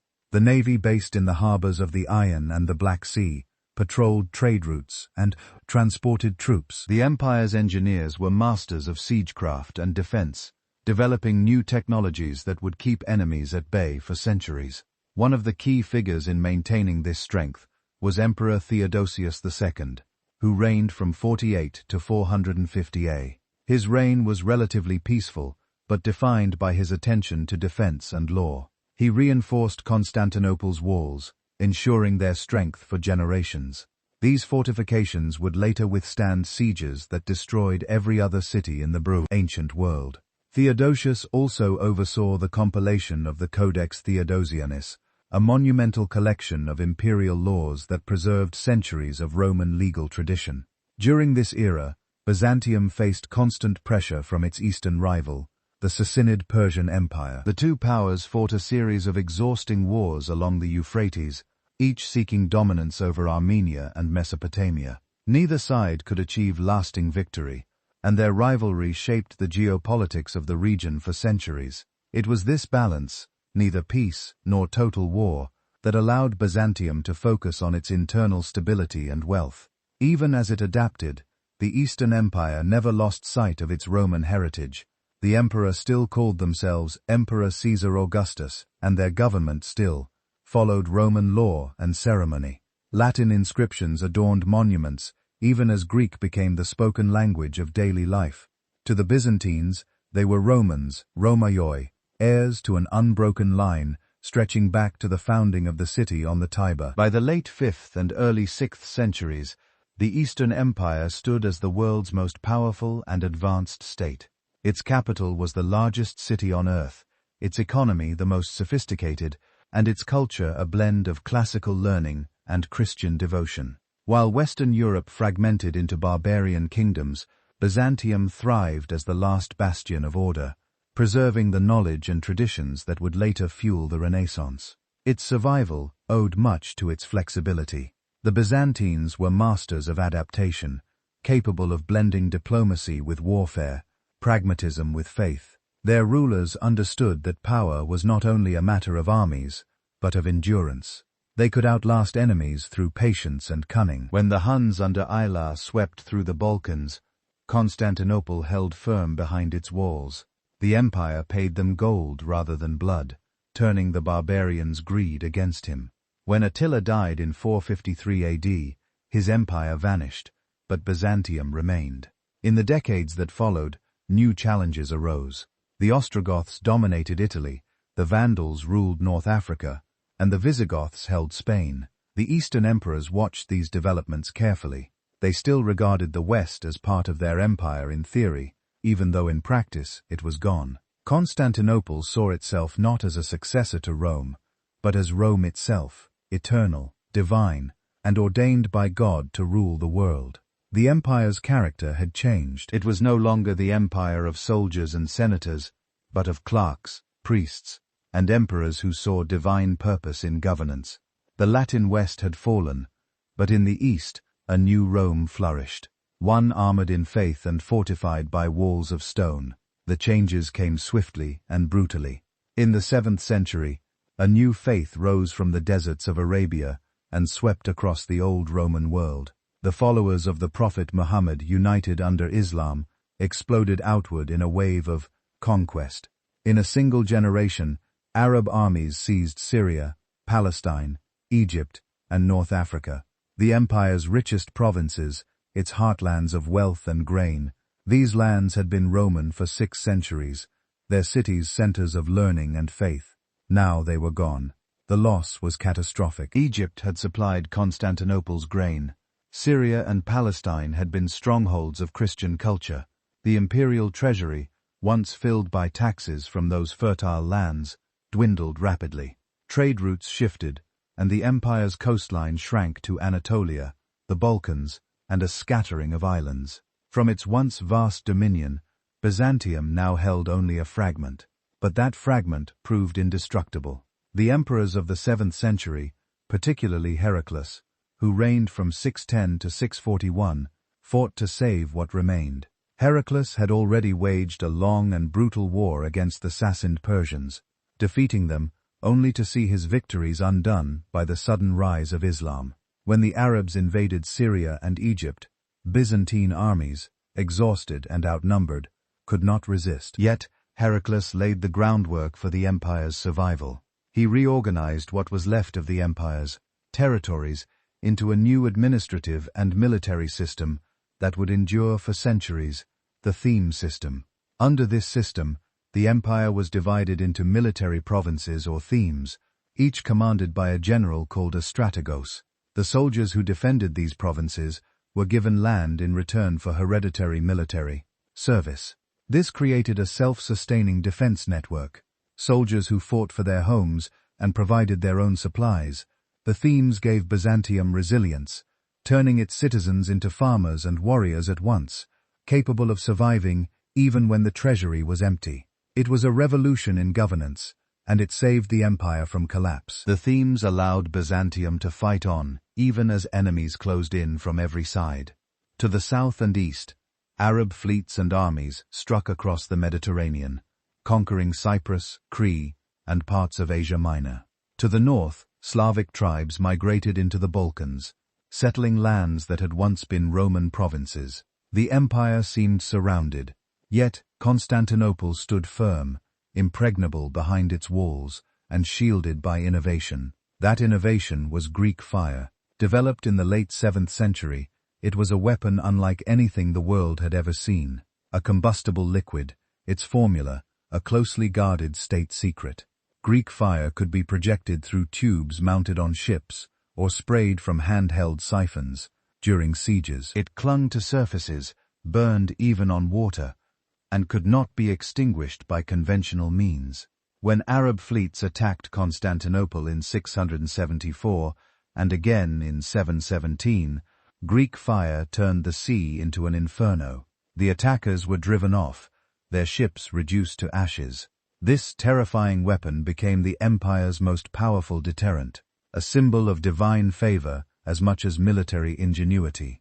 While Byzantium fought for survival, it also transformed internally.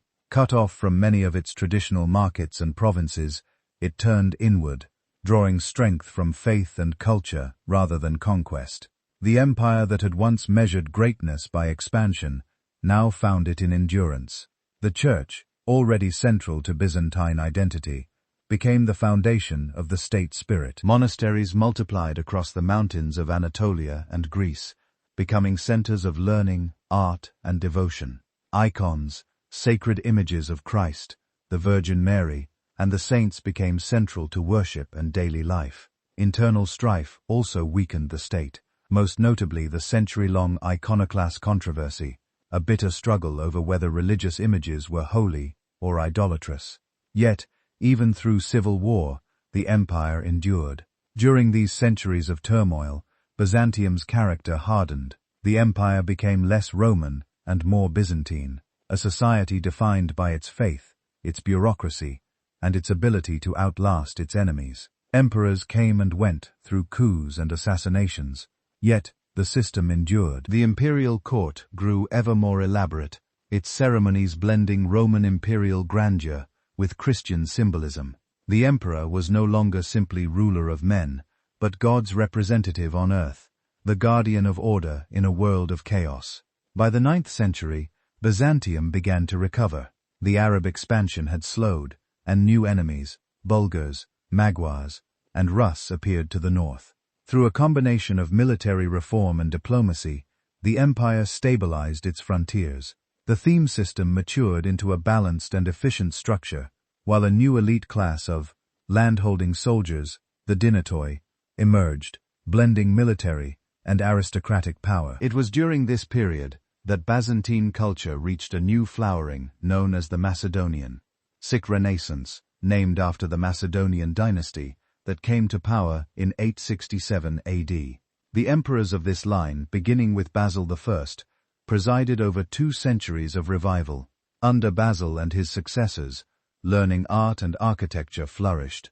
Scholars in Constantinople, universities preserved and copied the works of ancient Greece and Rome, Homer, Aristotle, Euclid, and Galen. They compiled encyclopedias of law, medicine, and theology that would later influence the Islamic and Western worlds alike. Byzantine architects built new churches and palaces, adorned with glittering mosaics and fresco that blended classical technique with Christian symbolism. In the military sphere, the empire regained much of its lost territory.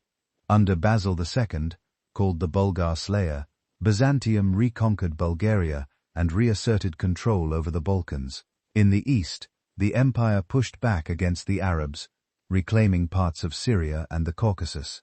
For a brief time, the empire once again stretched across the eastern Mediterranean, commanding respect and fear from all its neighbors. The political realities of the 2 halves of Christendom also drove them apart. The Byzantine emperors saw themselves as the true heirs of Rome, but the West now had its own emperor. In 800 AD, Pope Leo III crowned Charlemagne, king of the Franks, as emperor of the Romans. To Constantinople, this was an act of blasphemy and usurpation. There could be only one Roman emperor, and he ruled from the Bosphorus. The mutual suspicion between East and West grew over the centuries, culminating in the Great Schism of 1054 AD, when Papal Leots and the Patriarch of Constantinople excommunicated each other. The Christian world officially split into 2.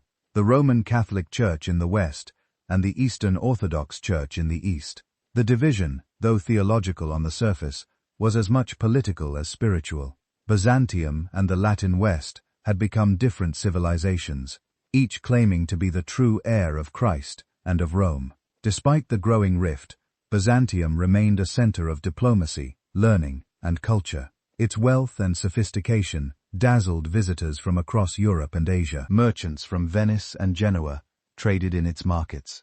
Envoys from the Islamic caliphates negotiated at its courts.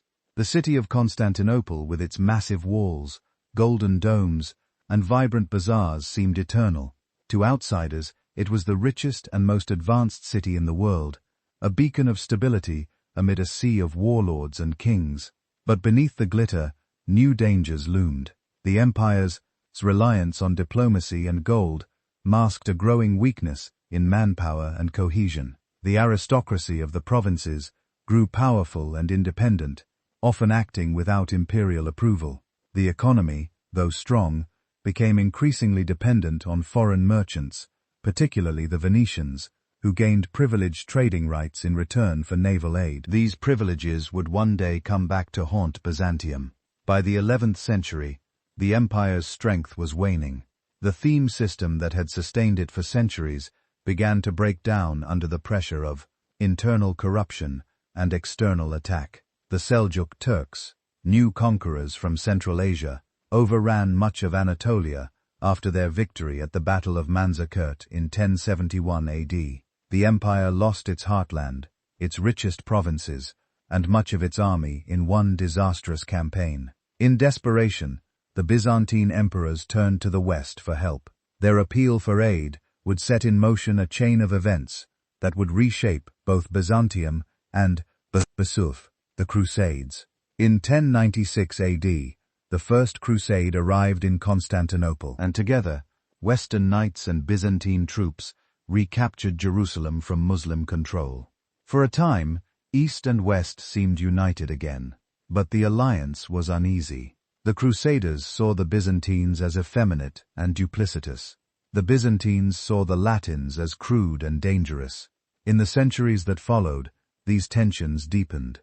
Western armies passed through Byzantine lands again and again, often treating them as foreign territory. The Fourth Crusade, intended to reclaim the Holy Land, instead turned on Constantinople itself. In 1204 AD, the Crusaders captured and sacked the city, looting its churches and palaces in one of the darkest moments in medieval history. The Byzantine Empire was shattered, divided among Latin princes and rival Greek states. Though the empire was eventually restored in 1261 AD, it never fully recovered. Its territory was reduced, its wealth drained, and its spirit wounded. Yet even in decline, Byzantium remained a living link to the ancient world, a repository of learning, art, and faith that would later inspire the Renaissance in Italy. By the spring of 1453, the empire that had once ruled the known world had been reduced to a single city, Constantinople. The shining capital of emperors, the refuge of centuries of history, now stood alone. To the west and north stretched the lands of Christendom, divided, distracted, and weakened by their own wars. To the east and south lay the vast dominions of the Ottoman Turks, young, confident, and inexorably expanding. The new Sultan, Mehmed II, was only 21 years old, but his ambition was boundless. He called himself the Caesar of Rome, claiming to inherit the mantle of the very empire he sought to destroy. For him, the conquest of Constantinople was not merely a military goal, but a divine destiny. By 1453, Constantinople's glory had faded, but its beauty and symbolism endured. The population, once over 500,000, had dwindled to fewer than 50,000. Vast stretches of the city lay empty, its fields reclaimed by grass and goats. Yet the domes and spires still glimmered above the waters of the Bosphorus. The golden mosaics of Hagia Sophia still caught the morning light, and the Theodosian walls, a marvel of engineering, built 1,000 years earlier, still guarded the ancient heart of Rome's empire. The Byzantine Emperor Constantine XI Palaeolos ruled what remained of the Eastern Roman Empire, little more than the city itself, and a few fragments of territory in the Iron. He was a man of courage and dignity, descended from emperors who had ruled for generations. Though his resources were pitiful, he refused to surrender. To die as a ruler, he is said to have declared, is better than to live as a conquered man. The final chapter of Rome's story began in April 1453, when Sultan Mehmed's army appeared on the plains of Thrace, outside Constantinople. The scale of his force was immense, more than 80,000 men, including elite janissaries, mercenaries, and auxiliary troops from across his vast empire.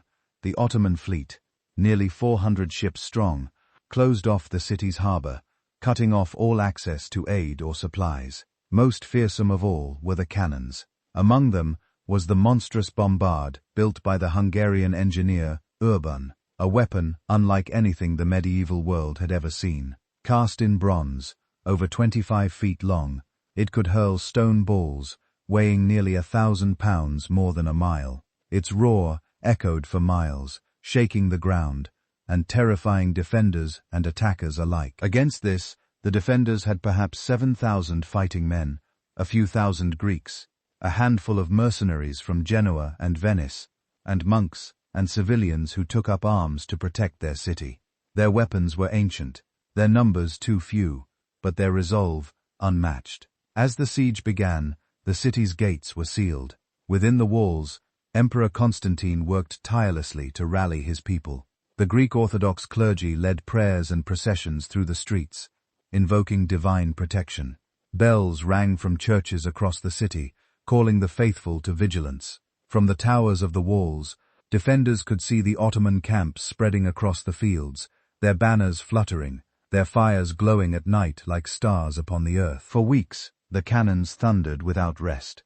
Each blast tore chunks of stone from the walls, sending clouds of dust and debris into the air. By day, the defenders worked frantically to repair the damage with earth and timber. By night, the Turks advanced under the cover of darkness, probing for weaknesses. Skirmishes flared at the gates, and archers on both sides filled the sky with arrows. Despite the relentless bombardment, the ancient Theodosian walls held. Built in the early 5th century by Theodosius II, they had survived 1,000 years of earthquakes, sieges, and time itself. Their triple line of stone and brick, reinforced with towers and moats, remained the greatest defensive work of the medieval world. Means cannons damaged them, but they did not fall. The siege dragged on into its 5th week, and frustration spread through the Ottoman camp. Then, on the night of April 22nd, the balance shifted. Unable to force his fleet into the Golden Horn because of the massive iron chain blocking its entrance, Mehmed devised a plan of sheer impossible audacity. He ordered his engineers to build a road of greased logs over the steep hills of Galata, bypassing the chain entirely. Under the cover of darkness and the deafening roar of his cannons meant to mask the noise, thousands of oxmen and soldiers began to haul the Ottoman navy out of the water and onto dry land. It was a surreal procession of war. 70 massive galleys were dragged uphill, inch by inch, over the slick timber. Sails were hoisted to catch the wind as if the ships were sailing over the grass itself, while drummers beat a rhythm to keep the exhausting pace. For miles, they pushed the vessels through the forest and over the ridge before sliding them, down into the waters of the Golden Horn on the other side. By morning, the defenders awoke to a nightmare. An entire enemy fleet sat inside their harbor, behind the safety of the chain, ready to attack the city's weak sea walls from the rear. Morale and Constantinople faltered, but Constantine refused to yield. He sent desperate pleas for help to the west, to Venice, to Genoa, to the Pope himself, invoking the old unity of Christendom. But the response was too slow, too divided. The Italian states were at war with one another, and the kingdoms of Europe were exhausted by their own rivalries. Only a few hundred reinforcements arrived, brave, but insufficient to change the outcome. As May advanced, the city's defenses began to fail. The bombardment intensified, shaking even the strongest towers. Food and supplies dwindled. Within the walls, hunger and exhaustion spread.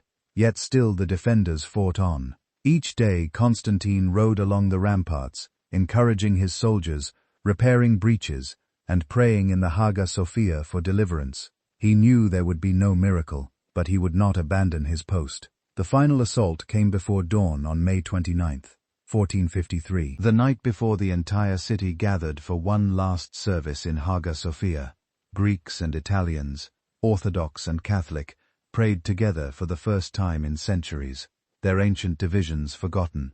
Candles flickered beneath the golden dome, their light reflecting off mosaics of Christ Panic crater and the Virgin Mary. Some wept openly, others prepared to die. As the service ended, the emperor knelt before the altar and asked forgiveness of his people. Then he rode to the walls. At first light, Mehmed gave the signal. The cannons roared and wave after wave of Ottoman soldiers surged forward. The first assaults were repelled, the second too with heavy losses. But the defenders were exhausted, their numbers dwindling. A small postern gate known as the Kirkeporta was left unguarded amid the chaos. Ottoman troops forced their way through, and within moments the breach widened. The Janissaries poured into the city. Constantine the 11th, fought in the front ranks, sword in hand, refusing to retreat. When his standard fell, he threw off his imperial robes and plunged into the melee, dying among his men. His body was never definitively identified, though later chroniclers claimed that he was found beneath a pile of corpses, still wearing his purple boots.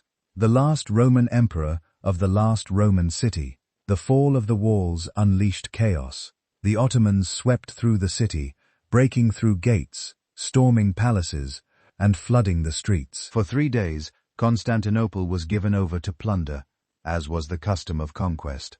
The cries of the captured echoed through the alleys where emperors had once walked. Churches were looted, homes burned, and the treasures of 1,000 years carried off. The Hagia Sophia, the greatest church in Christendom, became the symbol of the city's transformation. As the conquerors entered its doors, the terrified faithful who had sought refuge inside were herded out.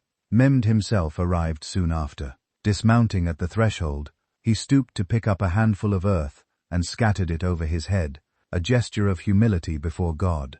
Then he ordered that the building be cleansed and converted into a mosque. The mosaics of Christ and the saints were plastered over. Arabic calligraphy adorned the walls. The cross was replaced by the crescent.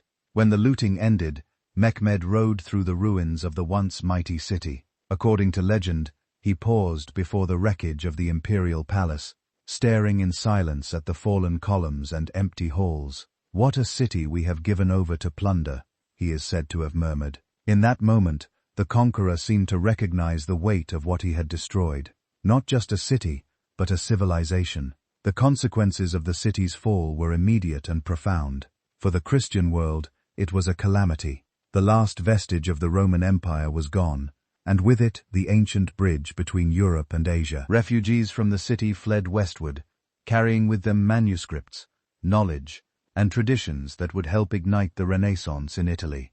Greek scholars found new homes in Florence, Venice, and Rome, teaching the language of Homer and Plato to a new generation of thinkers. The wisdom of Byzantium, preserved through centuries, now flowed into the reborn culture of the West. For the Ottoman Empire, the conquest marked the beginning of a new era. Mehmed made Constantinople his capital, renaming it Istanbul, though its people would continue to call it by its old name for centuries. He rebuilt the city, repopulating it with Greeks, Armenians, Jews, and Turks. He restored its markets and shipyards, repaired its walls, and made it once again one of the greatest cities in the world, not as a Roman capital, but as the heart of an Islamic empire that would dominate the Eastern Mediterranean for centuries to come. In a sense, Mehmed had fulfilled Constantine's dream. Constantinople was once again the center of a world empire, but its character had changed forever. The city of churches became a city of mosques. The empire of the cross gave way to the empire of the crescent. And yet, the fall of Constantinople did not erase Rome. The empire had ended, but its shadow lingered. Its laws lived on in European courts. Its architecture inspired the domes of Renaissance cathedrals and Ottoman mosques alike. Its language, Greek in the East and Latin in the West, continued to shape thought, science, and faith. Even the idea of empire itself, a universal order governed by law and divine right, survived in the crowns of Europe, each claiming in its own way to inherit Rome's legacy. In Russia, the Orthodox Church proclaimed Moscow the Third Rome, the new center of Christian civilization after the fall of Constantinople. In Italy, the popes ruled from Rome itself, their authority rooted in the memory of the Caesars.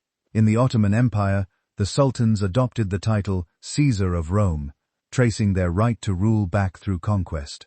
The name of Rome had become eternal, too vast to die with its last emperor. For the people who lived through that final siege, however, the fall was not an abstraction. It was the end of a world. For centuries, they had believed that the walls of Constantinople would never fall, that the Virgin herself guarded the city.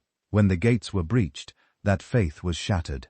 Chroniclers wrote that the sky turned black with smoke, and that the sea ran red with blood. The last empire of antiquity, the last heir of Rome, was gone. But even in defeat, there was dignity. The defenders of Constantinople had fought as Romans, holding to the last against impossible odds.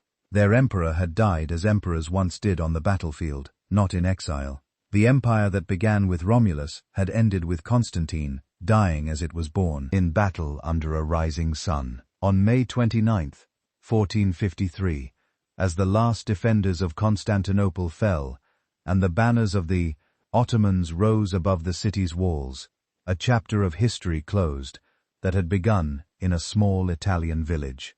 22 centuries earlier, the Roman Empire, the longest-lived political creation in human history, had come to its end. The first and most enduring of these legacies is law. The Roman legal system, refined over centuries and codified under emperors like Justinian, became the backbone of Western jurisprudence.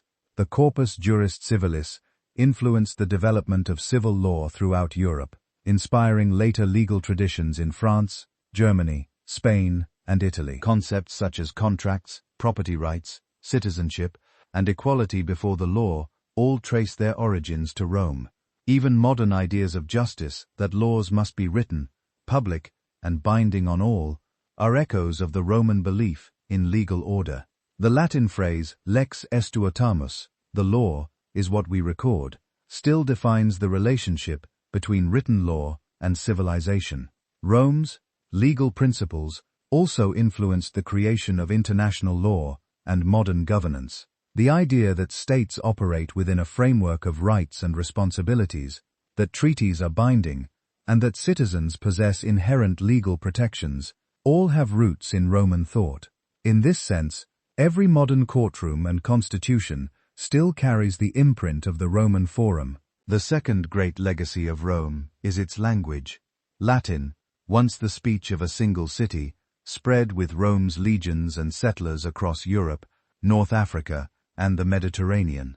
Long after the empire's fall, it evolved into the Romance languages: Italian, French, Spanish, Portuguese, and Romanian, spoken by nearly 1 billion people today. Even English, though Germanic in structure, carries thousands of Latin-derived words in its vocabulary, particularly in law, science, medicine, and religion. For centuries, Latin remained the language of learning, diplomacy, and the church. It was the medium of scholars, monks, and poets, the language in which laws were written and prayers recited. Universities taught in Latin well into the modern era, and even now, its influence persists in scientific terminology and legal phrasing. The empire that once united its provinces through a shared tongue left behind not a dead language, but a living family of languages that continue to shape global communication. Architecture and engineering form another visible inheritance of Rome. The empire's mastery of concrete arches and domes created structures that still stand today. Roman engineers built aqueducts that carried water for miles with mathematical precision, roads that spanned continents, and amphitheaters that could hold tens of thousands. The Colosseum, the Pantheon, and the Aqueduct of Segoia and Pontugad remained not only as monuments, but as functioning examples of ancient ingenuity. Roman architecture influenced nearly every era that followed. The domes and columns of the Renaissance, the neoclassical style of government buildings in Washington and London, and even the urban planning of modern cities, all draw directly from Roman principles. The concept of public infrastructure, roads, sewers, baths, and public squares, comes from the Roman ideal that the state should serve the common good. Their motto, Civotus ad ordo citi, and order, defined the relationship between civic life and civilization itself. The empire's engineering extended beyond architecture. Roman roads built with layered stone and gravel connected a world of provinces from Britain to Syria.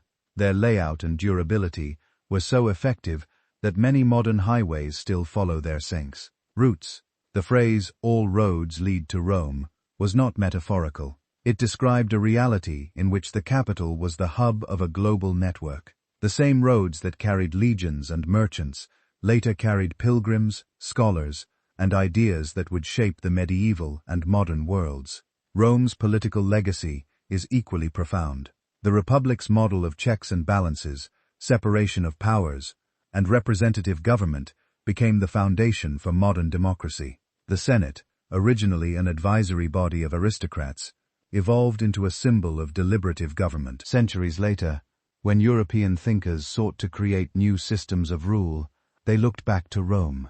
The framers of the United States Constitution drew heavily from Roman precedent, adopting the Latin titles Senatus and Capitolium, and designing their republic on Roman ideals of citizenship, civic duty, and the rule of law. The concept of empire also survived long after Rome's fall. Successor states from Charlemagne's Holy Roman Empire to the British Empire claimed descent from Roman authority. Even today, the word imperial evokes Roman imagery, a blend of order, expansion, and civilization. The idea that government could organize vast territories under a common legal and cultural framework was Rome's invention, and it remains one of its most enduring gifts to the world. Perhaps the most powerful and far-reaching of all Rome's legacies is the Christian Church. Born in the empire's poorest provinces and once persecuted by its rulers, Christianity became the state religion under Constantine and the defining institution of the later Roman world. After the empire's fall, the Church preserved its structure, its language, and much of its knowledge. The Bishop of Rome, the Pope, inherited the old imperial authority of the Western capital, becoming the spiritual leader of Christendom. The Church's hierarchy mirrored the empire's bureaucracy, and its reach extended across Europe and beyond. Through monasteries and universities, the Church preserved classical learning, copied manuscripts, and educated generations of scholars. Its calendar, rituals, and architecture carried the memory of Rome into the Middle Ages. The basilicas of early Christianity evolved directly from Roman civic halls, and the Latin liturgy kept alive the empire's language. The Church became Rome's spiritual heir, turning its political empire into a religious one that still influences billions. Even beyond faith, the Church's influence on law, art, and education carried Rome's legacy forward. The spread of Christianity across Europe, Africa, and eventually the world ensured that the moral and philosophical framework of the empire, its sense of duty, hierarchy, and universality, would endure in new forms. The city that once ruled by sword came to rule by scripture. The physical remains of Rome still dot the map, silent witnesses to its long dominion. In Britain, Hadrian's Wall cuts across the northern landscape, marking the empire's old frontier. In France and Spain, amphitheaters and aqueducts stand nearly intact. Across North Africa, ruins of Roman cities lie half buried in sand, their mosaics still gleaming when unearthed. In the Middle East, the columns of Palmyra and the theaters of Gash rise against the desert sky. Even in lands that have changed religion, language, and culture, the imprint of Rome remains indelible. Rome's influence on art and culture was equally enduring. Its sculpture, drawing on Greek ideals, defined the standard of realism that inspired Renaissance artists like Michelangelo and Raphael. Its literature, Virgil's Aeneid, Ovid's Metamorphoses, and the speeches of Cicero became the foundation of Western education for centuries. Roman history itself, preserved through writers like Livy, Tacitus, and Suetonius, provided later generations with both cautionary tales and models of greatness. The humanist scholars of early modern Europe saw in Rome both the glory and the fragility of civilization, a mirror for their own ambitions. In science and engineering, Rome's contributions continued through the works of its architects and inventors. The techniques of road building, water management, and urban design were rediscovered and refined during the Renaissance and Enlightenment. Even today, modern civil engineering traces its lineage back to Roman innovations in surveying, materials, and construction. The discipline of architecture itself, codified by Vitruvius in his treatise, the Architectura, remains a foundational text in the field.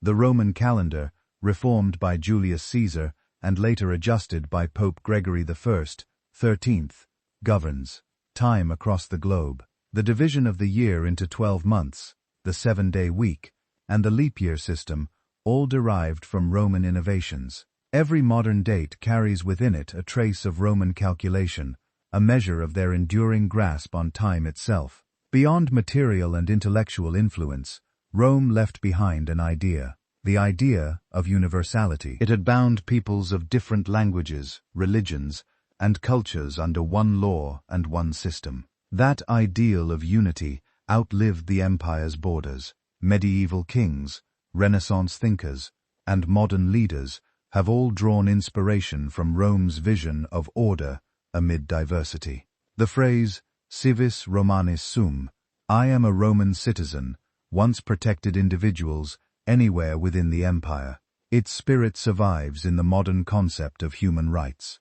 The belief that law transcends geography. Even the word civilization derives from the Latin civitas, meaning both city and citizenship. To be civilized in the Roman sense was to live under law, to participate in the life of the city, and to respect a shared culture. In this way, every society that values education, infrastructure, in governance, carries something of Rome within it.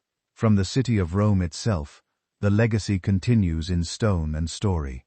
The ruins of the Forum, the Colosseum, and the Pantheon draw millions each year, symbols of endurance amid decay. Pilgrims still climb the steps of St. Peter's Basilica, built over the tomb of an apostle who died in Nero's Rome. Statues of emperors once toppled now stand restored in museums, their faces familiar yet distant. Rome did not die, it became the world. If you've enjoyed this journey through the rise and fall of Rome, the empire that shaped history itself, be sure to subscribe for more deep dives into the past. From lost civilizations to forgotten empires, we bring the stories of our world to life with clarity and detail. Tell us in the comments which chapter of Rome's history fascinated you most. Thanks as always for watching. This has been Uncharted Mysteries, and as always, until next time, stay curious.